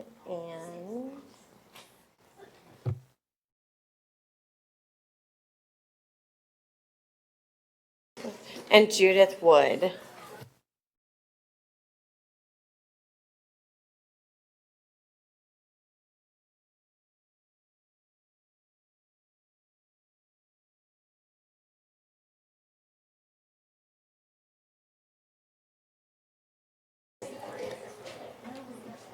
Good afternoon, Chairwoman Brown, Vice Chair Weems, school board members, and Dr. Robertson. Today, Ms. Wood, Coordinator of Classification and Compensation, and I will share pay scale considerations as you begin to prepare for the 2026-2027 budget process. Discussions around compensation are both complex and essential to the long-term success of the school division. Refining the unified pay scale by adjusting steps 1 through 14 to 1.5% between steps, improving the instructional pay scale's current 7th place ranking among local school divisions for entry-level salaries, and increasing educational allowances and part-time rates remain a focus. With that in mind, the approach to this presentation was based on specific areas of the pay scales that were previously identified by the school board as priorities for further review and refinement. You will see during this presentation that each identified area has potential benefits and challenges associated with possible changes. The goal is to present a clear picture of the current landscape, support informed decision-making, and ensure adjustments aligned with the division's goals and available resources in the upcoming budget process. At this time, I will turn the presentation over to Ms. Wood.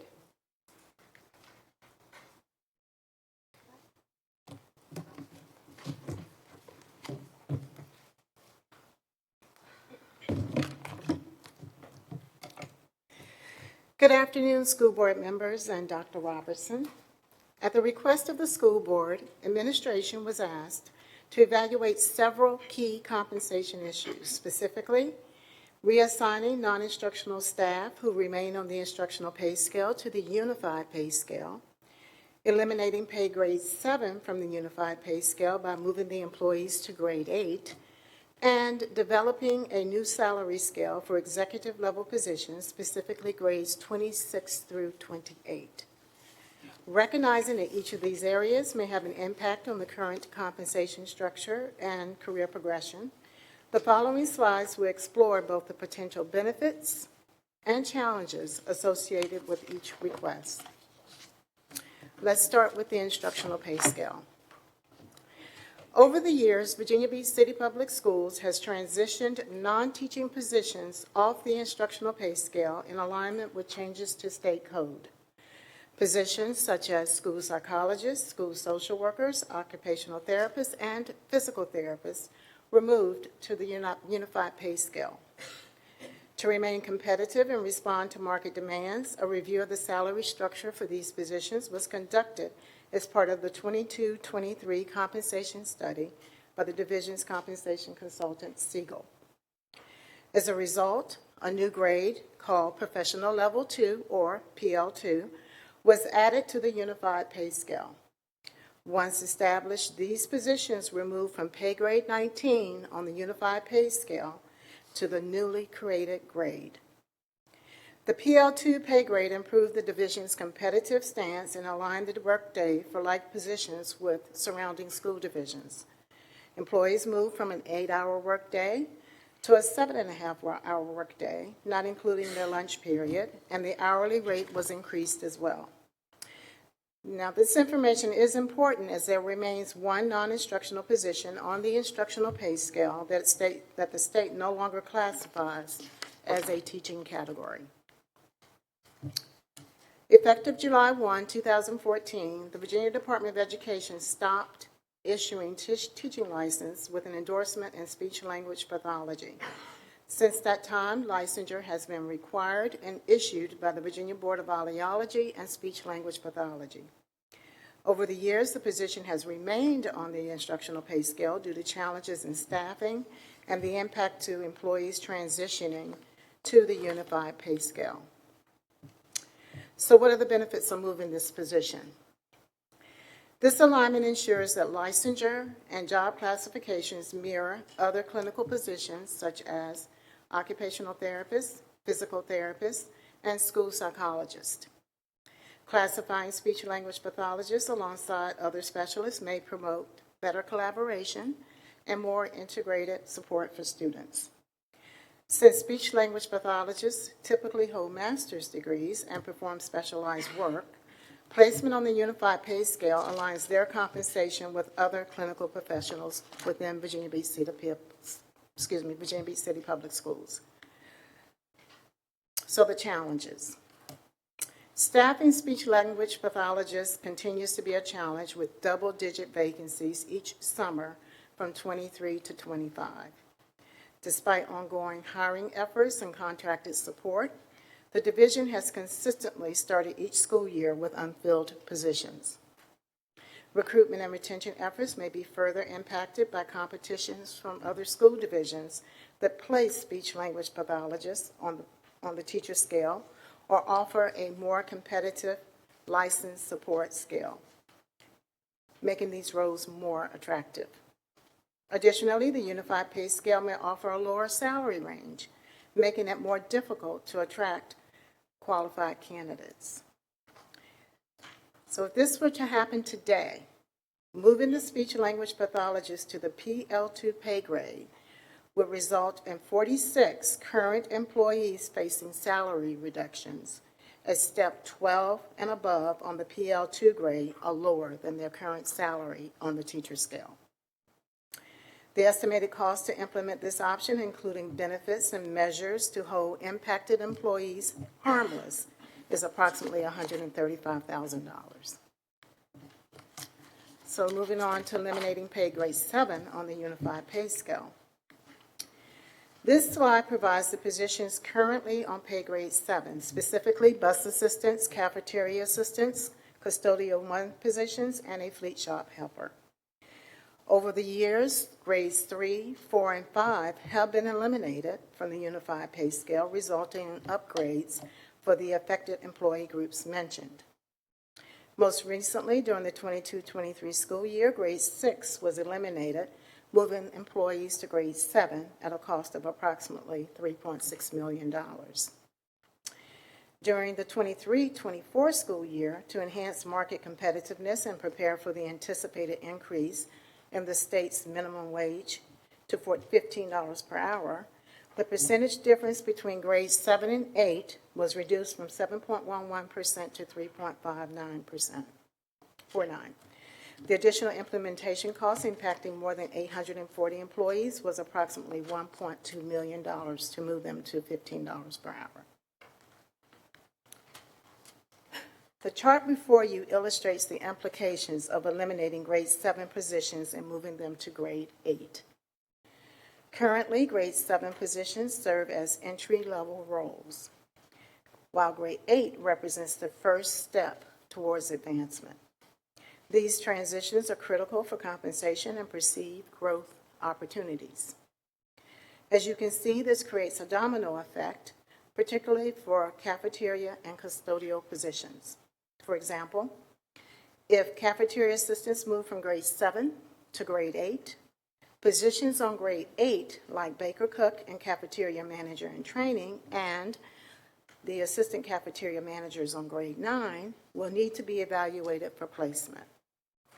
Along the same line, custodian 2, 3, and 4 would need to be reviewed as well, especially given that the custodial career path extends through grade 10.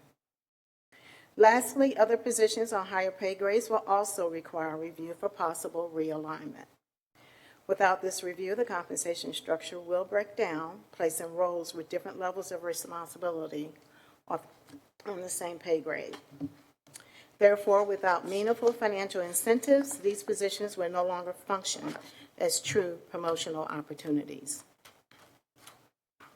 So looking in the benefits of moving grade 7 to grade 8, moving positions to a higher pay grade can significantly improve recruitment by making roles more attractive to qualified candidates and filling vacancies. Upgrading these roles support retention as employees are more likely to stay, reducing turnover. Aligning pay with market rates ensures the division remains competitive and helps prevent losing employees to better paying employers. Finally, this adjustment can boost motivation and morale by making employees feel valued and recognized, which often leads to greater job satisfaction, engagement, and productivity. What are the challenges? One key challenge is pay compression, which happens when lower grade jobs are upgraded but higher grade jobs are not adjusted, even when the required skills and experience differ significantly. This reduces or eliminates the pay differences between levels, making it difficult to maintain a clear pay structure. This can lead to morale issues as employees in higher grades may feel undervalued or unfairly compensated given their greater responsibility and qualifications. Also, there is a risk of losing employees as those in higher grade positions may seek opportunities elsewhere if they feel their roles are undervalued or not competitively compensated. Finally, recruiting qualified candidates for these higher level positions becomes more difficult when their pay is nearly the same as lower level positions with fewer responsibilities. So let's take a look at our executive level positions. While many grades on the Unified Pay Scale include a mix of school-based and central office administrative roles, the grades shown on this slide are unique. Grades 27 and 28 include only central office executive level positions and are part of the superintendent's leadership team.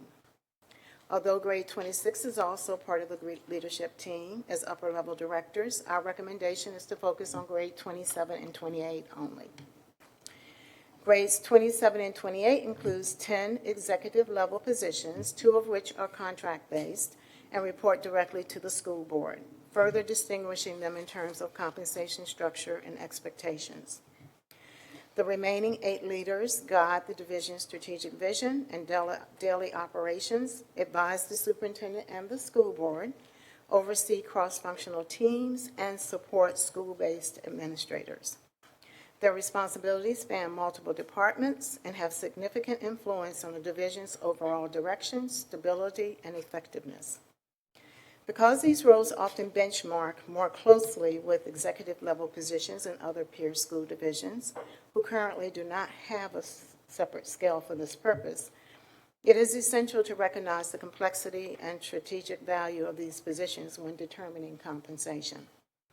As a side note, there are some school divisions in Northern Virginia, for example, Loudoun County, who have a separate pay scale at the executive level.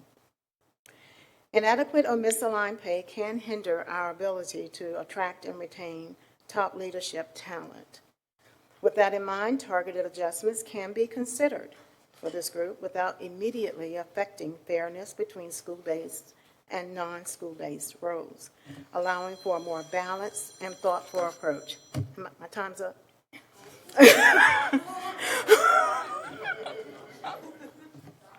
Sorry. And looking at the benefits, creating a separate pay scale for executive-level positions may provide greater flexibility to manage salaries and respond to market conditions without affecting other employee groups. This approach allows targeted compensation adjustments, such as a flat dollar amount or a different percentage increase. It also opens the possibility for a pay structure with flexible salary ranges rather than fixed steps, enabling differentiated and tailored compensation. Additionally, separating senior executive level compensation can boost morale by recognizing the importance of the position, though this depends on how their increase is compared to other groups. It streamlines managing unique benefits and pay considerations for this group and reflects the division's commitment to strategic compensation management that supports recruitment and retention and aligns with the division goals. When weighing information, it is important to consider both sides of the scale. One challenge with adjusting executive-level compensation is the perception among staff that these leaders are receiving special or preferential treatment. Conversely, executive leaders may feel unfairly treated if their percentage increase ends up lower than other employees given their level of responsibility. Such dynamics can create perceptions of favoritism or division, potentially leading to negative reactions from staff and stakeholders and impacting organizational morale, particularly among other administrators and those aspiring to obtain executive-level roles. So think succession planning. This may discourage seeking advancement opportunities in Virginia Beach City Public Schools, increase turnover risk among executive leadership, and may affect the division's ability to attract and retain strong leaders. This consideration may result in minimal cost savings because it affects a relatively small number of employees. As a reminder, surrounding local school divisions manage their executive level compensation structures in a manner similar to Virginia Beach City Public Schools.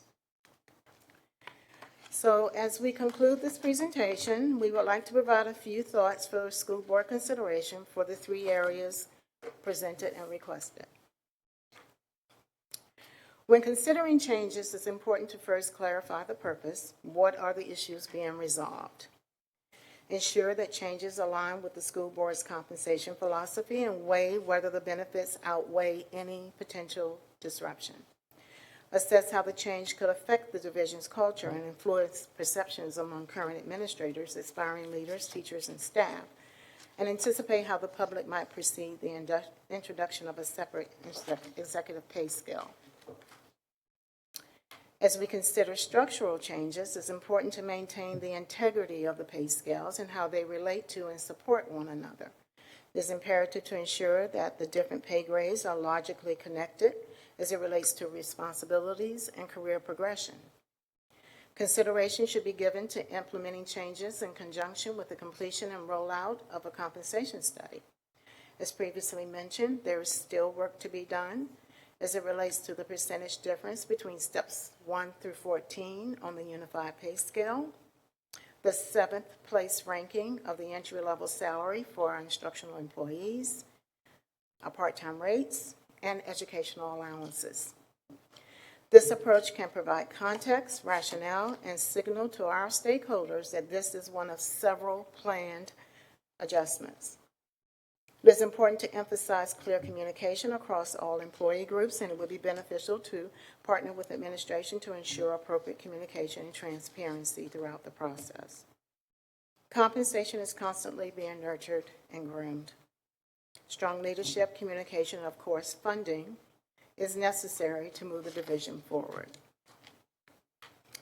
Compensation management is a continuous process that requires deliberate evaluation and strategic adjustment. As workforce needs evolve and market conditions shift, pay practices must remain competitive and aligned with the division's goals. At the same time, because compensation decisions have a direct impact on budget planning and resource allocation, it is important that any adjustments are guided by thoughtful, data-informed analysis that balances financial sustainability with the needs of the school division. Next steps include working with the division's compensation consultant, Siegel, to review existing data, propose strategies, and develop informed recommendations that align with the direction set by the school board. This partnership will support the thoughtful implementation of any approved adjustments, ensuring that changes to the compensation structure are both fiscally responsible and align with division goals for fairness, transparency, and competitiveness. Before concluding today's presentation, including in your school board packet, are documents showing the entry-level salary comparisons for local school divisions for our instructional pay scale and the school board's compensation philosophy for your review. Thank you for your continued support and thoughtful consideration as we reflect on where we have been, assess where we are now, and make decisions that shape a strong, sustainable path forward. This concludes our presentation today. Dr. Trotman and myself are available to answer any questions you may have. Ms. Melnick? So gone are the days of really full file cabinets of job applications. I think I cried when I got my job with Virginia Beach because it was really, really hard to get into this division. And when I did, you stay forever because it was so hard to get in. But again, gone are those days. But on slide 10, I know the first half of my time on the school board was devoted to compression. It's been an issue for Virginia Beach for a long time, and it was quite a hole that we dug ourselves out of, and it took many years and a lot of money. And so looking at this scale, when you just look at it and you're looking at the difference between step 1 and 2, or 7-8 is 55 cents. Grade 8 to 9 is $1.16, 9 to 10 is $1.26, and you think, my goodness, how could that possibly affect the division drastically? But it does, and you're right, it does create compression, which is really not where you want to be again. Not as competitive as the market is with empty file cabinets of applications. So I live near the old Kellum, and every time I drive by, I see the marquee with, who we're hiring. So what would the impact be if we eliminated grade 7, like you said, and bumped everybody up? What is the total figure? You mean bumped up everybody on grade 7? Well, so you said eliminating pay grade 7 on the unified pay scale. If we did that, that puts everybody at an 8. Correct. On that scale. But then the current 8s, that's where compression sets in. So what would it take to fix that? It's not just grade 8. I know, and then again. It goes. Correct. And I have not counted that out. Okay. But we would have to work with Siegel. But it would be a cost. During the presentation, I mentioned just to move them from grade 6 to 7, And then to realign them, it was $3.6 million just to move them from grade 6 to 7, because there were other positions we had to Right, move as right. well. And So even that was about $3.6 million. So when you go up the scale, yes, it could possibly be more than that, especially now, because that was 2 years ago. okay, 2 or so 3 we, years ago. okay. All right, so that's why compensation is like number one on my list, because these are things that you just don't think about. And the impact is, I mean, it's real. And then, of course, creating compensation, compression isn't just a monetary thing, then it becomes a mental thing too, that, here I am, a cafeteria manager in training, and I'm the same as a custodian one. Or an assistant. Or, right, or a fleet shop helper, right? So I'm not saying anything about those positions, but the people in those positions will, right? They're gonna say, gosh, I do this much more, I have this many more responsibilities, so, good luck. And, so compensation is my number one priority, on the last exercise, because these are the challenges that we face every year, is keeping up with. And then, Mrs. Weems is right, it doesn't seem like, Virginia Beach is ranked 7th again after we clawed our way up. We're now 7. And, Mrs. Weems did have a point, though. 55,687 plus all of the resources that we have. Nobody comes close to the resources offered in Virginia Beach. And is it worth it? To some people, it is. It's $5,100 some dollars. It's $5,100. But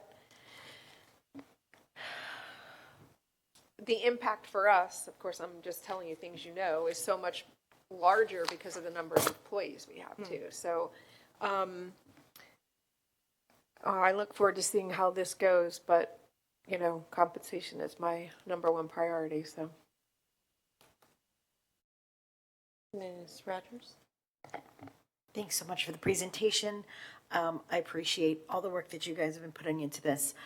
As far as the first couple of points, I'm also very concerned about compensation. I am not willing to tell our 46 master degreed SLPs that they have to have a pay reduction. I'm just not willing to do it. I don't think that that's right or fair. And our SLPs are instrumental in ensuring our youngest students can read. When you cannot say the words, you cannot read the words correctly. And letter recognition is part of reading, but also understanding letter sounds. And that is what our SLPs do every single day with our students. If we want to have the outcomes that we currently have, we have to have our SLPs in those schools, working with those students, ensuring that they understand what the words are supposed to sound like when they can't make the sounds themselves. And so I think it's so imperative that we keep those SLPs at a competitive rate, and I think that moving them and cutting their salaries, we are going to lose a whole bunch of them, and I don't want to have to do that. SLPs don't have to work in schools. They can work in hospitals. They can work, in nursing homes and make a lot more money, and so I think it's really important that we keep the SLPs that we do have, and I know several extraordinary ones, and I want to say thanks for their service. On the second point, as far as the getting rid of a pay grade, I also am very concerned about compression. I don't think that is, I feel like when we eliminate a pay step, it gives us a temporary fix. It's a Band-Aid on a problem that needs a little bit of sutures. And so I don't want to just put a Band-Aid on something. I think if we're going to actually do something, we need to actually fix all of it, the whole scale. So, to increase it for everyone, because to me, that's the only way to keep it from being compressed. And I don't want to give somebody, a little bit of a step up, compress everybody else, it causes more problems than it's worth, in my opinion. So that, to me, not that, you guys didn't do a good job. It's just, to me, the result isn't what we're looking for. We're looking for a whole compensation for everybody, and eliminating one step is going to help the grade 7 people, but will it help then grade 9? Will it help grade 10? That's where we're looking at the compression. And again, I come from New York. The steps here are so different. I'm not, and you know what I mean by that. And so I really think that that's where maybe we should start putting our concentration, is looking at our steps, looking at how, as well as we can. And I know it's like our budget's not there, but I think we should kind of look at that, because it's really hard to work year after year and go, wow, I can't wait to spend my $1 an hour raise. You know what I mean? And you're on year 10 or year 8, and you've got a new person coming in making almost the same amount as you, needing so much support from you because you are experienced, and yet you're only making this much more. It's really mentally draining, because it's like, I now have the experience, they're asking me to mentor someone, but yet I'm barely getting paid more than they are. And so that's something that really a lot of our educators grapple with, and our other staff grapple with, is being expected to be that mentor and to be that example, and yet knowing that their experience and their knowledge isn't giving them the compensation that would otherwise go and for experience and knowledge. So that's kind of where I'm thinking. On the last part, the new scale for executive leadership positions, I will admit, I think that this is where we need to go. And I will say that I know that one of the considerations that you had mentioned was a difference in salary increases, that becoming an issue. But I just I did a little bit of numbers really quick. And for, say you're on the unified scale and you're making $30,000 and you get a 5% increase, that's $1,500 extra a year for your pay. But if you're making $150,000, that's $7,500 increase in pay each year. So the amount of money you're getting is much, much more at the lower end than the higher end. But if you're making $30,000 and your 5% is only $1,500, and you're making $150,000 and you get a 3%, that's still $4,500 more a year. So you're still getting much, much more at a higher salary, at a smaller increase, than you are at a lower salary. And that's where I think we really need to think about how we're doing these increases. It's not that someone who makes that much money isn't worth the 5%. It's that they're getting a higher compensation as it is, and a smaller increase to their salary still amounts to a much larger increase in pay than a smaller salary. And so this is where we can sort of think about, are we helping some of our lower paid employees get some of the compensation that they need to live, versus our other employees who we want to compensate and give them raises. But this is not a put food on the table or not situation. And I think this is where, for me, where I feel like, my priorities are to ensuring that our employees can live a day-to-day life and not feel like that they're struggling because they work for us. And so I am very much in favor of separating those scales for that reason. Understood. And Ms. Rogers, just as a point of clarification, we too would not want any SLP to lose any wages. And again, local school divisions do have them still remaining on the instructional pay scale, or the teacher pay scale as they may call them. So we look forward to the school board's direction and how you want us to proceed. I can say as well, though, for administrators, in calculating salaries, we too there are becoming behind when we are trying to recruit administrators into the division from other local divisions. I have seen that we are falling behind there too. So not your upper level executive, but when you consider administrative positions, we too are falling behind in that area as well. Right, and that's where I feel like if we have a separate scale for some of our highest paid employees, then we can adjust based on need, as well as some of those other employees too.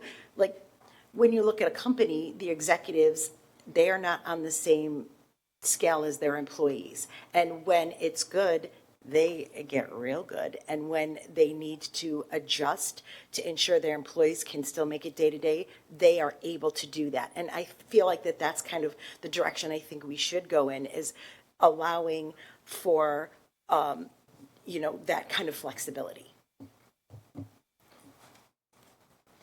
All right, Dr. Green? Thank you. Thank you, Ms. Woods and Dr. Trotman, for your presentation. And my remarks are more commentary than something you have to respond to. First of all, every position that we have, as all of us know, in the school division is valued, and it is important and vital to our students being successful. And I think many times some of you have heard the analogy that I use. You think about what happens if we don't have a clean classroom, we're not able to give children nutritional meals, or those students who need that extra support from a TA, air conditioner goes out, plumbing, etc. And to that point, and Ms. Woods, you can correct me, and I'm referencing from slide 4, I remember that whenever we had positions that were reclassified, it was because there was a compensation study done. That's correct. And I think it's important for our viewing public to understand that the assignments of salaries are not just random. I recall sometimes with staff in, say, in Mr. Freeman's shop, plumbers or electricians, when we go look at the market value for compensation, because we want to keep these highly skilled and qualified personnel. We don't want to lose them to Dominion Power or some of the other companies that can become very competitive. Recognizing that some instances we may, because it may be a better fit for them, but I just wanted to say that I assume that from time to time, and maybe this is the question periodically, are we still reviewing the market to ensure that we can remain competitive as much as possible, especially with some of our skilled personnel? So with our compensation consultant, we benchmark a certain number of positions every year. And we have them review them to make sure that we are competitive. And sometimes it comes back surprising that we are. But yes, we do try to look at those positions. So we select a few every year. Thank you. And it is evident from and I thank you for the comparison that you gave with the school divisions, that we still have a lot of work to do to get our teacher salaries a little bit more competitive, so we won't be stripped every year of instructional staff as well. So thank you. Ms. Felton? Thank you, Chair Brown. First, I'd like to thank you for this transparency of this presentation and information that you've given us. It's very transparent. Thank you, Ms. Wood. Thank you, Ms. Trotman. Appreciate you so much. And you talked about compensation, in which we already, some of us know, that it does improve recruitment and it does have retention there, and it motivates morale within your in our division. And I'd just like to say that the Virginia Beach City Public School staff, teachers, custodians, you named them, all the employees, they give more, my perspective. They give more than they receive. And we know that. That's why we hammer on compensation and getting these things done and still reaching out. And all of them come with professionalism behind them. If you stop and talk with one of the custodial workers, you'd be surprised their professional background that they have. And maybe they're doing it for a part-time or they come in for a secondary job, but you'd be surprised with the professionalism that are in them. Cannot speak enough about our teachers and how they are and what they do, and they all come in with a full package ready to work for this division because they love this division. Our resources speak well for who we are. And I spoke earlier, if our resources and what we do could align just a tad bit with our retention and what we do, I would be godly grateful. One question I'd ask you, if it's a practice, do we do exit interviews? And if we do we use that information to move forward with certain things that we have? Are exit interviews used? And are they, do we get a high percentage or just a low percentage? I just like to know that. Yes, so anyone who's leaving our division, they are given the opportunity to complete an exit survey, whether it is a link online or they may request an in-person exit survey. So we do, and we also provide that information quarterly to the school board. So you all get the exit survey data quarterly. And we are working on refining that as well, because with anything, we want to refine our processes. But yes, ma'am, everyone gets the exit survey data link. Great, thank you, I appreciate it. That was my second question, thank you. Mr. Cummings? Thank you so much for your presentation, and I guess I just want some quick points of clarification since you asked that you're seeking board direction. Do we know, is the board intending to vote on where the SLPs are going to be classified as? Is that an action item that we have to decide? And the same with executive scale and eliminating grade 7. Yeah, any adjustments made as a result of this presentation would require a board vote. Okay. And when do we anticipate the voting? It depends on the feedback we get from the board. If it seems that the board is interested in any one of these or all of these, then we would bring back a formal presentation on each one so the board has all the information before, in a similar information action sequence or maybe workshop information action sequence. And I think and so I agree, I think I agree with the general sentiment of, not wanting to see our SLPs have any form of salary reduction. So I'm glad that that's such a, that's part of the conversation. Some of the things that sparked my curiosity, and I don't know if there's an answer of the moment or if it's worth exploring in a deeper presentation, is, we look at, executive compensation strictly through the lens of, year-to-year bumps rather than merit-based or performance bonuses or things like that. Is that explored in any divisions in the Commonwealth that you all know about? Are there schools utilizing performance-based incentives?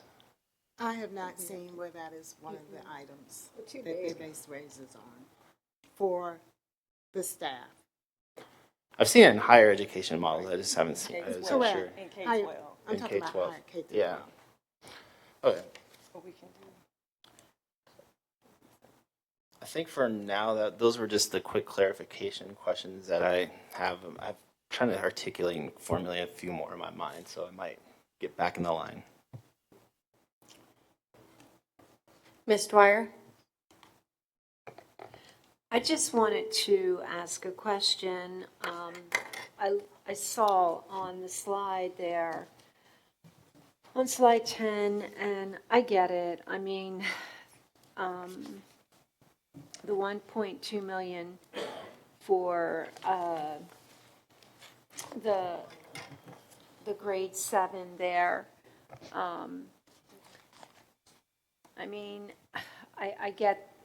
I get you're wanting to eliminate that group from the unified pay scale.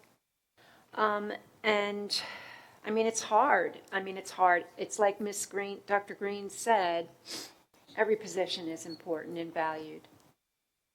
But I guess if we were going to cut, that would be probably the one that would make the most sense. And I guess my next question is, and when I say make sense, I mean, because to me, that would be a wise choice if you had to cut there. Unfortunately, no one wants to cut, but it is 1.2 million in costs, correct? I just want to provide a little clarification. So our staff isn't recommending necessarily any of these changes. These were conversations for consideration that the board has over time brought up. And they're giving us more details to determine whether or not removing the U7 and bumping them up to U8 and then realigning everything. And I think you said the cost to do that will cost 3 points. Yeah. Oh, okay, roughly. Yeah. It was done as a part of the compensation study Right. in 2022, 2023. So when step 6 was eliminated and a part of that study, that's the cost to eliminate that one grade at that time when we went through that market study. Okay, and I just wanted to provide that clarification. Go ahead and continue, I Ms. did Dwyer. I get just that. wanted to be sure. That was very clear. Yeah, The okay. first time they said it, Chair Brown. But I'm discussing it, and I'm saying I get that part of it. If that was a place that we would choose to start, if we had to, so we could retain our teachers, so we could retain positions that maybe there's a greater turnover. And that was my next question. What area right now is the greatest need and the turnover?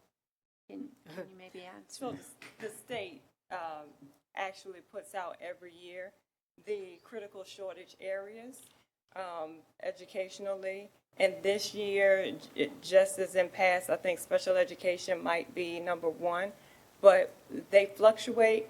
Bottom line, just about all instructional positions are critical shortage positions. And our heart to fill, when we think about our support staff, continues to be a focus every year. Custodians, food service workers, our cafeteria assistants, and our bus assistants. So that remains a constant focus. Oh, okay. So that is an area of turnover then, or an area of critical shortage is what? Absolutely. Okay.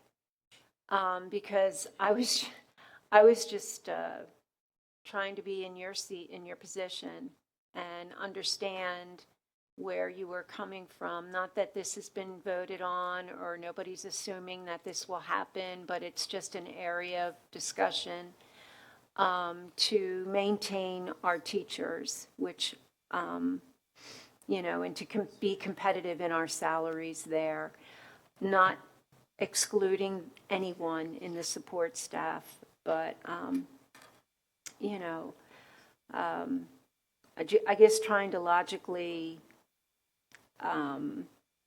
navigate through and to really, I guess, my end concern is holding on to our teachers right now too and keeping them.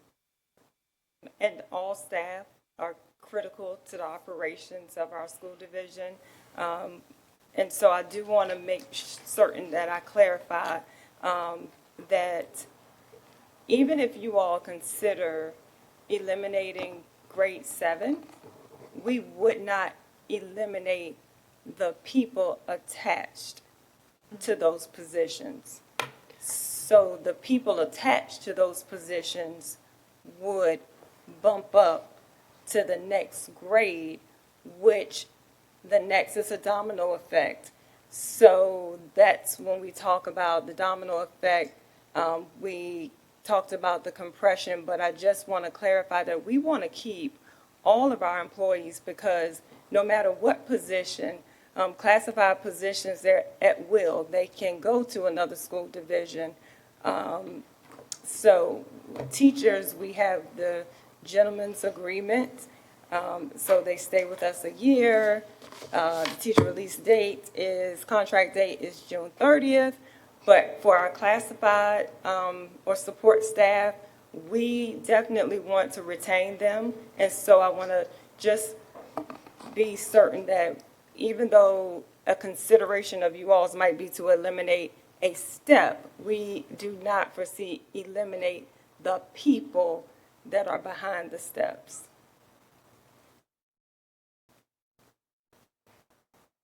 All right, Mr. Callen?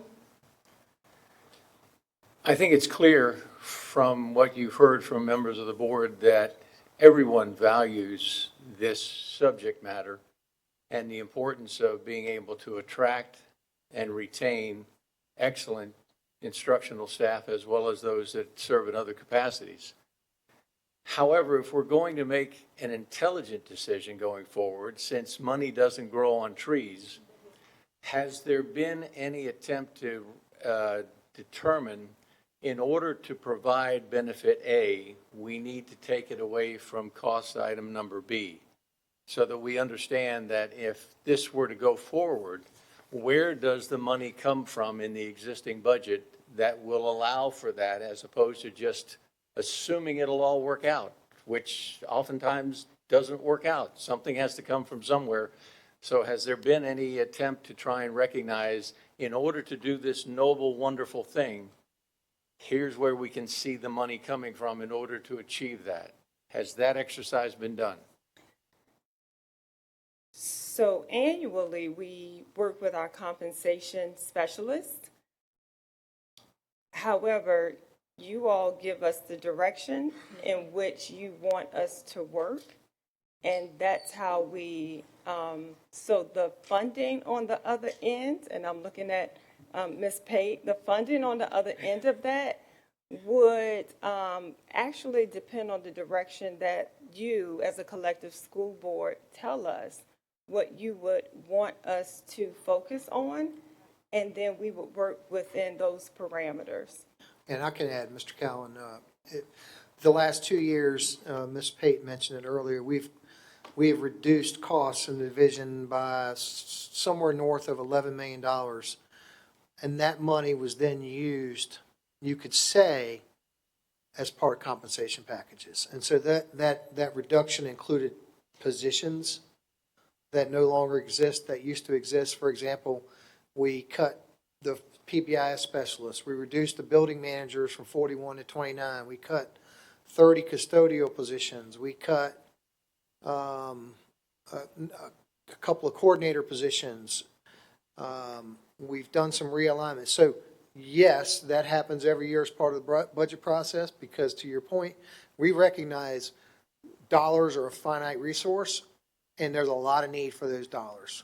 So we try to, through efficiencies, generate revenue that's not there when the budget comes in, if that makes sense. And that's how I think it's $11.7 million we've been able to do over the last 2 years. And these are new dollars, so that same process would be applied to this? Yeah, we will go. Finding it from somewhere else, in other words? Well, we will go through the process every year of looking at position management to determine, based on changing landscapes, do we still need X number of positions or can we use Y? Do we still need this position? So that will continue to occur, and that becomes available funding that the board can have at their disposal for use. Okay. Thank you. Thank you. Absolutely. Ms. Melnick? So to Mr. Callen's point, the statistics, the data I'm going to give you, just simple data, is going to explain exactly why we need the help from the state. We can't continue to do this and remain competitive without the state without the state's help. And I know, I'm hoping, my fingers are crossed, that the JLARC study really starts to kick in and really recognize how important the compensation piece is. But just for the record, when I started teaching, I still have my little stub that I got from HR when I was first hired. My salary was $24,030. I made $30 a year more than my husband, who's $24,000 we each made out of college. And it's been 35 years since that little stub was printed. And today, the difference between the starting salary today is only $31,657, which means we've only bumped up $904 a year in teacher pay in 35 years. And we've gone through a long dry spell with the state. And, which also included the Great Recession. And it's time. And I'm hoping that, there's real movement, but we can't do this on our own. I was just talking to somebody, I know it appears that $1 billion is a lot of money, and then you do the exercise like you did today, and you see where all this money goes. And then you understand the importance of resources and why we spend so much money to achieve those academic outcomes, right? And what it takes to run a school division, and you just can't believe that money goes so fast, but it does. And my goal this year is to really push for compensation for educators across the Commonwealth. So I think we had some great conversation here, and I feel really happy with the board engagement and involvement. I wanted to bring up this compensation philosophy here, and it's not because I have any issues with the philosophy, but when I'm on number 9 of the philosophy, it says that we will ensure our structure remains competitive by evaluating instructional positions annually. Pay ranges for other job groups are reviewed every 3 to 5 years or as needed. And I value all of our employees, but my challenge is that I know in our U7 through probably our U10s, we have a little bit of difficulty recruiting for those positions and retaining in those positions. And so I'm interested, as a follow-up, to hear the specifics on those vacancies when we get to those hiring numbers in our next presentation, which I know is going to be upcoming. August 12th. Right. So I'm giving you the heads up that I'm hoping to see more about that. If you would have previously asked me about uncoupling the unified pay scale, and so that these positions would be able to move, I would say, oh yeah, that sounds like a great idea. But as I was sitting here, I'm actually looking at all of the various levels for our unified staff, and I think, I would assume that all of the ones that are listed here are on these pay scales. And so when I'm looking at, and I agree, right, about I agree with Ms. Rogers that when I'm looking at somebody that's making $15.38 an hour and a 3% or 4% raise for that, the amount is much lower. And I think that's the part that I struggle with is I don't know if we're meeting hiring and retaining in those positions at the current rate. And so that's the concern I have. But I don't know that I would be in favor of pulling out U26, 27, and 28. And I just want to, put this in my colleagues' minds for consideration, because U24 Middle school principal, I believe that's an important job, so I don't want anyone to think I'm pulling it out. 10 years of experience for creditable years, 113,102. Then we move to U26, 10 years of experience, 129,850. So in that is the Senior Executive Director of Middle Schools. And so my concern is that the Senior Executive Director of Middle Schools is overseeing more responsibilities, and there has to be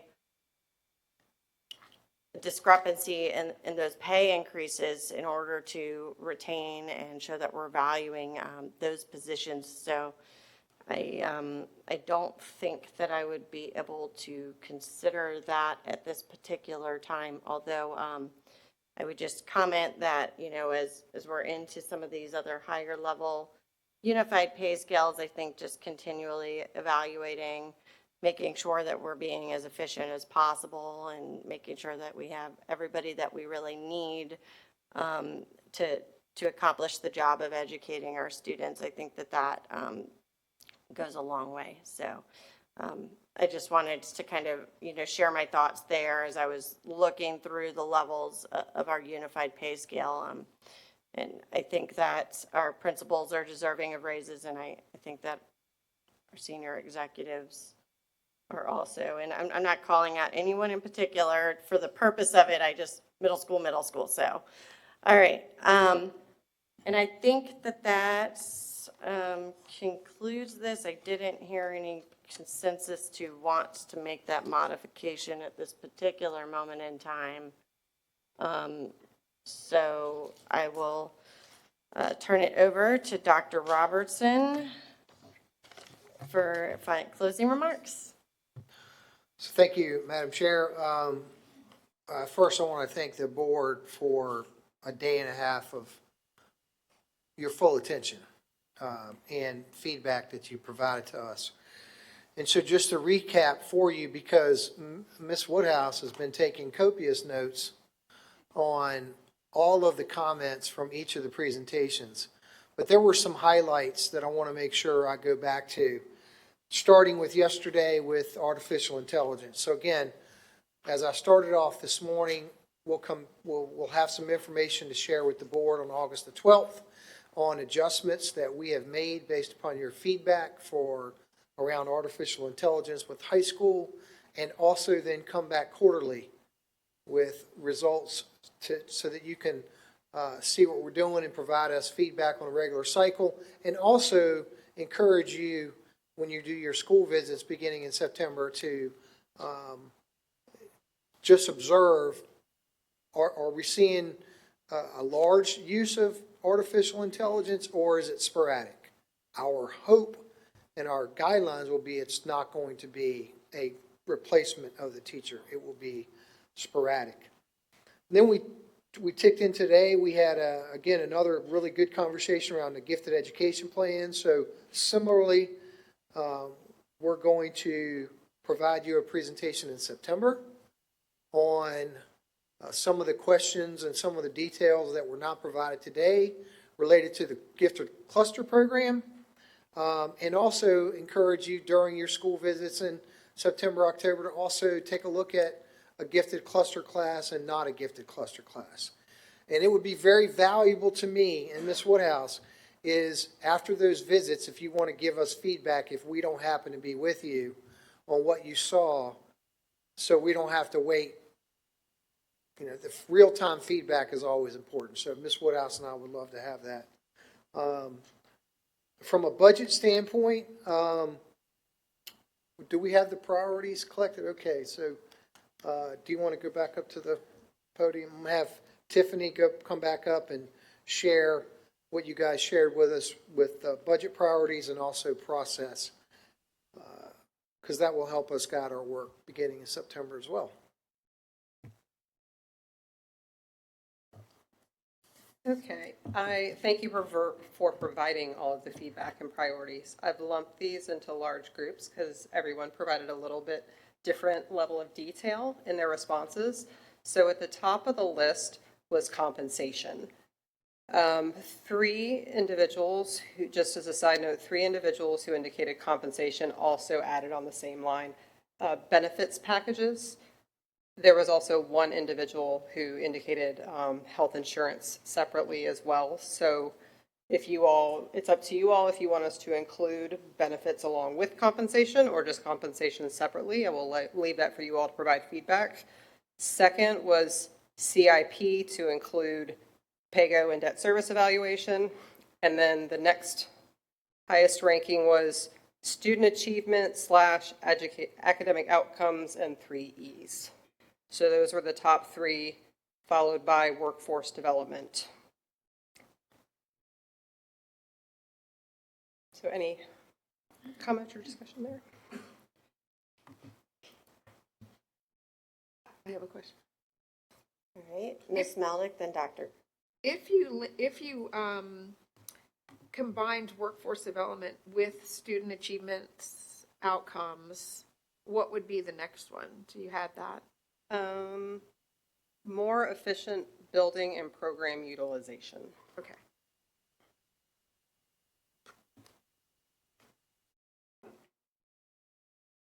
Dr. Green?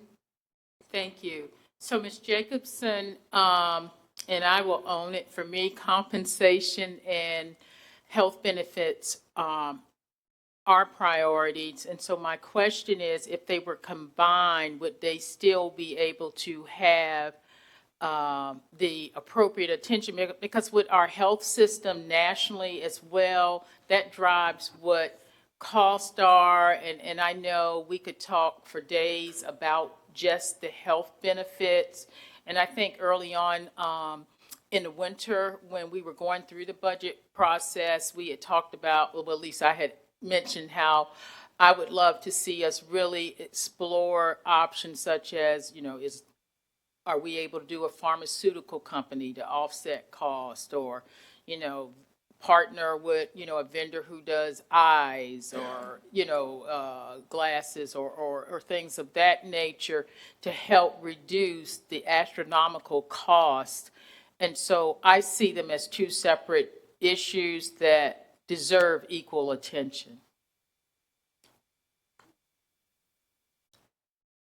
Then if we are viewing benefits as a separate line from compensation, benefits and workforce development were tied in terms of priorities. So 4 and 5 combined, health benefits and workforce. And I actually appreciated the question because I think more efficient program utilization and building utilization, can kind of go hand in hand to make some of these other things happen. So anyway, great work, everybody. I was really happy with this retreat. I think that we did really good work together. I appreciate everybody's comments and feedback, and I think that we got a lot of insight about how we want to proceed about some of these things that we face as a board and a division. And Dr. Robertson, any more remarks? Just one more thing. I'd like to invite all the board members, if your schedule allows, next week is our leadership conference, and I know some of you have made the time to attend in the past.